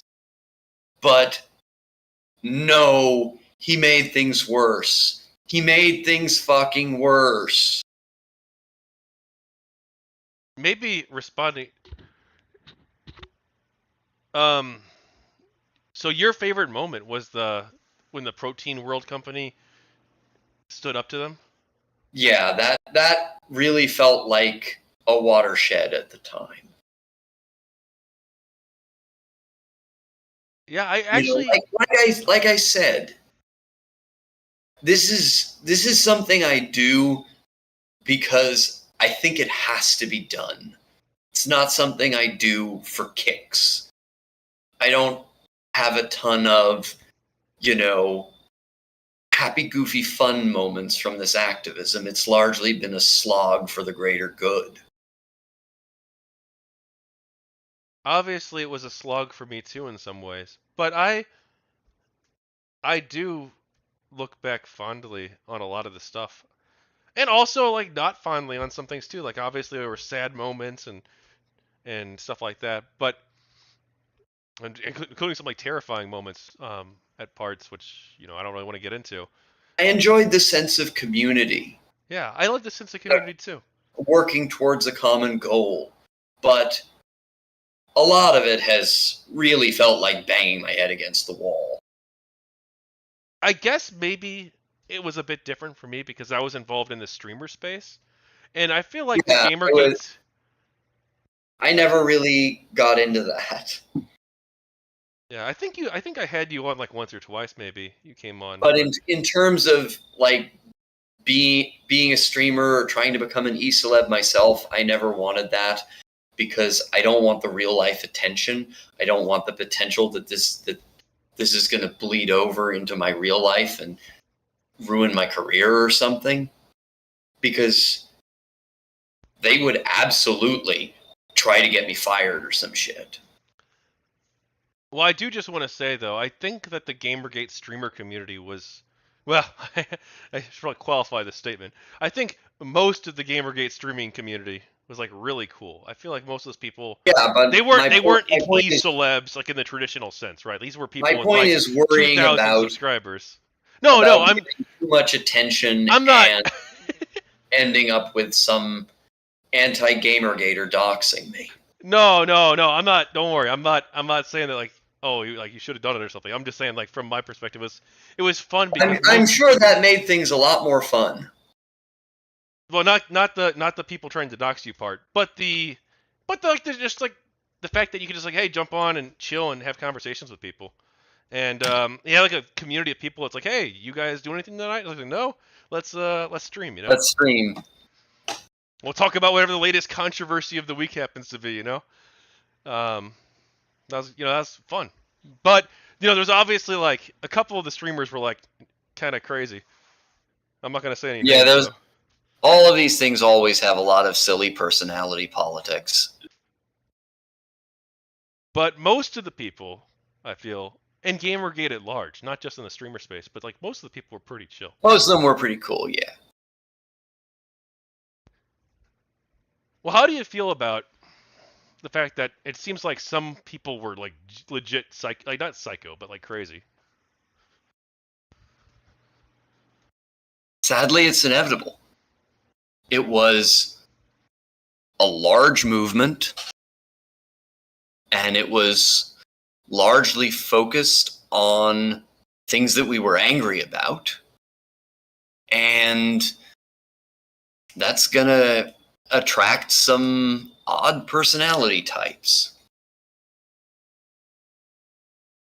If you could change one thing about GamerGate, what would it be? I mean, if we're talking about me traveling back in time 9 years with future knowledge, I could probably screw over a lot of the stuff our opponents tried to do just because I anticipated ahead of time, because for me it's already happened. But just one thing would probably be to tell us to beware of Milo. Do you think people would have listened? Well, you said I get to change one thing, True, therefore. you do. Yeah, that's a good one. I don't. Yeah. Now, is it? Oh man. Yeah. I mean, do you think getting rid of Milo, you change the narrative on GamerGate? I think the press would have still done the same thing, but I think it would have looked a lot less credible. I think he did a lot of damage, and he had a seriously negative effect on our ability to win over centrists. And I know people that he harassed. I know people that he organized harassment of. People who I became friends with in the years later, and they've said to me that they stayed neutral or they had a negative impression of GamerGate in some significant part because he was horrible to them. I know one person who says that he tried to get them to remove themselves from this earth. And I have no reason to doubt that. He did shit like that. Yeah, I wouldn't be surprised. Do you want to talk about, this is a dark spot. There is for the context, a group of rogue GamerGaters broke off, relatively small group, a few dozen people, and created GamerGate Revolt. GG Revolt, they called it. I And it remember was that. this extremely, like, to me, this was like the legit bad actors. Oh yeah, Like, this was Revolt like, were if they're terrible. like the all the things that the media said about GG, like, this was like it. They were like, when they started out, to be fair, they started out as like a free speech forum, I think, and then all the people who got banned from all the other communities Mm-hmm. because they weren't welcome there, they went there. I remember when they And used to call us the ethics cucks. yeah, They were literally anti-Gamergate, just from the other extreme. these were like far right people who hated the They what were they they were would the call, Paul types. They were the Paul types, and they thought we should have let Paul be in charge of the whole thing. yeah, these people they legit harassed people. They legit harassed people. They were often horrible bigots. They were involved with They were. people like Ralph Retort. They were shitheads. I stayed away from the Chan stuff for that reason. Because I didn't want to deal with people. They never did anything except make us look terrible. At Yeah. least And at least they literally named themselves a revolt against us. So if somebody's like, "Oh, GG Revolt, they were part of Gamergate," I could just retort, they literally called themselves a revolt against us. yeah, they didn't even call themselves GamerGate Revolt. They called themselves expressly GG Revolt. Yeah. Well, yeah. Well, I'm sure they didn't like me either, or Talent. I'm sure they didn't like me either. Now, If they liked me, I'd worry. now, I think it's safe to say that like the vast majority of people in GamerGate like condemned GG Revolt, especially after they started like legit harassing people. Like, I did give them a shot for like a few weeks where I'm like, it's a free speech forum. I'll see how it heads out. I'll see where it goes. But obviously, it went completely insane when they Yeah. Yeah, that was an armpit. yeah. That And was an armpit of an armpit. yeah, it's and do you think that Talent just from the wants us to anti talk about drama. do you yeah, no, that's all he wants. Do you think that the anti-Gamergate community, they look at this, they look at Gamergate, and they're like, well, you see, you Gamergaters, you see, you all care about ethics or creative freedom or whatever, but the true thing is, the true Gamergate, that's that, 50 people on that one breakaway forum. Of course, but they know that's bullshit. They're just lying.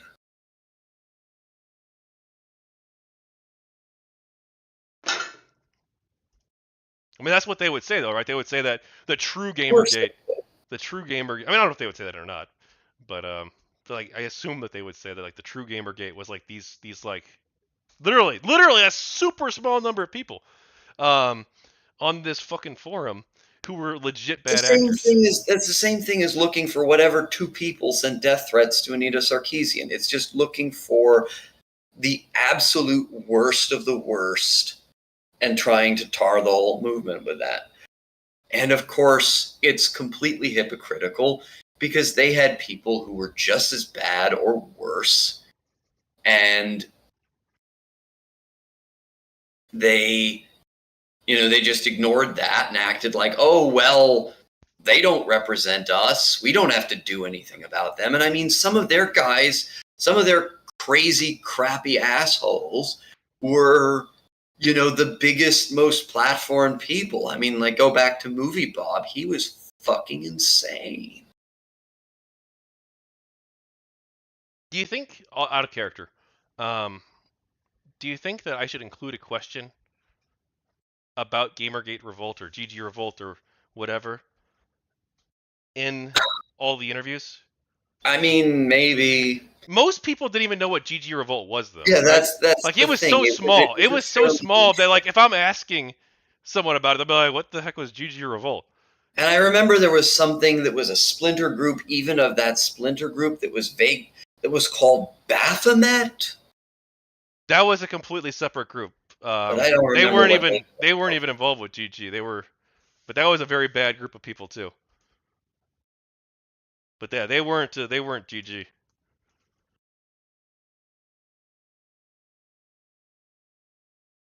He's gonna bring up the guy who shot his parents, isn't he? What would you have done personally different during Gamergate? If I could tell my past, yep, the guy he's going with the guy who shot his parents. Dude, Yeah, well, hey, dude, the chat. Don't worry about the chat. It's bad for the book. okay. If I could do one thing different, I would tell my past self that something that I realized years later about how our opponents work, that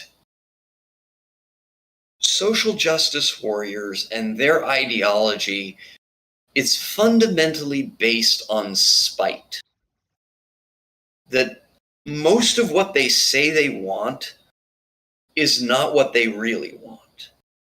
And most of the unintelligible contradictions in their belief system can be resolved when you realize that their actual goal is to spite their political outgroup. That's why, there can be some movie that we're complaining about and they'll act like it's the best thing ever and anybody who hates it must be a monstrous bigot and so forth. And then the controversy will pass and we'll stop caring about it. And they'll change their minds and either go, yeah, nah, it was pretty mid, or they'll outright turn on it and decide it's problematic somehow.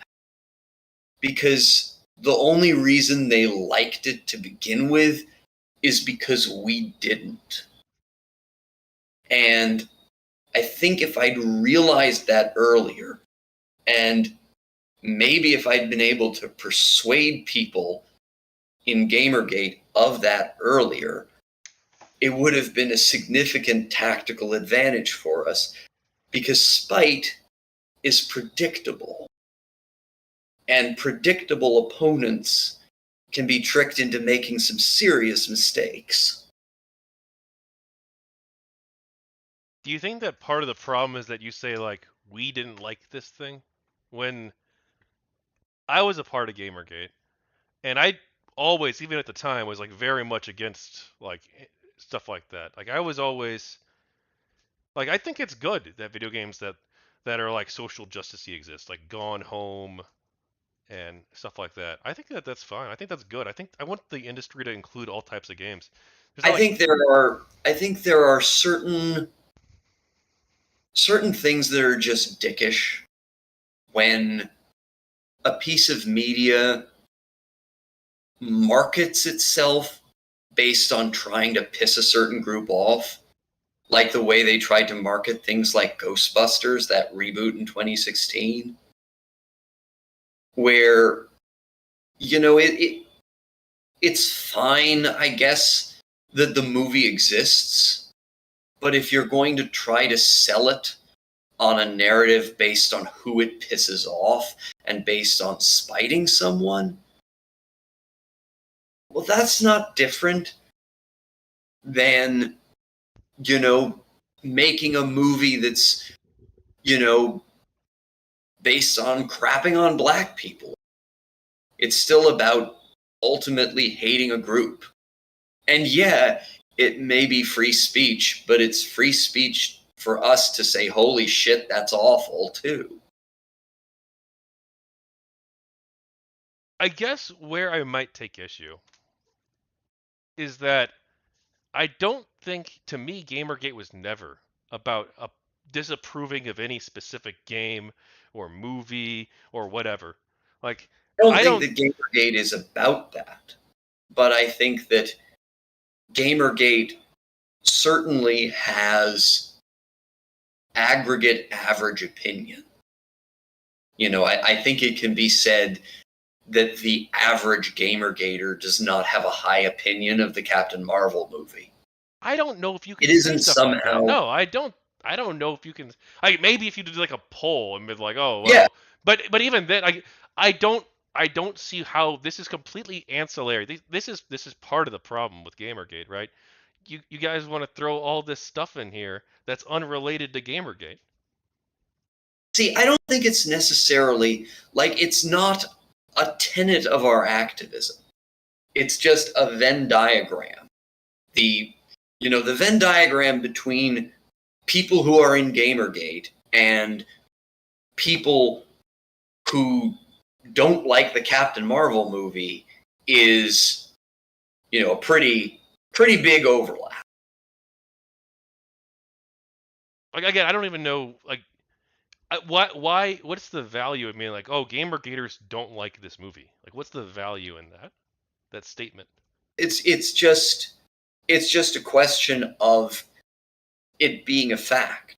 I I mean, it mean, makes you look. It makes you look like a someone who's just like an angry reactionary kind of, doesn't it? I don't think that's really the case. There's always going to be things people like and don't Yeah, like. sure. I don't disagree, but like the But optics of it I are not also great. think that people have every right to take issue with it when a company like Disney just sends its star out to do a marketing tour and just, bash men and bash their political outgroup and stir up trouble. And, people are going to look at that and it's going to color their opinion of the film. Yeah, I just don't really see like the value in being like, oh well, Gamergaters don't like this thing. Where it's like, I don't think you can like speak for like people in that way. I wouldn't want. Like I have been very careful in wording the questions. Even like some GamerGate people supported Operation Disrespectful Nod, like others didn't. Definitely And true, but I also think that just, speaking colloquially, people are going to talk about averages and aggregates. well, it seems like maybe sometimes we talk too much colloquially. Like you say that we have the right to go against them.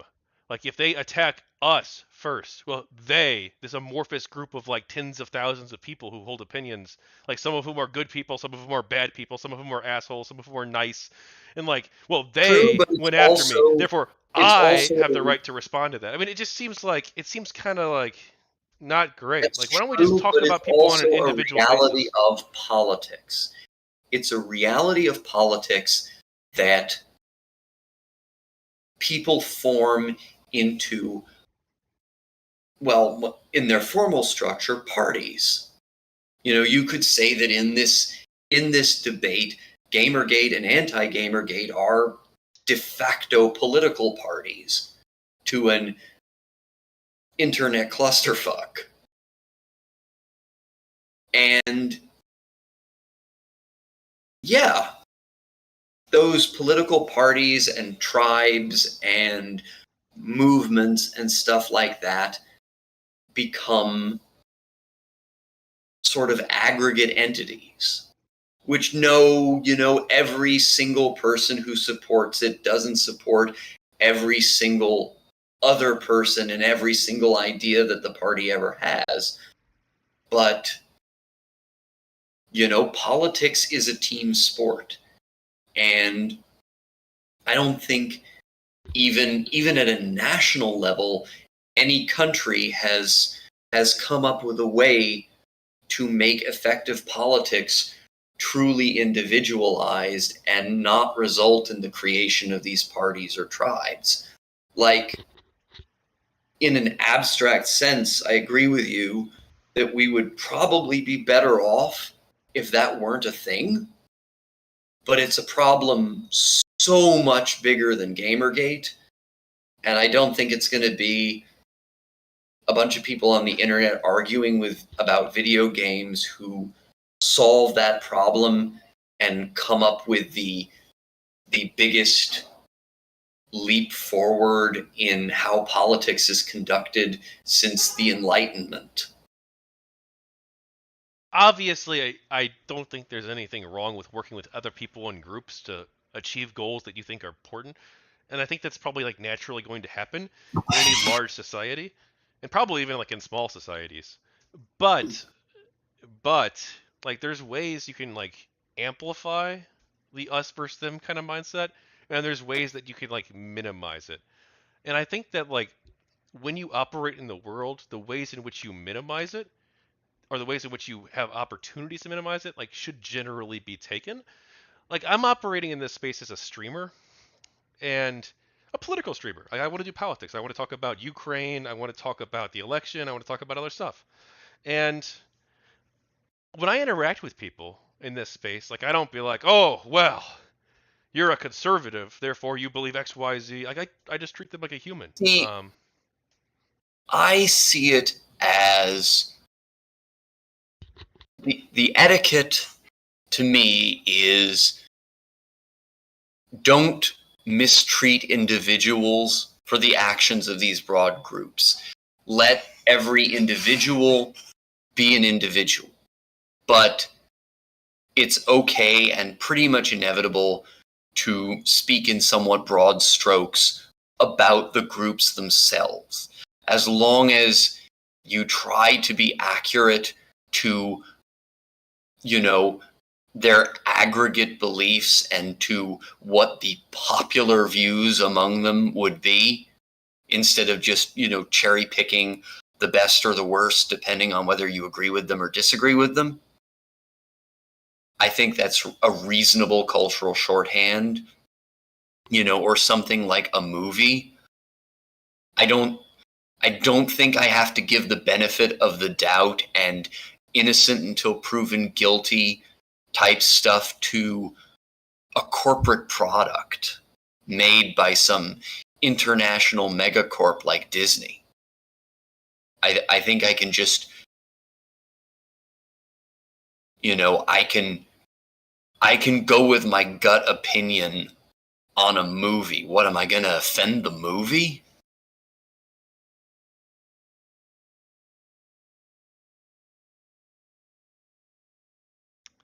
Do you have any advice for any future online activist movements that might be looking to Gamergate, Black Lives Matter, or Occupy Wall Street for guidance?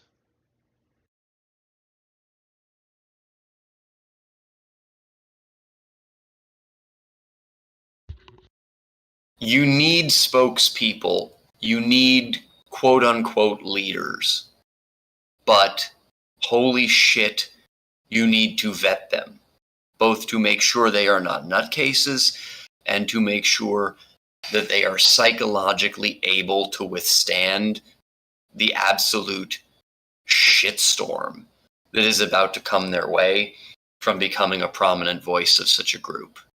But in hindsight, I don't think that the completely leaderless structure really works or allows for effective messaging. Do you think if GamerGate had leaders, things would have turned out differently? Assuming the leaders weren't like crazy people. I think there is one leader we could have had if he had been willing and if he had been physically able, who could have really changed things. Total Biscuit. Total Biscuit. I think that it is unbelievably tragic what happened to him. And it also happened at the worst time that essentially knocked our most prominent, most articulate, most capable voice out of the fight.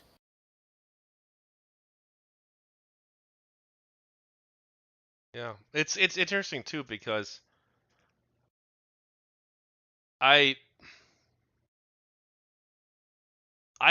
looked back at my own time with GamerGate and like I did a lot of good, but I made mistakes and I was human and I was a dumb kid at the time.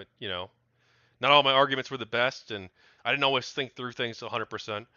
I don't think I would have been like a great leader, but I wouldn't have been the worst. Well, we definitely had people who would have been the worst. We do have people who would have been the worst. This is true. But I think a lot of us at the start of GamerGate were so fucking green. We would not have picked the right people. No, we but would have. we're Well, more maybe I don't know. I think we would have picked Total Biscuit, and then we would have also picked like Sargon, which would not have been a good choice. No, but that would not have worked out in the end. Yeah, like Total Biscuit would have been a good choice. Sargon was not the worst. I mean, at least he wasn't a loon. But I will. Once he decided to run for office, that was it. I will say this: I don't think Sargon was a bad actor during GamerGate. I think that like a decade later, or I don't know how, but over the next few years, even after GamerGate, like in the years after GamerGate, he was like still kind of like chill-ish. Like he was still like a liberal radicalized guy. to, and then he became like a total nut job. I don't know what the hell happened, man, but like in the years after he attracted GamerGate, a more and more and more right-wing audience, and his views pushed way, way, way rightwards because of that. But like during GamerGate, I think even you would agree, he was like a pretty moderate guy. Like he was like a pretty chill, like liberal, like hey, I support healthcare for everybody. I like gay people. I like immigrants. Like he was like a totally chill, like normal human. I would say at the time he was sort of a centrist. Yeah. But somebody who just completely changes all of their views like that to pander to a new audience. Grifter. Not proving themselves reliable as a leader.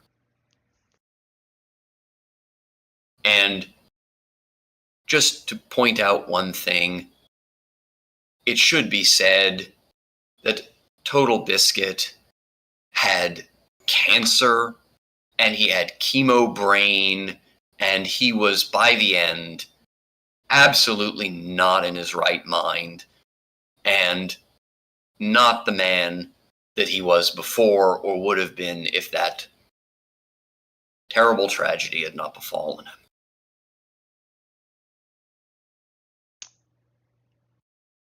What have you personally learned from GamerGate?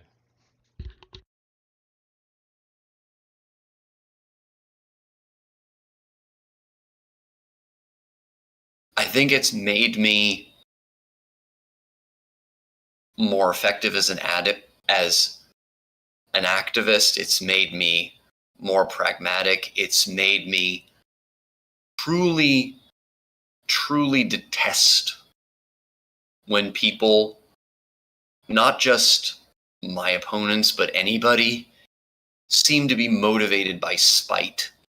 I really think spite is the absolute lowest of all human motivations and produces nothing good.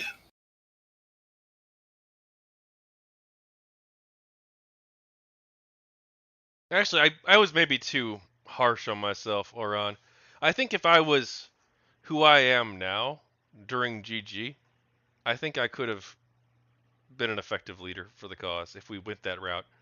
Well, But I mean, but if we're talking about either of us with future knowledge, it yeah. would be Well, like no, not having even future knowledge. honor. Just my personality type now. I feel like I would be like during GG. I was like a shy kid. I was 20 years old. I don't know. I think that until you're in that position, you aren't going to know if you can psychologically handle the sheer amount of pressure and of having thousands and thousands and thousands of haters like that. Yeah, maybe. And Yeah. yes, I know Total Biscuit did not handle that pressure well either, but he had cancer. We don't have to worry about the chat too much, man. It's fine. Was GamerGate successful in your eyes? Mixed bag. And some things that it's too soon to tell. What are you waiting for to make that determination?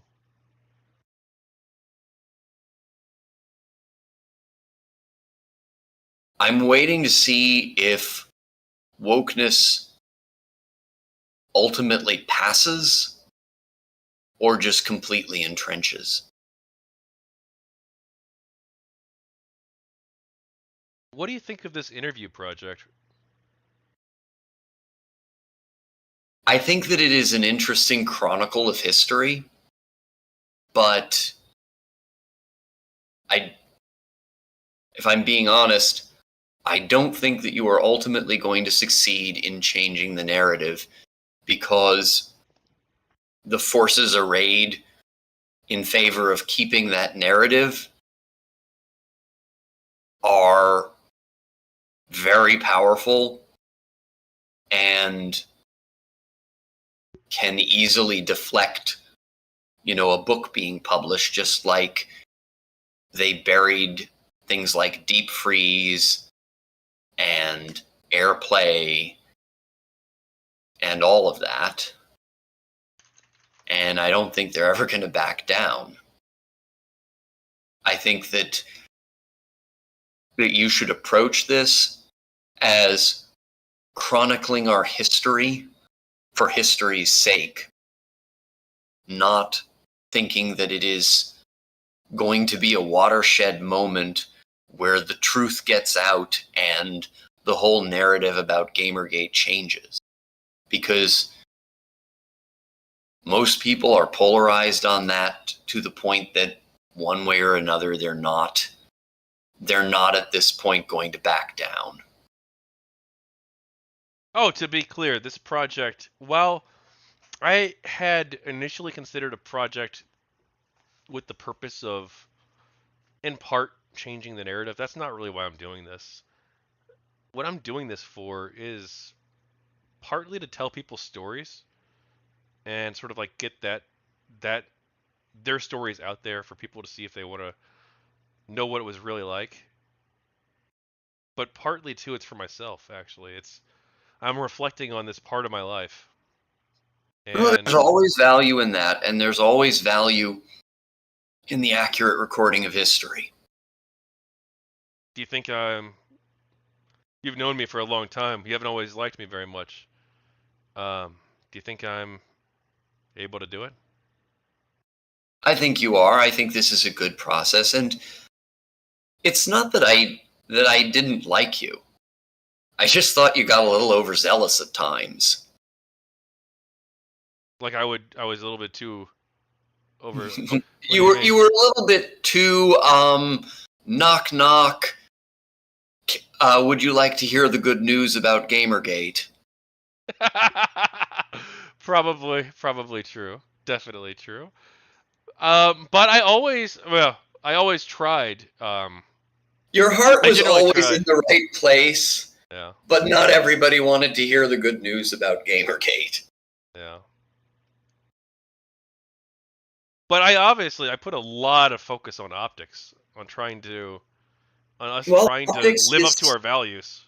optics is important, but sometimes you also have to accept when somebody is screwing with you, when they are just trying to completely handicap you by making you tie both hands behind your back and fight so inefficiently that you can't get anything done because you're trying to be perfect.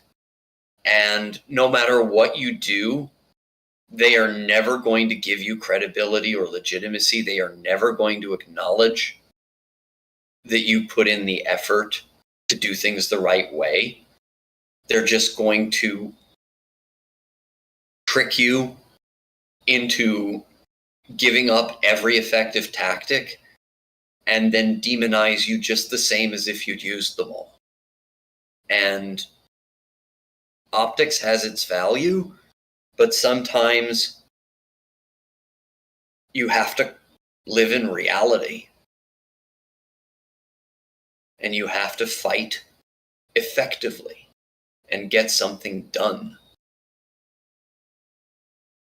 Some people reading this might hold a negative view of Gamergate. Do you have anything that you want to say to these people?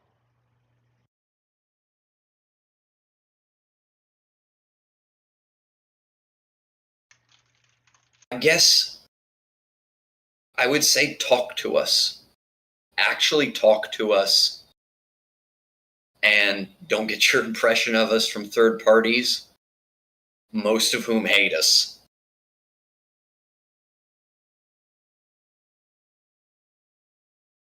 Well, I mean, if they're reading this book, If they're reading this book, they're probably willing to give us a chance. but like they're not gonna like talk to us because like we don't exist anymore. Gamergate's dead. The people are still out there. I mean, I feel like you have an opportunity here to.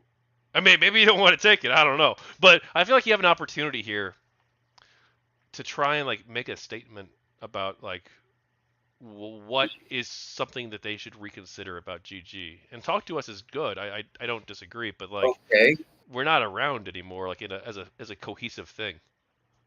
So Okay. maybe I shouldn't shit on your answer. Sorry, we could just leave it at that. Well,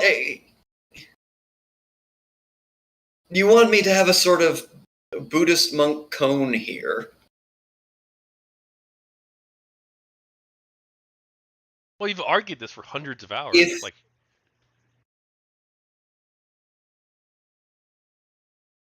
give me your best sales pitch on GG.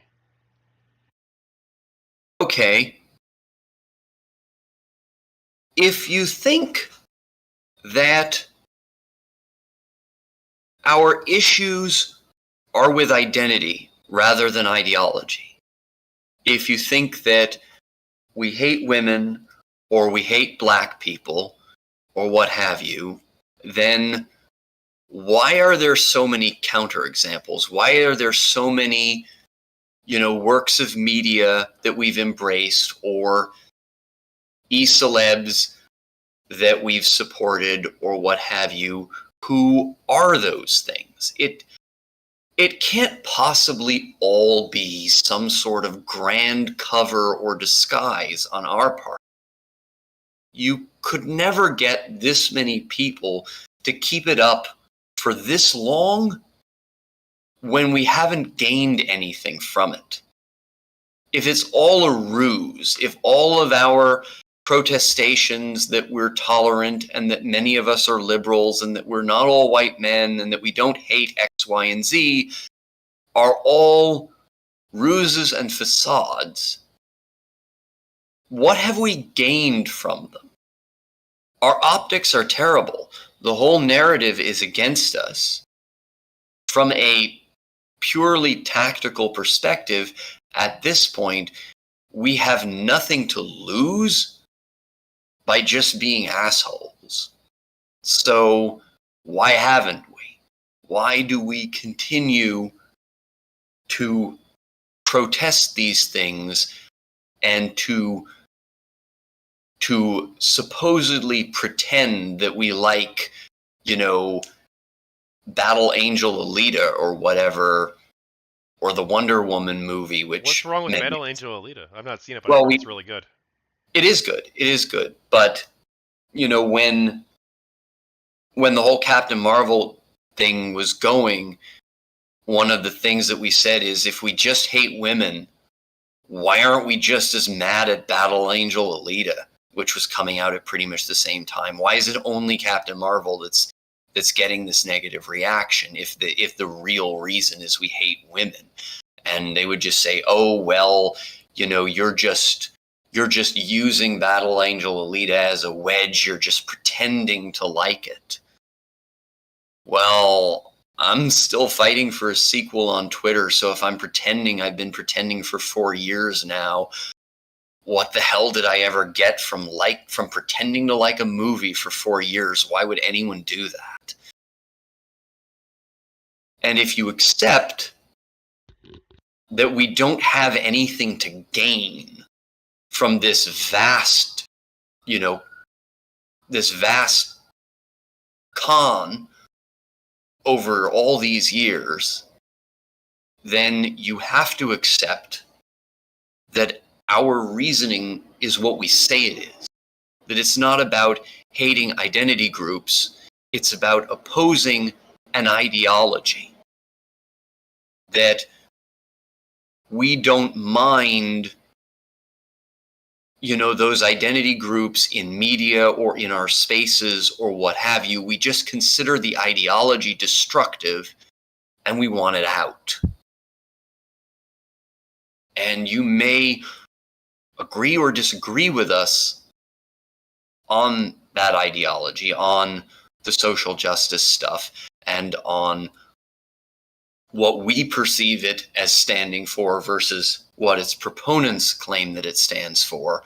But at least an ideology, a belief system, is a choice. That's not the same thing as hating people for the way they were born.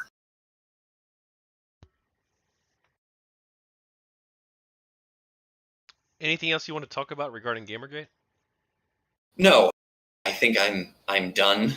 That is my long drawn out Buddhist monk wisdom. Hey, it's only been 5 hours, man. Yeah, it's only been 5 hours and I only need sleep. Alright, well, hey, thanks for coming on. Always a pleasure. It's been fun. It went a little bit longer than I expected by like 3 hours and 7 minutes. But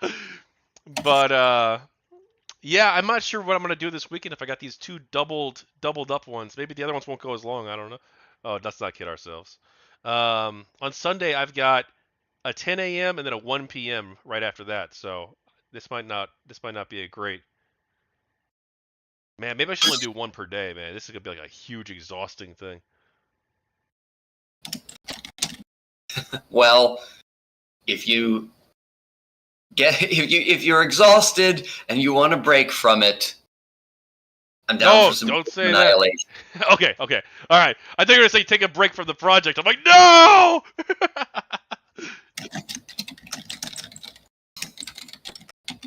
Wait, what?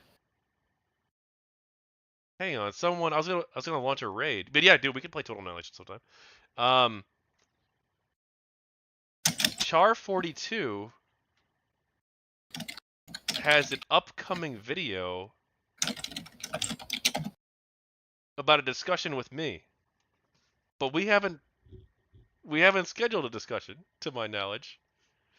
I know we talked about doing one, but I guess I'll find out. Maybe it's just like a placeholder for like later. But we didn't set a date or anything. But yeah, hey, no, that's fine. We can talk for sure. Definitely do one interview per day. Yeah, I gotta. Oh no, who am I gonna talk to? Oh, I gotta reschedule one of them. Probably. You're the person you're the Hat Man? No, or Well, that's not. He's the Supernova? same thing. He's the same thing on KIA. He's no talent. Oh, I don't know them actually. Are you gonna post this on Kia? I don't know. Are the mods gonna remove it? My reputation on Kia is not the best. They don't like me very much. I don't like them very much. But it's fine. I'm willing to work with them to get like interviews and stuff. If some of them, if a couple of moderators want to come on and do interviews, that's fine. But I'm not the world's biggest fan.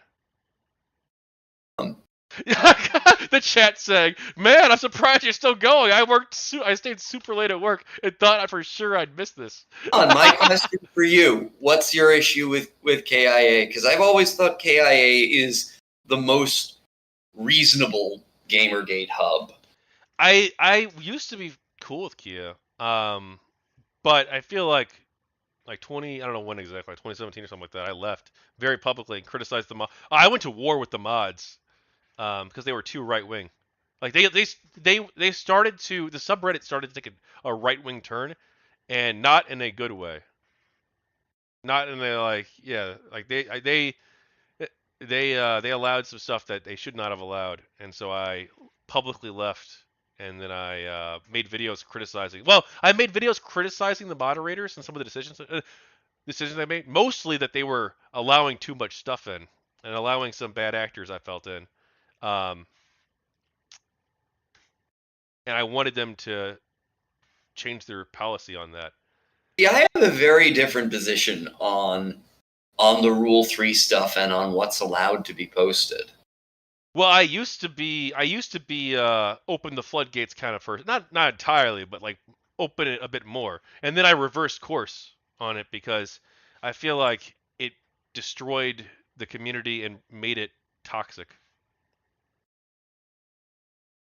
It brought in way too many new people who were not interested in I gaming think that and that not was interested not in ethics and not interested in creative freedom. I felt, but that was not I think necessarily a function of those rules. It was a function of Reddit starting to ban so many subs, which would inevitably mean that those people would gravitate towards whatever subs remaining were closest to their belief system. yeah, well, that's kind of a scary thought. If fat Yeah, I people know. hating stuff were close to Kia's belief system, I think it's more Well, that Kia was the only place that was willing to defend free speech, essentially. exactly. But I mean, if it's not hating black people is closer to Kia. no, It's I said fat people hate. fat people. Fat people. Well, same point. It's not that that's closer to our goals. It's, I mean, insert gamer joke here, but it's that we were part of the movement that was willing to criticize Tumblr ideologies like that whole healthy at any size fat acceptance stuff.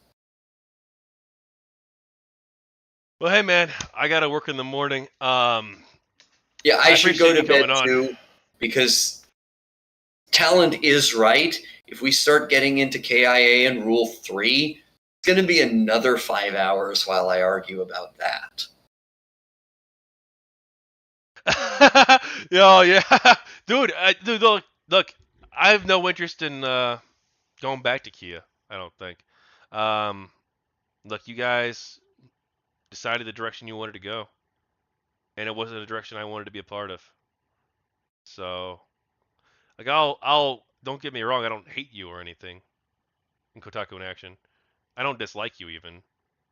This was drama from 10 years ago, but you guys went your direction. I went my direction. Well, And at this point, the we can still direction work I'm together on stuff, and I'm not opposed to doing an AMA or something with Ghazi direction too. I mostly want is But more freedom to talk about wokeness in media. see, that's the problem. That's why I don't. Let's see. All right. Have a good night. Thanks for coming on, Auron. I All right. You want the final word on that to defend your position, since it's kind no, of no, no, no.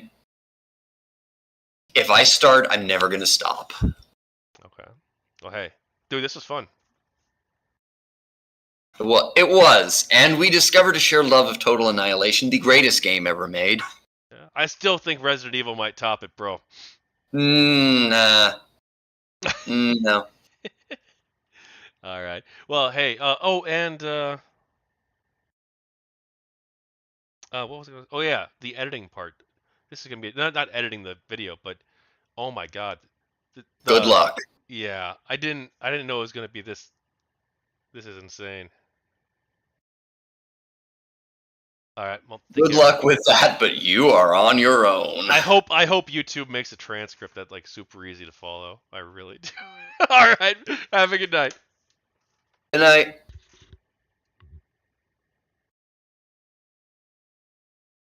Let me try and see.